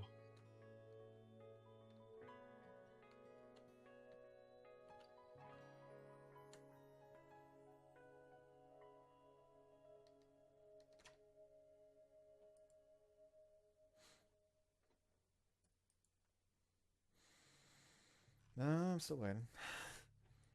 You know what? While I wait, let me just go check if the fucking poll has changed at all. Am I entertaining the crowd for a bit? Oh no, I'm literally just reloading a fucking poll. Nope, White Album's still winning by fucking 40%. Like, the nearest contender has 18%. Oh goodness. So yeah, I mean, White at Album. least it's White Album 1, not White Album 2. I wouldn't touch White Album 2 with a 10-foot pole. Really? What's wrong with it? I've not touched it at all, so... You know what, actually, I'm gonna take this moment to just pause the recording until Bud is back and explain that to you, in case people don't want to know. So, BRB. Fair enough. We're back. He's alive again. He was not eaten. Hello. He has not become nutrition for the girls. That's Or the wild. wood. Kazuki was visiting it several times a day, conversing with and treating the wounded. Sakurai's wound had given initial indications of recovery to the point she was increasingly able to move around, but a few days ago it had apparently begun to fester. In fact, it was that very mobility that caused the problem. After many long days lying in a human tent, breathing air thick with the pus and sweat characteristic of a place occupied by the wounded, Sakurai snuck out in Kazuki's absence and bathed in the bacteria-laden spring. Ugh! The gash in her abdomen wasn't so deep as to threaten her life, but it was by no means shallow. Thanks to her malnutrition, the laceration simply didn't close up properly, and so it seems the bacteria invaded her body, infecting the wound. Fortunately, chameleon plants were the one thing we had an abundance of. No matter how many I picked, they seemed to grow right back. As the plants don't like to grow in marshy, damp spots, all I had to do was look for places sheltered from the sun. Especially after a rainy day like yesterday, there would be large quantities waiting. Rain brought a number of other blessings apart from the chameleon plants. In particular, a large number of snails had appeared in the forest. Mushrooms had always sprouted up, but I wasn't about to thoughtlessly start grabbing at them. Kazuki had severely beaten it into my head that a moment's overconfidence or trivial act of carelessness could prove fatal. Opening the lid of our rice cooker, I began picking a moderate amount of chameleon leaves, careful not to take too many from any one plant. While I was at it, I grabbed a few snails as they crawled slowly across the tree branches. Every time I tossed a snail into the makeshift bucket, its shell hit the bottom of the aluminium cooker with a sharp little rattle. Hearing that sound drove home the realization that I'd been reduced to viewing slugs as food, and a surge of self-pity abruptly welled up inside me. Feeling the corners of my eyes grow hot, I sniffled in a futile attempt to hold my misery inside. Crying wasn't going to help anything. I knew that all too well, but the tears still came. Don't think too much. As long as I stay alive, I'll be rescued. As long as I don't give up, I'll get home. Empty words, but I forced myself to believe them. It was the only thing that kept my hands moving. It's the only way I could see going on as anything but ridiculous. I had plucked a few dozen leaves from chameleon plants and captured 2 snails, when an unpleasant surprise pulled me back to reality. Glancing down, I noticed with a start that my sock was stained dark red. A leech had latched onto the calf of my left leg. It had hung suspended from my skin, round and fat with my blood. It seemed snails weren't the only slimy invertebrates that had multiplied in the wake of the torrential rain. Normally, I would have shrieked at the sight of the vile little creature, probably collapsed to my knees, weeping hysterically. Instead, I grabbed the leech firmly, peeled it off my leg, and tossed it into the trees with a detached mechanical calm that surprised myself. After removing the teeth still stuck in my leg, I carefully squeezed at the wound to wrung out the leech's poison. Apparently it's called Hirudin. But now that I looked, there was a numb, bleeding bite on my right leg as well. The leech had apparently already drank its fill, as it was nowhere to be found. For some reason, the collar of my uniform felt oddly tingly against my skin. My heart thudding with cold dread, I slowly and tentatively brought my hand towards the back of my neck. My fingers brushed against a fat, slimy body, and this time I screamed. Ripping the leech off my neck, I hurled it hard against the ground and rained a furious series of kicks down on it, but the thing just didn't want to die. As I ground the writhing leech into the mud with my heel, my own blood gushed out of it in little spurts from its smashed body. I was seized by such an intense, dizzying spasm of sheer loathing that I thought I might pass out on the spot. I couldn't take this anymore. I just couldn't. Lukewarm blood trickled endlessly down the back of my neck. I pressed my hand against the wound, but it just wouldn't stop. The trip was over. Just as I decided to head back, I casually glanced up at the sound of a slightly rustling from above. At the next instant, a number of leeches came raining down from the overlapping tree branches overhead, aiming for me. Clutching the mess kit tightly to my chest, I ran stumbling out of the forest as fast as my legs could carry me. Listen very carefully, city dwellers. I'm willing to bet some of y'all have been known to say things like, I love nature, being out in the green heals my soul, whatever, yes? Well, if you ever find yourself in need of a broken nose, try repeating it when I'm in the room. Those tidy little trails you hike down with their trim trees and color-coded maps and porta potties and rest stations, that's an artificial playground for human beings. In that moment, watching the unceasing trickle of blood seeping into my uniform came to hate nature from the bottom of my heart. いい加減にしなさい。こんな食事でも食べられない子もいるのよ。When I returned with the mess kit, I covered in my own blood. I heard a snarling voice inside the large tent. Captain Sakashita's here. Hesitated for a moment at the entrance. Looking around, I saw the rest of the girls in the area were similarly frozen and awkward and certainly looking deliberately away from the tent, but clearly listening. You couldn't just do nothing. They were just nonchalantly popping in there would be drained some of the tension from the air. Heaving a heavy sigh, I braced myself emotionally, then stooped down and passed through the open tent flap. We might have called it the large tent, but it wasn't exactly spacious as hospitals go. When I crawled inside, the scent of closely packed, sedentary bodies was as thick as always. And today, the droning of flies filled the air. This was the more recent development. Apparently, the smell of blood and pus had grown strong enough to prove an irresistible attraction. But how many flies were drove off or swatted, there were always more to take their place. The interior was unevenly illuminated by sunshine flowing in through the gaps of the tree canopy. I could see Hiroka and Sakurai lying in opposite ends of the tent, attended at their bedside by Captain Sakashita and Kazuki respectively. ほら、食べなさい。食べるのよ。それがあなたの義務。いいえ、これは命令よ。食べなさい。Captain Sakashita scooped some gruel out of the Sierra cup in her hands and pushed a spoon forward, but Hiroka bit her lower lip and turned her face aside, rejecting the food outright. 食べたくないんです。そんなはずはないでしょ。まずいから食べたくないなんて、わがままが許される状況じゃないのは説明したはずです。食べなさい。I myself had nursed Hiroka numerous times over the last week. She never accepted much in the way of food, but the last few days in particular, she hadn't eaten anything remotely approaching a meal. Both legs broken, she was almost entirely unable to move. Spending all day lying down would probably tend to reduce your appetite. And when you happen to be lying down in a confined space where you can give pus, dirt, and sweat, hunger pangs might well be less of a problem than continuing your nausea. The high fever from her fractures lasted 3 days, during which we were forced to keep her on a purely liquid diet. Even after her temperature fell, the most she could keep down was a light rice gruel with practically no added ingredients. And even that watery broth she sipped very slowly and in small quantities. お願いします。もう許してください。Hiroka grated out the words, the gritted teeth, her contorted expression begging for reprieve. As she squeezed her eyes shut, small tears spilled from the corners of her eyes. 許してって何よ。人聞きの悪いことを言わないで。まるで私があなたをいじめているようじゃない。Captain jerked back the spoon and noisily slammed the aluminium cap to the floor in obvious irritation. The porridge inside was surprisingly thick with rice. Unlike our typical watered-down wheat soups, it was a legitimate gruel. Compared to relatively healthy members of the group, the wounded needed more nourishment to help their bodies heal. They must have been receiving preferential rations. At a quick glance, there seemed to be as much rice in that one bowl as I received in a single day. むしろあなたは感謝するべき立場なのよ。それがどうしてそんな口の利き方ができるというの？ Why do you think we're giving special treatment to invalids who can't even work? But before the next angry words in the sequence could spill out of Captain Sakashita's mouth, Kazuki, who had been silently cleaning Sakurai's stomach wound the whole time, finally interjected. 人が嫌がっていることを無理強いするのがいじめ以外の何だと言うんです？ Captain Sakashita turned to face Kazuki's back, glaring so fiercely I half expected her to pop a blood vessel.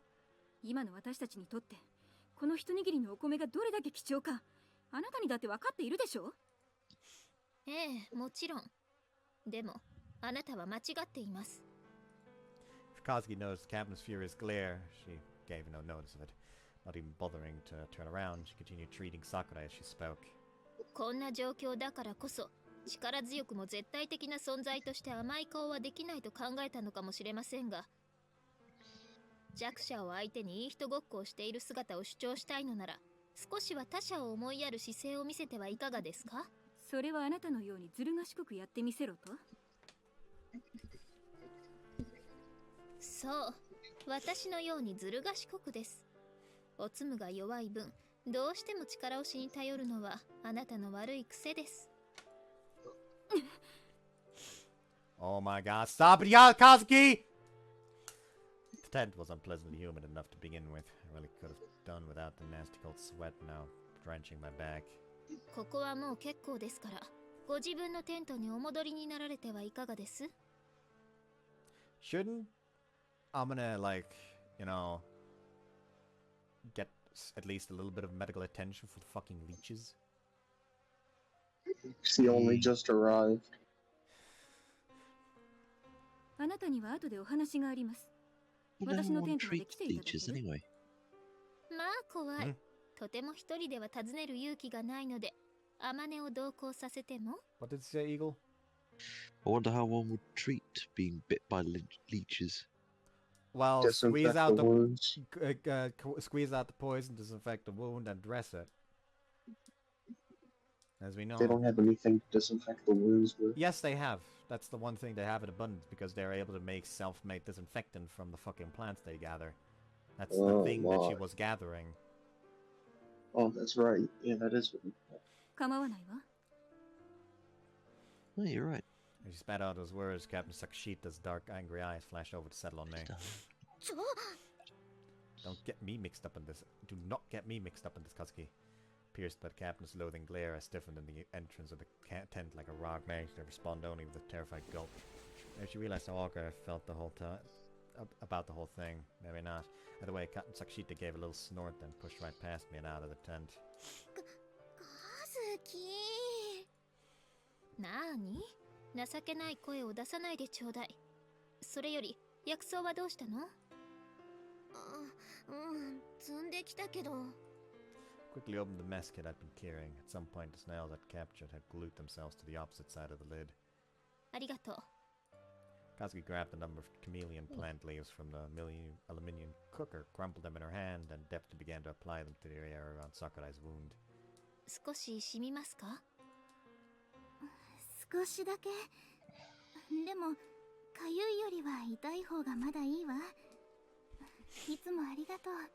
薬草を積んできたのはアマネです。スオさん、ありがとう。いえ、どういたしまして。 Sakurai was as placid and soft-spoken as always. Even the fairly tomboyish basketball team she'd been generally admired as the greatest beauty in the group. Didn't know the exact details, but apparently her father was a famous stage actor and her mother a former idol singer. Born to two such people, it was perhaps unsurprising that she turned out as lovely as she did. Against such contrast, the ugly jagged wound across her abdomen and its crude stitches were all the more painful to look at. はい、終わりましたよ。テントの外に出て日に当たってください。お世話になりました。The presence of the wound might still have been a source of unease, if not discomfort to her. As Sakurai slowly rose from the ground, her hands softly traced the gash from above the freshly applied bandage. With a brief and polite bow to Kazuki, she quietly crawled out of the tent. Oh, sorry. こんな状況でも美人なんだね、桜井先輩。そのこと、あまり本人の前では言わない方がいいわね。彼女、演技も下手だし、歌も苦手で、自分には容姿以外の取り柄がないって思っているみたいだから、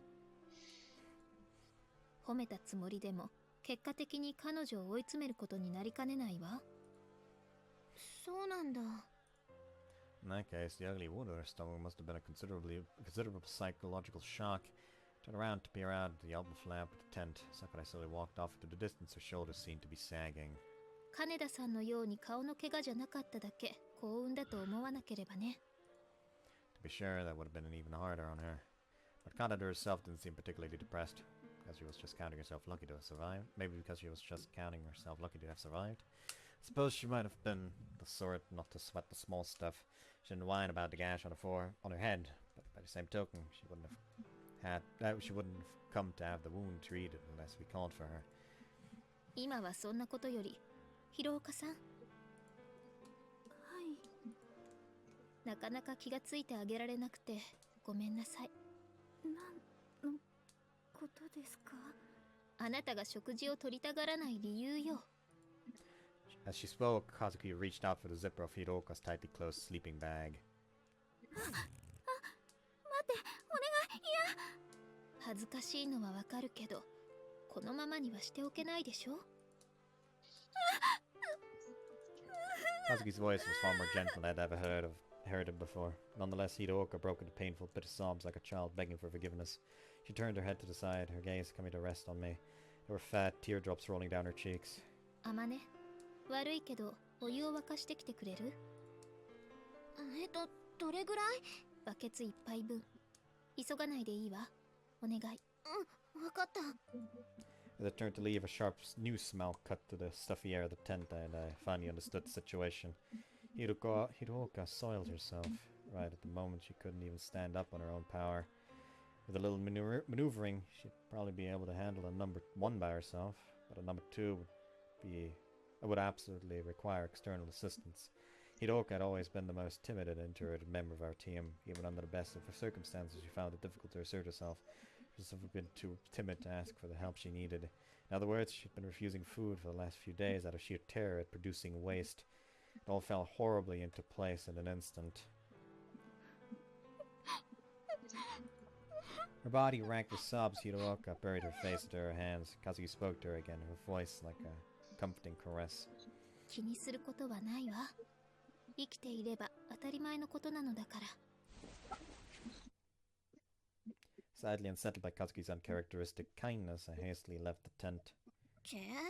なんだよ、カズキのやつ。私にはあんな優しい顔、絶対しないくせにさ。All of a sudden, there was a complex and intense mixture of feelings, unease, irritation, anxiety, and others I couldn't quite put into words, swirling unpleasantly around in my chest. そんなにヒロオカが可愛いなら、あいつと付き合えばいいじゃんかよ。Hold on a second, here, Self. What did you just say? I mean, what? You'd almost think I was jealous of her or jealousy or something. Well, I think about it, maybe I really am a little jealous. But Kazuki and I are both girls, so... no, what exactly is going on here? Sometimes pet dogs get all cranky when they see their master doting on someone else's, but maybe this is something similar? I knew it was downright weird for me to be feeling this way, but the irritation was real and it wasn't going that way.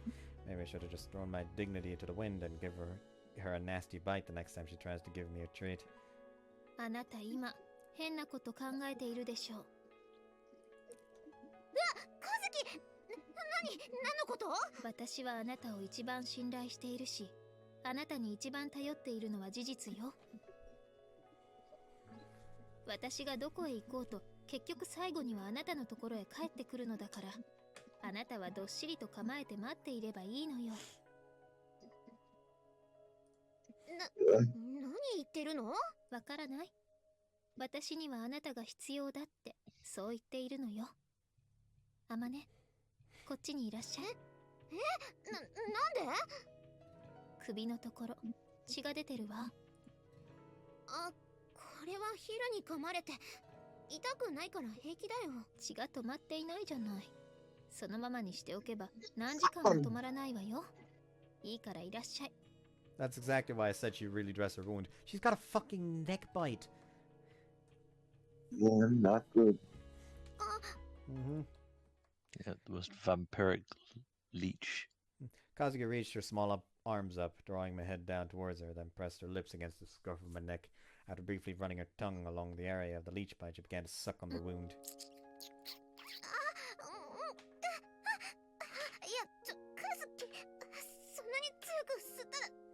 What? She's sucking the poison out. No. 全部吸い出してあげるわ。What the hell is this? Why does she have to... Why does this have to be so pointlessly erotic? Kazuki's lips, they're small and soft and feel kind of nice. This isn't good. I'm getting in a weird mood. She sucked the blood and anti-coagulant out of my neck. Yeah. Coagulant. Thank you. Yeah, that's the thing you need to suck out. Until her mouth was full, spat it out, and then came right back for more. Understood she was performing medical treatment, but every time Kazuki's lips touched me, my body quivered. Every time she exhaled through her nose, her breath tickled my cheek, and strange little noises leaked out of my mouth. In a daze, my eyes half closed, I whimpered nasally. It took a good minute for me to notice that Sakuma was standing nearby, her arms folded, taking in the whole scene with a smirk on her face. やれやれ、随分と大胆だね、君たちも。違いますよ。これはそういうんじゃそうヒルです。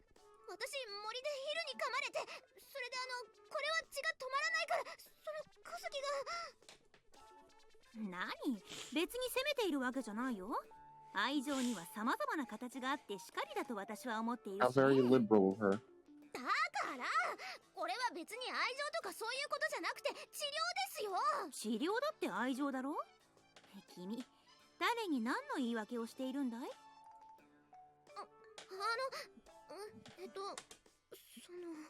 アマネをいじめると楽しいのは理解できますけど、それはペアである私の特権です。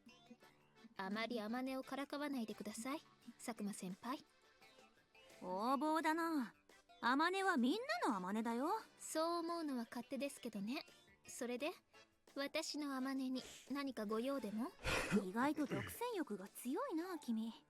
まあいいさ。トイレを作るんだろ。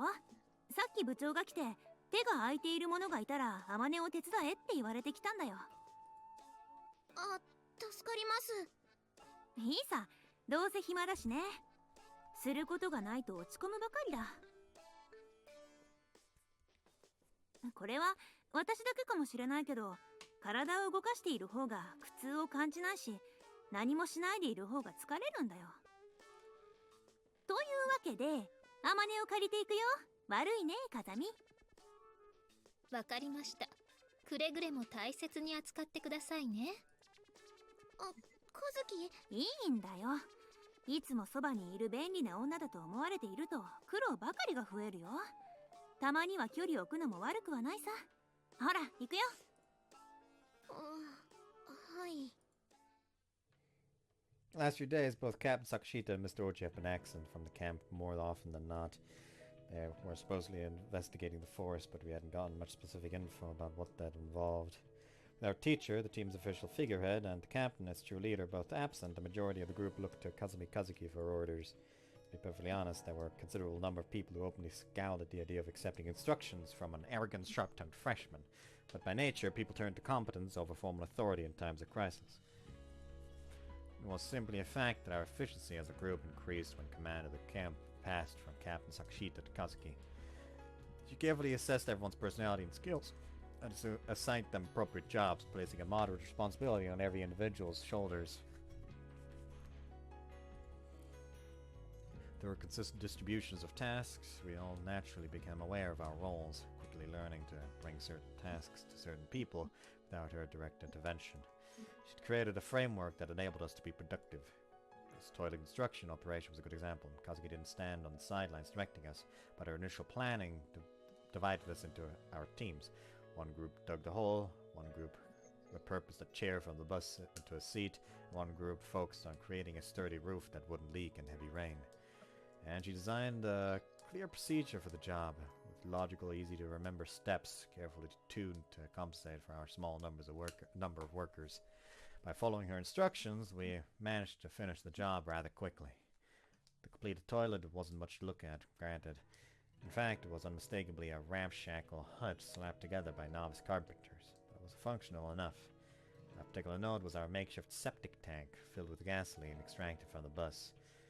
As an effective countermeasure against flies, maggots, and other pests, it helped erase our concerns after creating a hub for transmitting disease. If Kazuki hadn't been here, I doubt we would have come up with that idea, much less implemented it. Given such a clear display of competence, even those who disliked Kazuki on a personal level were growing increasingly reliant on her leadership, although in some cases only grudgingly and out of necessity. As the sun declined to the west and the fierce heat and humidity finally began to die down, I set about making weed soup using our meager allocation of rice and vegetables we'd been able to gather in the forest. Today, the job was far larger than it had been at first. For quite some time, every pair had carefully prepared supper for themselves, probably out of paranoia about the possibility of having some of their food snatched secretly away. But for the last few days, I'd increasingly been assuming the role of the camp cook. I went along with the new responsibility easily enough, since I've been preparing meals for the wounded Hiroka and Sakurai all along, increasing the quantity to feed more. The group wasn't really much of a hassle. I guess everyone finally figured might as well just leave the cooking to the girl who grew up in a restaurant or something. Probably another effect of Kazuki's emphasis on officially dividing our workload. I've struck the fire under the primitive cooking furnace. We've constructed from moderately sized stones. The various peers brought forward their mess kits, offering up all the ingredients they had on hand. Apart from the small quantities of rice and vegetables distributed at the beginning of the day, each aluminium rice cooker had a range of unidentifiable weeds and wild grasses picked from the forest. Today there were quite a number of snails as well. Surprisingly, Komori had gathered most of the small, slimy creature and an above-average quantity, although an extremely random assortment, of vegetation to boot. She'd taken her pet dog into the forest and walked a good ways in, gathering anything that seemed even vaguely edible, then found her way back to the camp without a hitch. Apparently the dog had memorized the way back by scent. After that first success, Komori had made a daily habit of approaching Kazuki with random plants that caught her eyes on such trips, asking what might be edible. When night came, our short-sleeved uniforms were, as always, inadequate protection against the chill air. Having finished our dinner, Kazuki and I set off for the large tent and half-forced Hitooka to eat. With that finished, we finally made our way to Captain Sakashita's tent, as we'd promised earlier in the day. He was waiting for us with Koide inside their tent, where a small candle provided some dim, flickering illumination. Konbanwa. Kazuki offered a polite greeting. Her tone of voice suggested she'd just arrived fashionably late to a high society gathering. Captain Sakashita responded with a curt, "There you are," then glanced at Koide and gave a little jerk of her hand, prompting her partner to leave the tent. Inviting us to sit with a sardonic, "Sorry I can't offer you any tea," Captain Sakashita got right down to business before we'd even settled ourselves on the ground. 怪我人の様子は？悪化はしていませんが、順調に回復しているとは言えません。そう。For one thing, Hitooka's broken legs wouldn't have fixed themselves in a few days, even under ideal circumstances. And Sakurai's abdominal wound was healing very slowly, thanks to her worsening state of malnutrition and the absence of antibiotics to fight her infection. As an added misery, the intense heat and humidity had left her with a painful skin condition. Even the comparatively lightly wounded Kaneda's health needed to be monitored closely, given the poor sanitary conditions at the camp. For the last few humid days, she's been complaining about her wound's constant itchiness. He warned her repeatedly not to scratch, but she had nonetheless picked a troublesome habit of sticking twigs under her bandage and tearing at her stitches. And apart from those who'd been wounded in the crash, many of the healthy girls were beginning to show increasingly advanced symptoms of malnutrition. Faces were swelling noticeably as our vitamin deficiency grew more pronounced. Some girls had begun to complain of minor ailments. To be honest, we were past the point of monitoring the situation closely, was slowly but surely crumbling before our eyes. As Captain Sakashita listened to the summary from start to finish in silence. When it was over, she again answered with a brief, "I see." After a moment, she leaned forward to look into Kazuki's face and spoke. For a moment, I disbelieved my ears. つまり、彼女たち怪我人は無駄飯ぐらいというわけね。それは。 At the start, I realized that Captain Sakashita had driven Koide from the tent. Whatever circumstances, she was our leader, and in speaking those words, she had just betrayed that responsibility. Maybe we'd all thought the same in some dark corners of our mind, but no one had voiced that ugly thought, and now the captain had coolly thrown it in out of the open. She understood as well as we did that a quiet, crippling pessimism regarding the food situation began to spread among the group. If we were to continue on these meager rations, the currently able-bodied girls would eventually be reduced to invalids. Without adequate nourishment, our physical strength would be drained, sapping us of the energy to work. And with our bodies weakened, disease would spread all too easily around the camp. Simply by existing, the wounded are acting as a heavy drain on our precious supply of food. Our presence was reducing everyone else's rations. Ultimately, this might soon give rise to more sick people, exponentially worsening the problem. When we weigh the lives of the wounded and the healthy against each other, the former will always be lighter on the scales. In this harsh environment, that pragmatic calculation felt all the more obvious. We don't have the elbow room to be handing out rations to those who can't work. The captain's argument was coherent enough, and I understood that she had little choice but to approach our situation with conservative caution. But nonetheless, words sounded like a betrayal, justification for unburdening ourselves of a load that grown troublesome to carry, excuse to abandon our friends and save ourselves. 私にずる賢く生きろと言ったのは風見さん。あなたよ。ええ、確かに。でもずる賢く生きるのと弱者を吊るし上げて憂を晴らすのとでは意味が全然違います。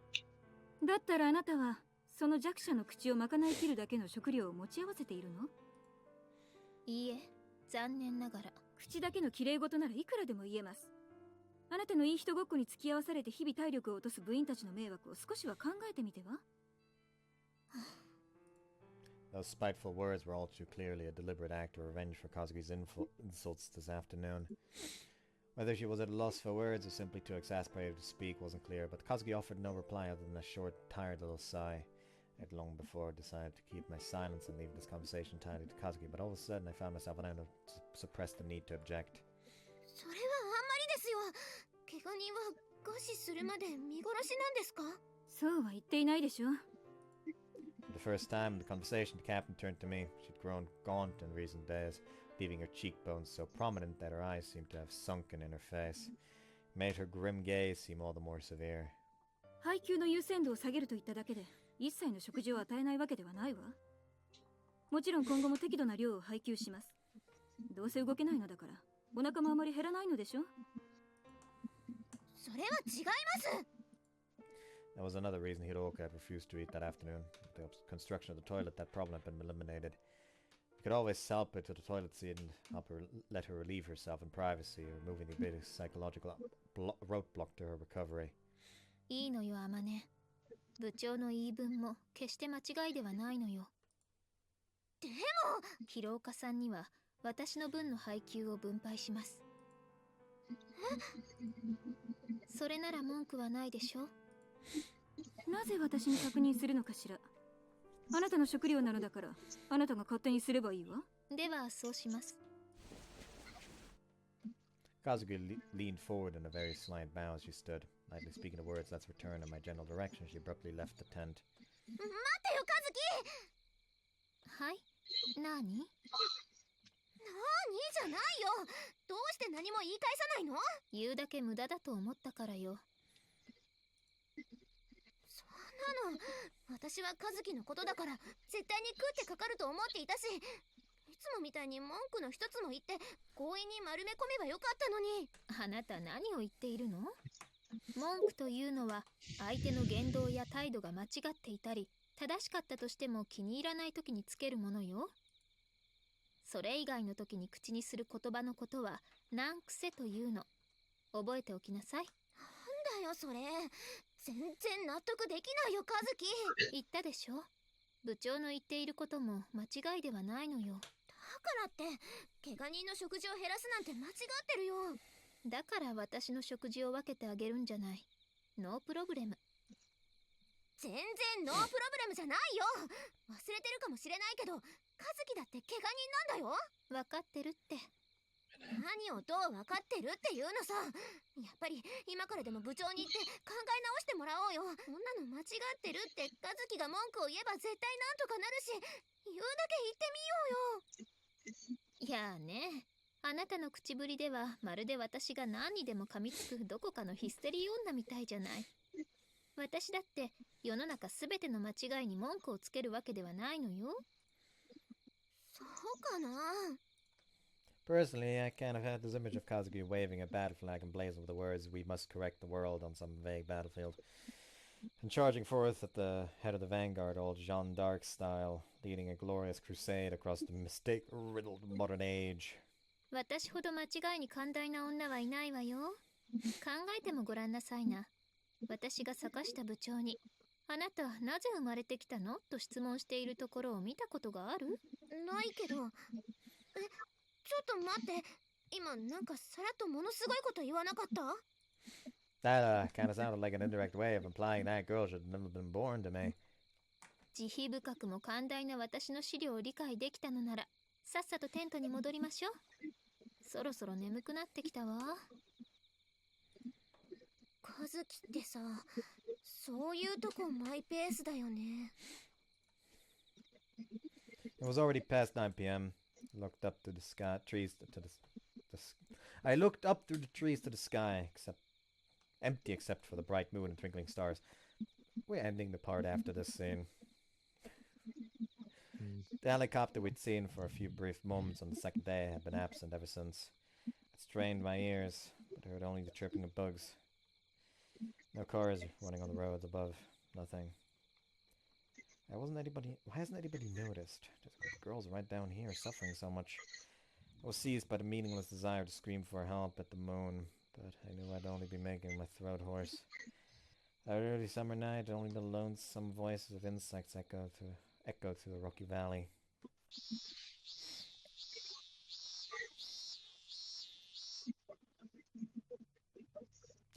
The 8th day in the valley! 状況不セーブ Dang. Still, we went from 2nd day to 8th day. Yeah, it's speeding up because it wants us to get to the part where they starve to death. Yeah, sure is. Yeah.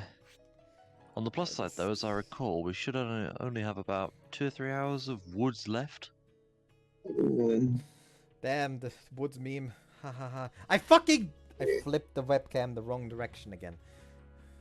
Guess I'm doing another flip. Yahoo! There we go. Anyways, hope you guys enjoyed this one. I sure fucking didn't. Goodbye.